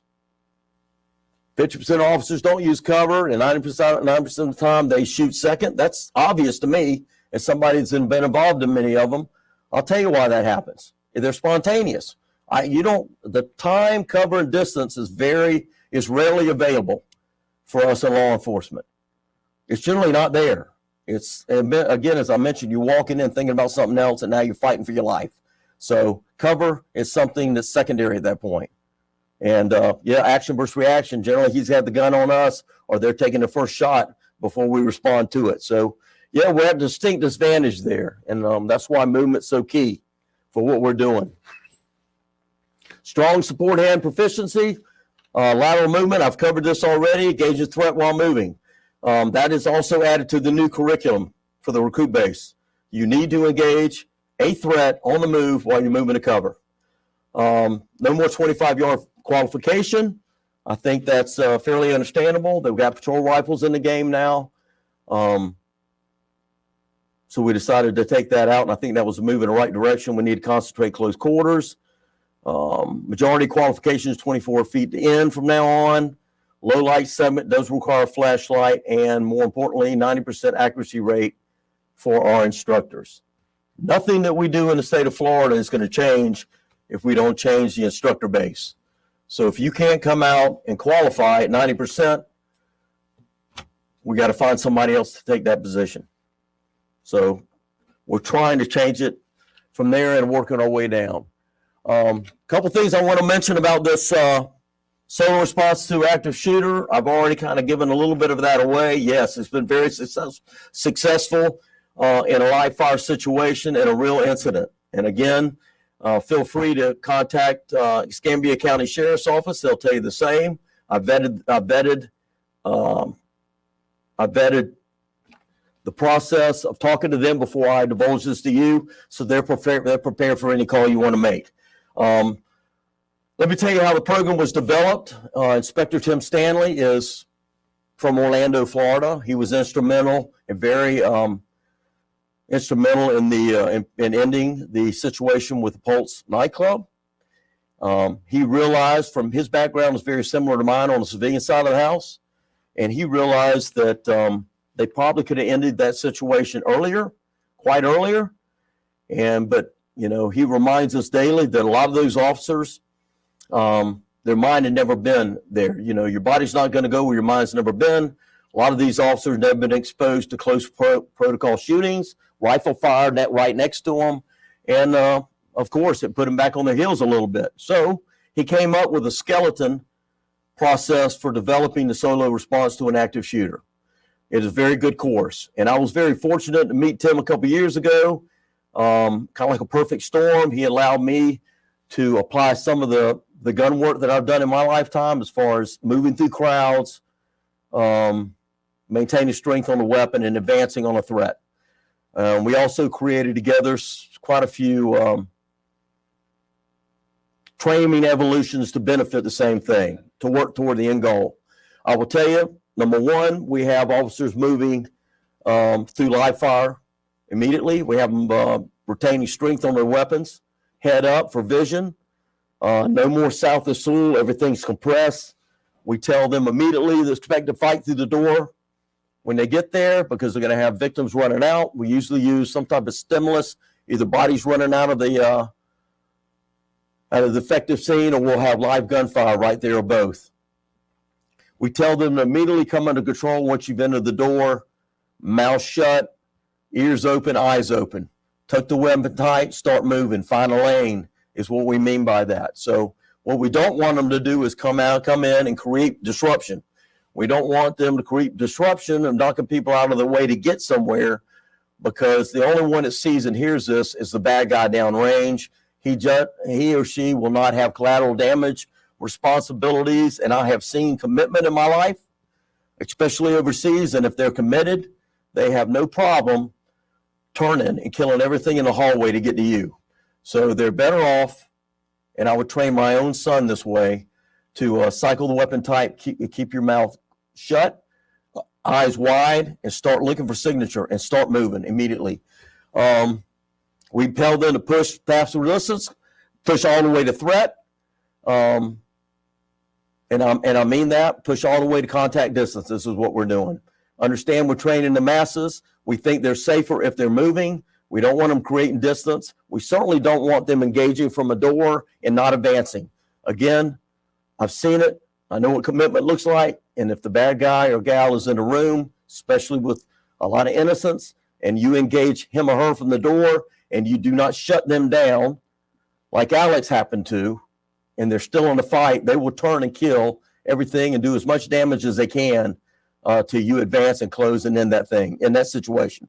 So that's why we have them pushing to a threat. And then we run a post-shooting protocol afterwards. That's shooter dependent or agency dependent, but for the masses, basically push them all the way to contact, have them withdraw that weapon system, and find a corner. When they find a corner, tell them to recess into the corner, recover, breathe, assess that you don't have any more threats in the room, and then self-check yourself. And at that point, you can move back to the door or go on the radio, whatever agency protocol is. But that was the best way to work that when we started training just the masses. That's not necessarily what I would do with an assault force, but if I'm training just a guy or gal that's generally handling calls for service and now has to make that life decision moment and push in with a handgun by themselves, that's the way I would train them. Okay. First is a basic recruit one-day training. Just learn how to move with a weapon system and walk all the way to contact.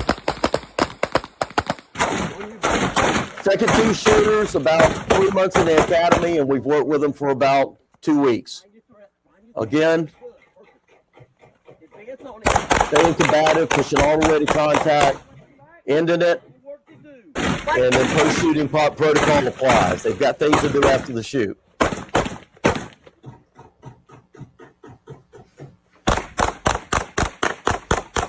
Okay. And we really stress collateral damage responsibility. And what I mean by that is these officers are not allowed to throw rounds whatsoever. We'll put children mannequins behind threats, whatever we need to do to hold them accountable to that.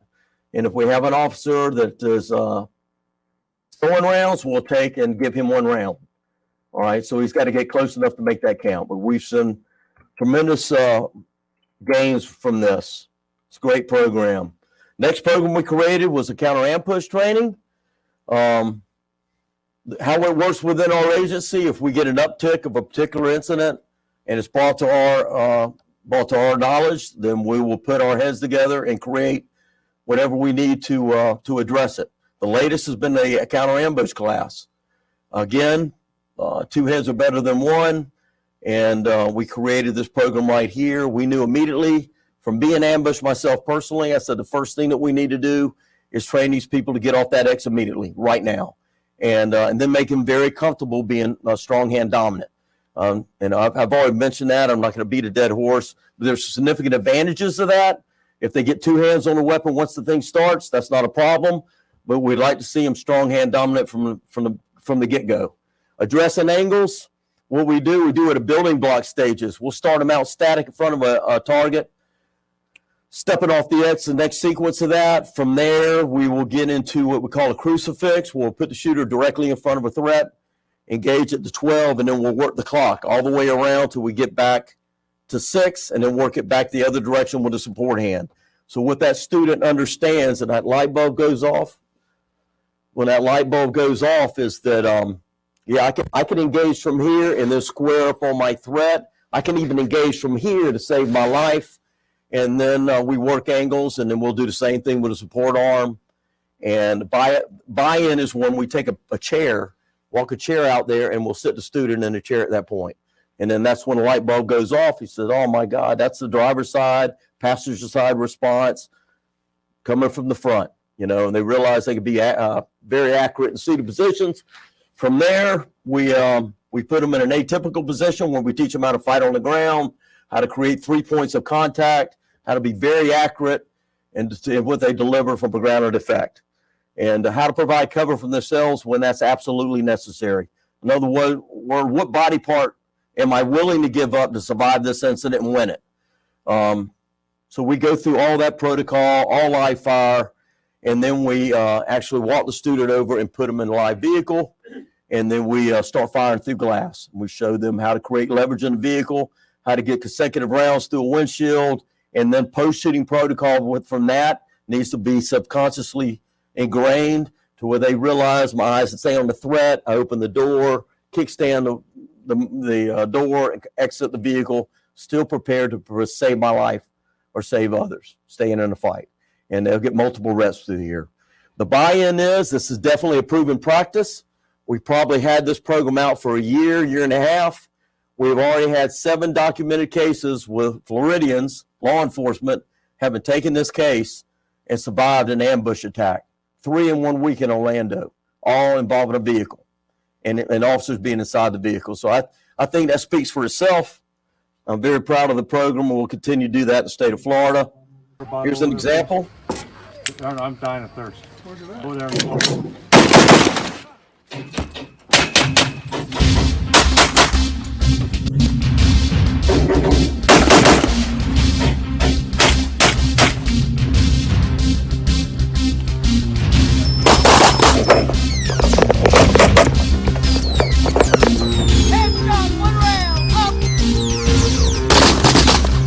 As trainer is just to put the people into a real life situation. We firmly believe that your body won't go where your mind has not been. So that's why we're doing the live fire. That's why we initiate with live fire, so it scares them and they react to it right off the bat. It's all ambush oriented. What Pete's talking about is asymmetricals, because a lot of officers, when they get shot, they go to kneeling or prone. I talked earlier about Deborah Chapman, who got executed in Orlando. She was on her back. The bad guy ran circles around her, shooting her. So that's why we believe in you need to be able to shoot in that position. The reason it's so important for me is because I've been a victim. I have been ambushed, and I now have a 28-year-old on the job in Duval County. So therefore, of course, my heart's into this for him and all these other folks that are out here. I just want to pass on experiences that I've lived through over the years. High liability. They need a lot more shooting, so they come out of the academy. Same with defensive tactics and driving. Quantity versus quality, all I'll tell you, that's a personnel problem. That is not a training issue. That's a personnel issue. And I think most people know what I'm talking about. Careful in selection of instructor. This is what drives my passion. I will tell you right now, I say I have skin in the game.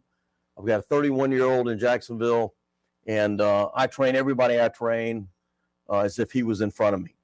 And a closing statement, I'd be remiss if I didn't mention how fortunate we are in the state of Florida to have a governor like Ron DeSantis.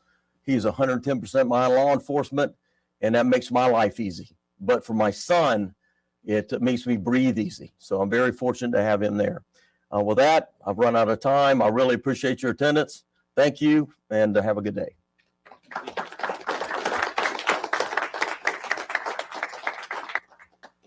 It goes without saying that I've just learned more about shooting than I did in my entire academy. So That's a lot to cover. That is at least a few day program, I think. Why don't we take a quick 5-minute break? We're going to get set up. We'll come back, do our panel discussion, and thanks so much. And this brings us to our final segment, which is going to be our discussion panel, sort of a recapitulation of things that we've learned today, and really listening to industry and organizational experts who bring a very unique and distinct angle to the discussion that we've had today. So allow me, without further ado, to introduce our panel. Jim Birch is the president of the National Policing Institute, overseeing the foundation's efforts to advance policing through innovations in practice and technology. Jim Birch joined the National Policing Institute in 2015, serving as the foundation's vice president for the strategic initiatives and executive vice president, overseeing the foundation's U.S.-based and international efforts to advance policing through the foundation's strategic programs, including research projects and training and technical assistance portfolios. Mr. Birch has initiated and led the foundation's efforts to identify and promote innovations in policing, including emerging technologies and policy alternatives.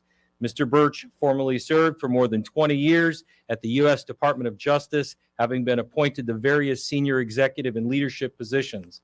As acting director of the Bureau of Justice Assistance from 2009 to 2011, Mr. Birch oversaw the Department of Justice's largest agencies designed to support state and local law enforcement in the U.S. with a budget exceeding $500 million annually. As Deputy Assistant Attorney General of the Office of Justice Programs, OJP, from 2011 to 2013, Mr. Birch served as the highest-ranking civilian in the DOJ's research and funding arm, overseeing all agency operations and management, interfacing with Congress and with cabinet-level officials across DOJ and the federal government. He served as acting assistant director at the ATF from 2014 to 2015. Mr. Birch worked closely with other components of the U.S. Department of Justice during his career, including the Civil Rights Division, the Federal Bureau of Investigation, the Bureau of Alcohol, Tobacco, and Firearms and Explosives, and others. I give you Jim Birch. Thank you, Drew. Of course. Brenda Goss Andrews retired from the Detroit Police Department as deputy chief with over 25 years of dedicated public service. She was promoted through the ranks from police officer to deputy chief, becoming the first female in the department's history to administer and control the police department's $400 million budget and $30 million in state and federal grants. As deputy chief, she was one of the incident commanders in the August 2003 citywide blackout that lasted for several days, responsible for procuring generators for precincts and ensuring the 911 system was operational, among many other tasks. As commander, she oversaw the department's personnel division, which included recruiting and hiring police officers, overseeing the department's recruit and in-service training for over 2,000 officers, preparing promotional examinations and assessment center evaluations for several thousand officers seeking promotion, and serving as the department's equal opportunity director, which included training and investigating claims of sexual harassment, workplace violence, and hostile working environments. Brenda was elected as Noble's second vice president in 2020 and has ascended to the presidency in 2022. Ladies and gentlemen, Brenda Goss Andrews. And lastly, William G. Brooks III is the chief of Norwood, Massachusetts Police Department and has been a police officer for over 45 years. Bill was a member of the Supreme Judicial Court's Study Committee on Eyewitness Identification and is a member of the SJC Standing Committee. He also served on committees at the National Academy of Sciences that issued the 2014 report, Identifying the Culprit, Assessing Eyewitness Identification.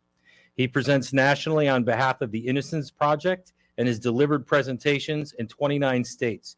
Chief Brooks was the 2012 recipient of the Innocence Network Champion of Justice Award and received the Civil Rights Award for Individual Achievement from the International Association of Chiefs of Police in 2015. Chief Brooks served as president of the Massachusetts Chiefs of Police Association in 2016 and sits on the board of directors of the International Association of Chiefs of Police. He is a graduate of the FBI National Academy. Jim, I'll turn this over to you. Thank you. Thank you, Troy. And thanks to all of you for staying with us this afternoon. I'm going to have to ask you to bear with us a little bit, because I think having come out of that last presentation, which was hyper tactical and hyper focused, now we're going to transition you into a little bit of a different place. We're going to talk a little more strategic, a little bit at a more different level about the perspectives of the three of us and the three organizations that we're here representing. All three of us, all three organizations represented here are on the board of directors for the National Law Enforcement Officers Memorial Fund and the museum, IACP with Chief Brooks, Noble with President Goss Andrews, and the Policing Institute. Myself, all have been longtime members and supporters of this incredible organization. So what we wanted to do is to sort of think about what we heard today, and to think about what we've learned and what we might take away from this, and from the perspective of our own, professional backgrounds and our organizations that we represent, to kind of give you some thoughts about what we take away and what we think more could be done to get us to zero, because that's the goal, right? Getting us to zero, not reducing the number, but getting us to zero. So that's kind of where we're focused. What I'd like to do is to ask each of my guests to take about 5 minutes to kind of share their reactions on what they've heard today and on the end of year fatality report, which all of us have looked at in advance of this afternoon's discussions. And then what we'll do is move into some Q&A and hopefully save a little bit of time for you all to ask questions of us and of Marcia and others with the Memorial Fund. So I'll first turn to Noble's president, Goss Andrews, to give us your perspective on what you heard today. Well, heard a lot today from the presentations, also from reading the report. I am a retired deputy chief from Detroit, and I came up through the ranks from police officer, sergeant, lieutenant, and on. And I came up during a time under Mayor Coleman Young, who was hiring diversity. Detroit at that time was probably close to 85% African Americans, but the police force did not reflect that. And he set about hiring women and hiring people of color that kind of represented the police department and reflected the community.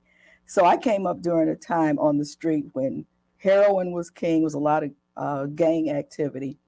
So we were faced with any number of things. And when I listened to these last two presentations, it kind of took me back to some of my career and some of the things I found myself involved in. As a police officer, yes, we're faced with all of these things, but you don't think about it at the time.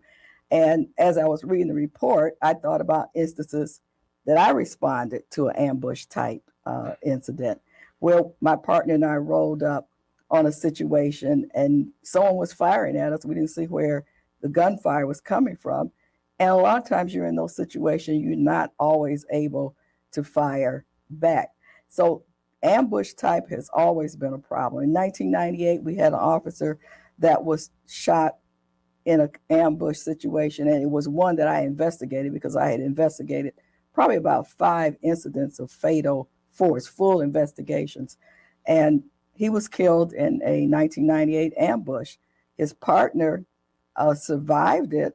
However, his partner just died 23 years later from the injury that he sustained in that. So these kinds of things, are still ongoing as they were then, as they continue, now. And one of the things, Jim, I want to bring up is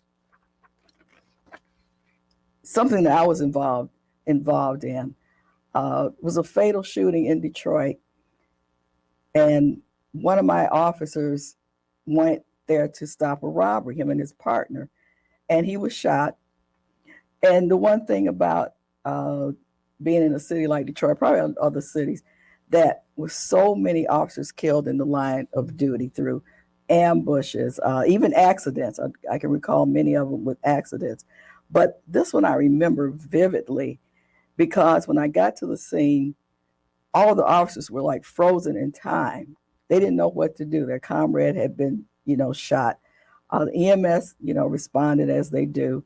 and asked me to, jump on to help them. And it's something I lived through and think about all these many years with that officer there who actually, died in front of my eyes. So these are the kinds of things to the virtual audience, or anyone else, that we don't talk about. Sometimes reports don't capture, the kind of information of the things that we have actually lived through, throughout our careers. And in reports, we have statistics. And the thing that jumps out to me for statistics is that it's a number, but that number represents someone's loved one, someone's child, someone's parent. And I'm not saying that it can reflect that, but when you see the number, we're a number-driven organization, number-driven profession, the anguish that we carry and the memories that we in law enforcement carry behind all of these can't be captured. In July, an officer, Lauren Courts, was killed in an ambush shooting. Maybe you heard about that one. That was in Detroit. Him and his partner, got a call. They went to it, kind of like the situation we saw here. And it was, I think, an apartment building or so. I don't remember what the call for service was.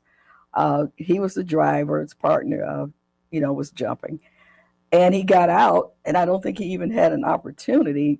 This fire came on him, right away, and he was killed. He went to the hospital, but he ultimately died. This young man, his father and I worked together, so I knew his father, very well. So that, I was saddened by that. So these things continue to happen, the ambushes, the accidents. And I'm glad that that was mentioned in the report about accidents, pursuits. Officers get in the car, they're hyped up, someone's trying to get away, hot pursuit, high speed pursuit. Most of the time the pursuits are not someone that just murdered someone or robbed, it's usually a misdemeanor or equipment violation or something like that. And I had several friends that just died in, pursuit. So that's something I'm glad to see was captured in here that bears that we still need to have some policies. And a lot of times we do have policies, but officers aren't always following policy. And that's where supervision and leadership comes in. When I was on the street as a sergeant and I heard a pursuit come over the radio, I would immediately get on the radio and ask, what do you got? What are you doing? And once I found out, I would say, call it off. So nothing's changed over time. It's just that we have to follow policy. We have to have strict policy, but leadership is one of the key things. And maybe we'll be talking about that later on, that we have to have good leadership, out there for these young officers to make sure that policy, is followed. So those are some of the key, takeaways out of the report. And I know we'll have some questions, but I wanted to talk about how we didn't capture suicides, but I'll capture that discussion a little bit, more. But we have to put pressure out here on government or our legislature. And that's what this report does, is maybe bring some of those statistics, to life, that policing does need funding, not defunding, but policing needs funding. And it's more than just hiring, but it's for equipment. It is for hiring, equipment, training. More money needs to be funneled into training. So hopefully this report will also indicate to policyholders, to our congressional leaders, for our state and local leaders, that more funding of some sort needs to come, into law enforcement. Some people might differ with that, but from where I sit, where our organization sits, training, funding, is essential for law enforcement. So I'll just leave it at that and thank you.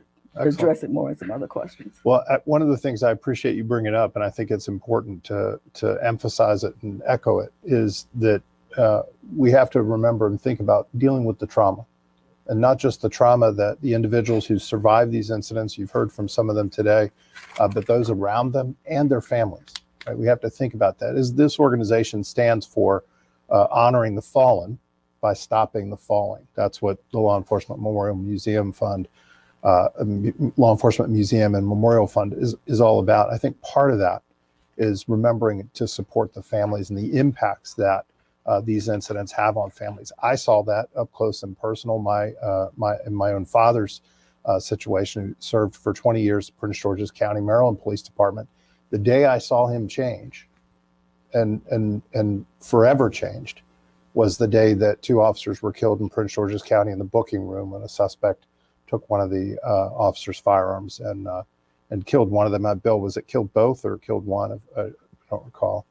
It was many, many years ago. So it's probably back in the 70s, if I remember correctly. So trauma is an important aspect to remember, not just for the officers and the coworkers, everyone in the agency, but also the families as well.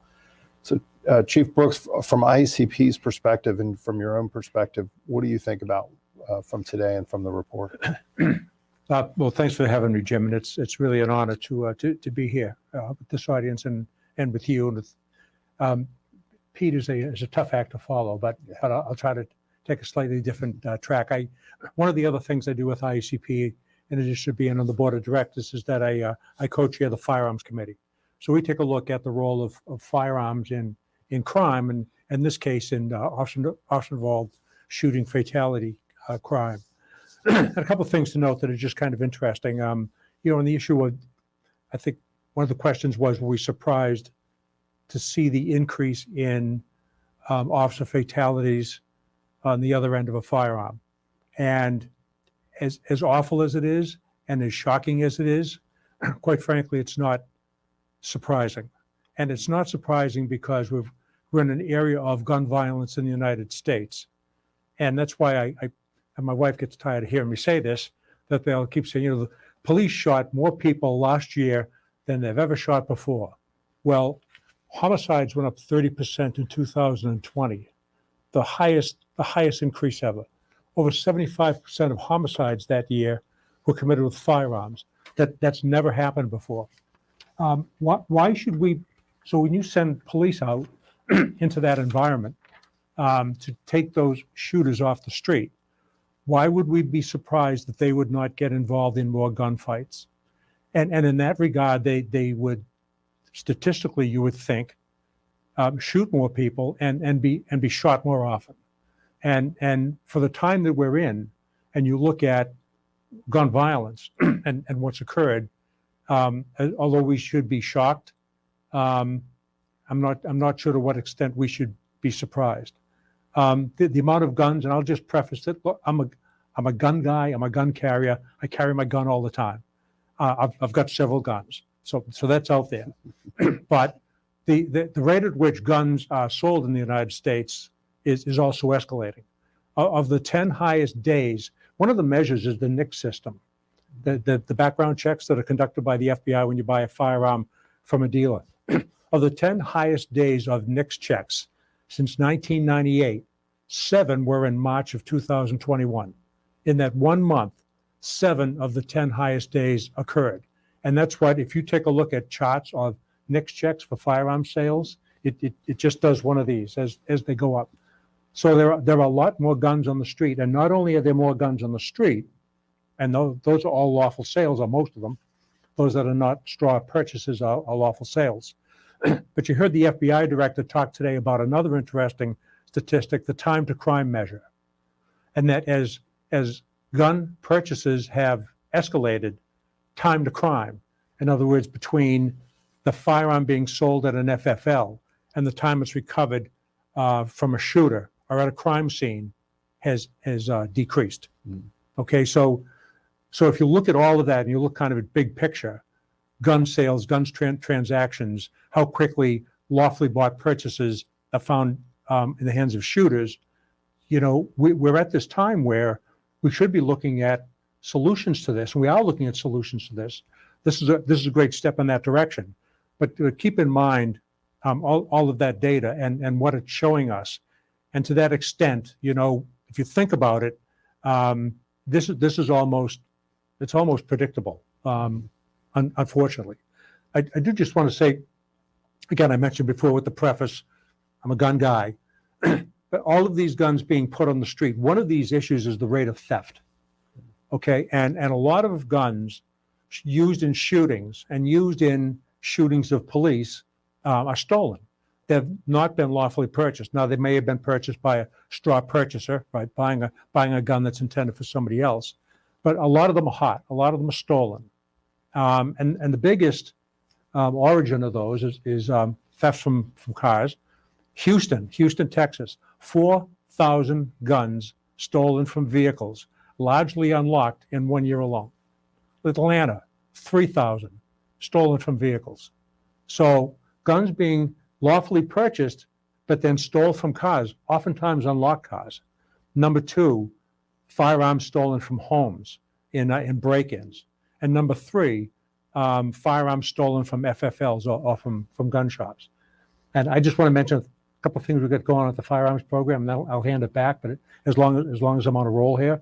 At the Firearms Committee, we've tried to take a look at this. We've tried to take a look at programs that will line up with these individual issues. So number one, and ATF has been enormously supportive and helpful. We are in the process with the director's personal encouragement, putting together a PSA on gun theft from vehicles.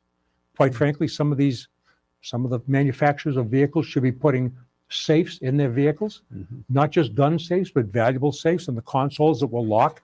I have one in my Cruiser, where I keep my second gun in there to prevent thefts of firearms from cars. So we're in the process of doing a PSA with them, which would then be made available to local police chiefs to show on social media, to show locally. Number two, our gun safe program, which we have rolled out through IACP at my department a few years ago. And it was one of those slap your forehead moments. I couldn't believe we hadn't been doing this. But when a recruit comes in to pick up his firearm halfway through the academy, we issue him a gun safe. We issue him a gun safe for his home with direction to go home and install it. That's how important preventing our firearms from getting into the hands of a criminal is to my department. And I'd encourage chiefs to take that, use it as a model, do a short video, put it on Twitter. It's so important to me. I issue a gun safe when I issue an officer a firearm to prevent that kind of theft. And third, we have enacted a resolution at IACP, followed up by model legislation for states to enact that would require certain safety standards, certain security standards at gun shops. So all of these steps being taken by IACP through our Firearms Committee to try to tamp down the number of thefts, because quite frankly, they're rampant. Yeah, they're just rampant, and firearms falling in the hands of people that are willing to shoot the police, quite frankly, underscores everything that we're talking about, in my view. Yeah. And if I could, this is a great opportunity to talk about one of the programs of Noble, and thank you, Chief, for bringing it up.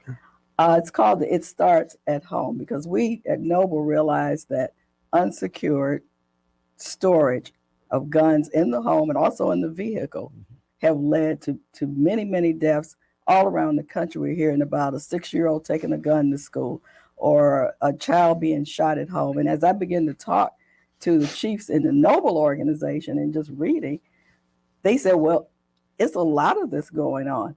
But in reports, we're not able to capture that. It's captured as a homicide. So maybe that's something we can look at. How can we have that as a set aside? But our program, It Starts at Home, is doing just what you said, Chief, is letting the community know, letting everyone know to secure your weapon. We're not trying to decide what weapon it is or police it in that type of way. We just want you to lock it up. So we've partnered with Everytown, Be Smart, and our It Starts at Home. And what we have been doing with a lot of our Noble chiefs is partnering. We have, these cards that we're giving out. We have free gun locks. And I just want to say my executive director, Dwayne Crawford here, thank you for securing those locks for some of our sponsors. But we have given out in Baltimore, we did a program, we gave out over 200 free gun locks to the community. So you're right. We have to do that because these secured guns was Sandy Hook. He got that gun from home.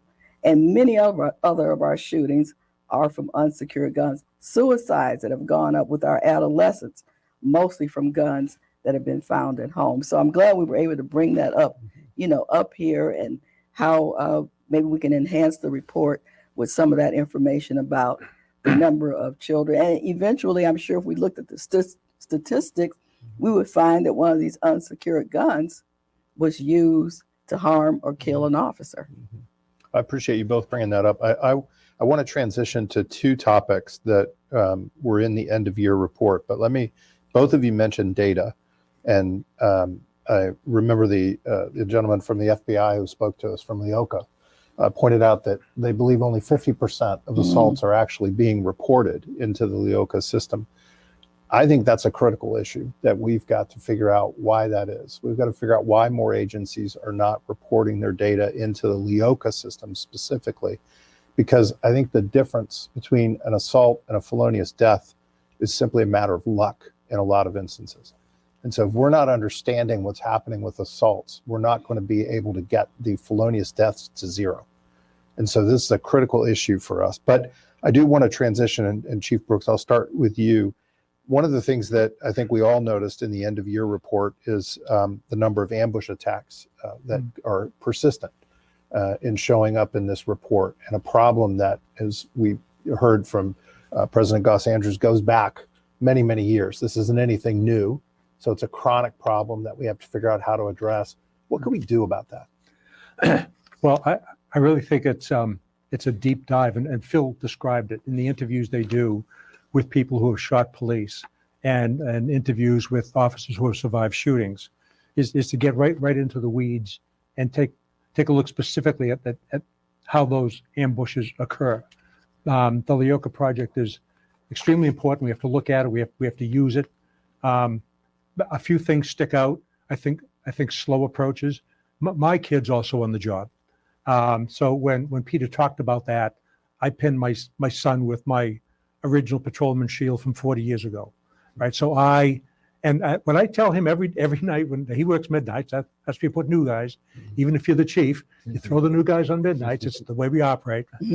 But what I tell him all the time as he heads out, have a good night, approach slow, use your flashlight, right? I just think, and it's not to pass judgment on any of the officers who've been hurt, but I see some consistency in either rolling right up to the address, going in too far, the officer not having enough information, approach slow, swing wide, right? Slice the pie. We all know what slice the pie.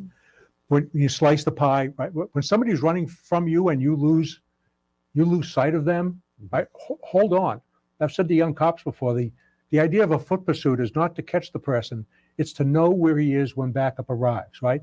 Once you lose sight, slow, stop, swing wide, slice the pie, but do it wide, right? Always be aware of your cover. And we could go on and on about all of the ways that you might be able to prevent an ambush. I think it's bringing it to the fore when we train officers to go beyond the academy and in service training, talk about it. We do a training at our department where we pull videos. There's so many videos out there now. We pull videos and we show it to a certain point and say, what's good and what's bad? What would you do differently? All right, roll it another 10 seconds, stop the action. What would you do? I think that kind of digging deep into all of the videos that are out there to help officers understand some of the things that they might do to avoid ambush. I think, and in reading the report again, that the numbers in domestics, and sometimes ambush is related to domestics, or it's called in as a domestic, but it's really an ambush. And good dispatchers know this. Have the dispatcher keep the caller on the line. Where is he now? What is he doing now? Does he have access to firearms? Just answer my questions, yes and no. Is there a gun in the house? Can you see him where you are now? Has he left your sight? That sort of thing. In a rural area, it's going to take the deputy 15 minutes to get there. Call the person back. We have a unit 2 minutes out. Can you see him? Is he armed? That kind of, because I think too many times, and this is not knocking dispatches, it's got a call of a domestic, he's pushed her around and the unit's on the way and they sign off in 5 minutes. And in that 5 minutes, the guy went to the shed or he went to his room or he went someplace else. And if we just talked to the caller who had the offender in sight before units signed off, maybe some of this could be cut down. Yeah, I think that's something we've talked about as well, call taker protocols and Yeah. whether more protocols could be developed for the kinds of calls that we often see linked in some way to ambush attacks. You did mention reviewing videos, so this will be my chance for an infomercial briefly. If you haven't gone to leonearmiss.org, I would encourage you to do that. leonearmiss.org. That is a national near miss system that's available only to law enforcement. All the organizations represented here, including the Memorial Fund, have all signed on in support of Leo Near Miss. It has been funded by Motorola, funded by the Department of Justice. It is a secure site where the full incident reports are available to those in law enforcement. Those outside of law enforcement can only see the topic areas. They can't read the individual reports. They're peer reviewed very closely. They're scrubbed. They're anonymous. But what we like most about them is they are told in first person. So the kinds of stories that we heard here today that we're all learning from is the purpose of that system, to have officers talk about what they experienced and what they would do differently were they in that situation again. So leonearmiss.org is a resource for all of you. President Goss-Andrews, I want to give you an opportunity to talk about ambush attacks. Well, I talked about it just a few minutes ago. I investigated a 1998 ambush attack, and in that recommendation, it was training. It's going back, to training. Also, that's key. But I wanted to bring up something was in something I saw here, and I want to talk about distraction. I see officers on the street now. We all have cell phones. We didn't have that when we were out. Those cell phones, and officers are on the cell phone, or they're parked. And I pay attention to this, even though you're retired, you still pay attention to law enforcement. And their head is in the cell phone. And I'm thinking instantly, oh my God, I could have approached. If I was a bad guy, a bad girl, I could have approached, and I would have had to drop on that individual. I don't know if our training is really taught. We have to bring it into the 21st century with what's going on now. But I see so many distracted, officers out there, or the partner is distracted. And I think that's a key issue. And I'm not sure if that's something that administrators are paying attention to, whether they're adding that, as their training. All police runs that you go to have the opportunity to be deadly.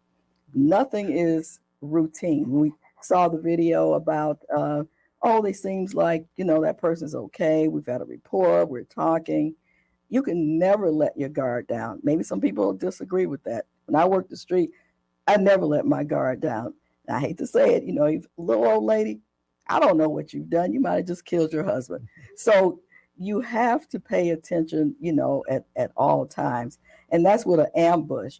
You have to listen to the radio. You have to get information. And usually those kind of things sometimes are high impact. And back to what you were just saying, dispatchers have to be trained. Make sure you have the information, get back on the radio, get on your computer, whatever you need to do, and try to get as much information about what you're going into.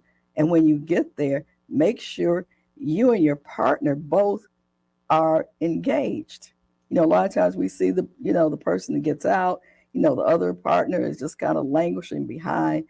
I think we have to train officers that anything can be volatile. Any situation can be volatile. I'm not sure whether we're putting that kind of emphasis out here, on the training aspect. Well, the last topic I want to get into before we give the audience an opportunity to ask any questions they may have for our organizations is one that doesn't necessarily constitute high numbers or high frequencies in the end of year report, but it's particularly excruciating, and that's blue on blue. So the numbers were small, but they need to be zero. How do we do a better job of preventing that? Chief Brooks, we'll start with you. I've actually done quite a bit of training in Massachusetts around this. I used to do a class at the academy. I stopped at the class before my kid went in, which was really poor timing. But I used to do a class on off-duty issues. I would just take one morning, and part of it was decision-making, how you conduct yourself in your personal life, and carrying a gun off-duty, and where you can go, where you can't do in restricted areas, and all that. But then I would spend the better part of about 45 minutes talking about friendly fire, because I ran a detective squad for 14 years, and it was always in the back of my head. And I remember one night, I wasn't on too long, and we had a bank robbery in the area. And the description from dispatch said, you know, they robbed the bank and they just ran towards the railroad tracks. Well, they did like, nobody gets on the railroad tracks and jogs home. It's not like that. It's just that all they meant is that they took a left out of the bank and that the railroad tracks are beyond that. They were running to a switch car and so forth. But in any event, one of my detectives calls off in like 10 seconds and goes, "I'm at the tracks now. I'm going up on the tracks." And I said, negative. Get with the uniform and put on a raid jacket. And he saw me later. He goes, "Wow." I like, yeah, do it with a uniform and wear a raid jacket. It was like, now this was when raid jackets were fairly new. This goes way back. So I often worried about it. There was an amazing study done back in about 2009. A cop by the name of Omar Edwards with the NYPD was shot and killed in Harlem by an officer in an anti-crime unit. Of the 4 friendly fire fatalities up to his, 3 of them had occurred in New York.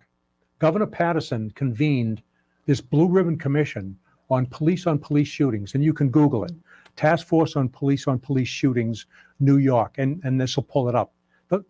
The report's like 140 pages. Because they had done some training, they invited me to come down and testify, and I later submitted about 10 pages of written testimony. And if somebody wants to give me a card, I can email it to you. But I talked about, well, first of all, you have to train on both sides of the gun. In other words, you've got to train officers for when I draw down on someone, no matter how he looks, regardless his race, regardless of the circumstances, there's always that chance he's a cop. Right? You've got to have that in the back of your mind. If you watch like Blue Bloods or any of the NYPD shows, in the locker room, they always show the sticker on the locker that says "Police don't move," right? And in my department, when you draw your gun at the range, you holler out "Police don't move." Police because it identifies you, and don't move because it's the universal verbal challenge that halts the action. And if you've got a gun drawn and somebody's yelling "Police don't move," you know that they're serious, you know that they're a cop. Keep in mind that the plainclothes officers might be out there, and conduct yourself in that manner. Don't be screaming at people to drop the gun, drop the gun. A cop won't do it, right? So it's don't move until the person identifies themselves, and then you tell them to holster up. On the other side, if you work plain clothes, have a raid jacket available. Have your shield carry it in the front, so the shield is on the outside of the case, not the inside. Gross motor skills, like Peter talked about. You want to be able to show your shield quickly, identify yourself quickly, and there's a lot to it, and there's a lot of training for the approach challenge side, and there's a lot of training for if you work a lot of plain clothes side, but also if you're off duty, you're making a robbery arrest, and all of a sudden you hear "Scumbag, drop the gun." Well, what are you thinking? Well, he could be a cop. Listen to the way he's talking to me. But if you hear somebody behind you say "Police don't move," now all of a sudden you realize that he doesn't realize who I am, right? And that's the universal verbal challenge by law enforcement.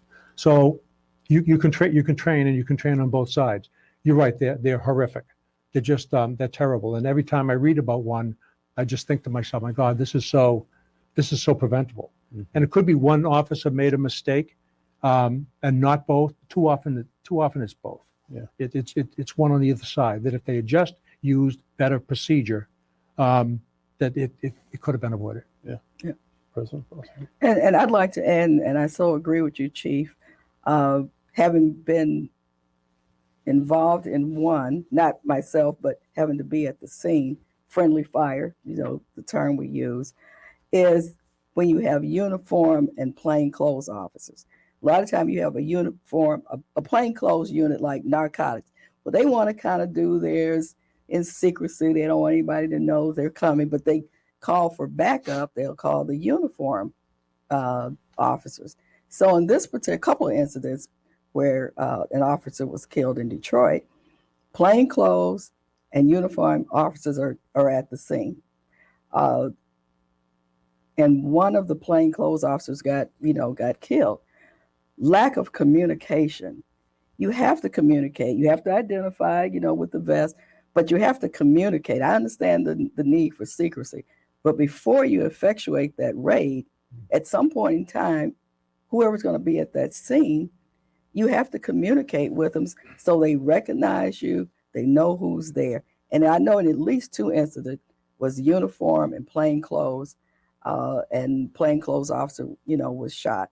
So training and communication, jumps out at me as being critical to stopping these friendly fire incidents. And one other thing that we didn't bring up, maybe in the report, is looking at barricaded gunman situations. Many officers, I know I've seen it, you've seen it, have been killed in barricaded gunman situations. What do we need to do in those instances? A lot of them are tied to domestic violence as well. What do we need to do? Time for another conversation on that. But I think that's something that police departments need to look at, and maybe the report needs to reflect how many officers are killed in domestic violence and barricaded, type, because we see an increase in these barricaded situations. And I think in Detroit or somewhere there was a lady, senior citizen lady, that was barricaded. So that just goes to show that you have to be on your P's and Q's all the time. Nothing in policing is routine, and sometimes it's not what it seems. I just, could I just circle back to, first of all, my department has a barricade. I see my phone going off, but I've been following it loosely. I can't help them, but so I'll get back to that in a minute. But you also mentioned communication. Sometimes it's the little things, and what I said in my testimony in that New York commission is two things. You got to train on both sides of the gun, and the other is there's no switch to flip. There's no like one thing you can do. If you want to prevent an officer from getting hit by a car while he's on a traffic stop, do passenger side approaches. You're done, right? You are not going to get run over by a car on a traffic stop if you do passenger side approaches, period. It's not going to happen. In friendly fire, there's no switch to flip, right? Each side needs to do a series of things, right? And they have to be trained and they have to be inoculated to do those things. And if they do those things, then you will not have friendly fire. But you've got to do a number of things on both sides of the gun. The second thing, when you talked about communication, and you're right, that when units call in, now at my department, the 49 series are detectives, right? And the 66 series are radio cars. So if you hear 492, give me a backup, and 666 says, Roger, well, I know that 492 is a detective unit, but the trooper who's scanning the channel, who's passing through town, doesn't know that. So our dispatchers have a protocol. Every single time a plainclothes officer calls for help, they put it on the air. All units responding, be advised, we have plainclothes officers at the scene. And that one thing, because most people responding are going to be in radio contact, but that one thing is huge in preventing friendly fire. And it's a simple thing. You put it in your policy. It's our policy, our communications policy. And they do it religiously. And my hat's off to them. They never miss a beat. But what you say is crucial. Thank you. Questions from the audience, things that you want to ask any of the guests here, or hear about the work that any of these organizations are involved in support of addressing these issues. And I'm aware that we're probably out of time. Is that right? Pretty close. Yeah. No comments, no questions. All right. Well, with that, I want to thank both of my guests and thank all of you for sticking it out with us here this afternoon. And Troy, we'll turn it back over to you. Thank you.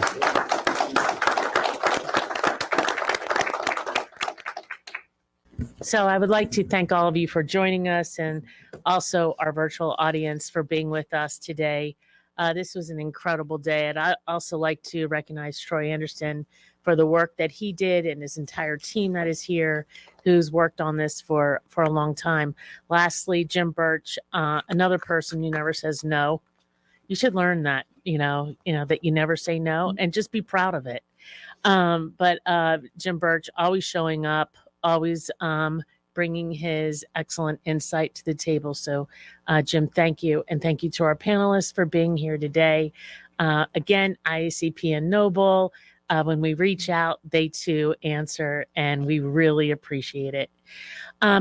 We're going to move into the film. I want everyone to know, as they consider whether they're going to stay for it or not, I hope you do. It's 32 minutes. And I can tell you that it will change your whole perspective on not only what we're doing here and why our work here is so important, but also your perspective as law enforcement after you watch it. So I encourage you to stay. Thank you very much.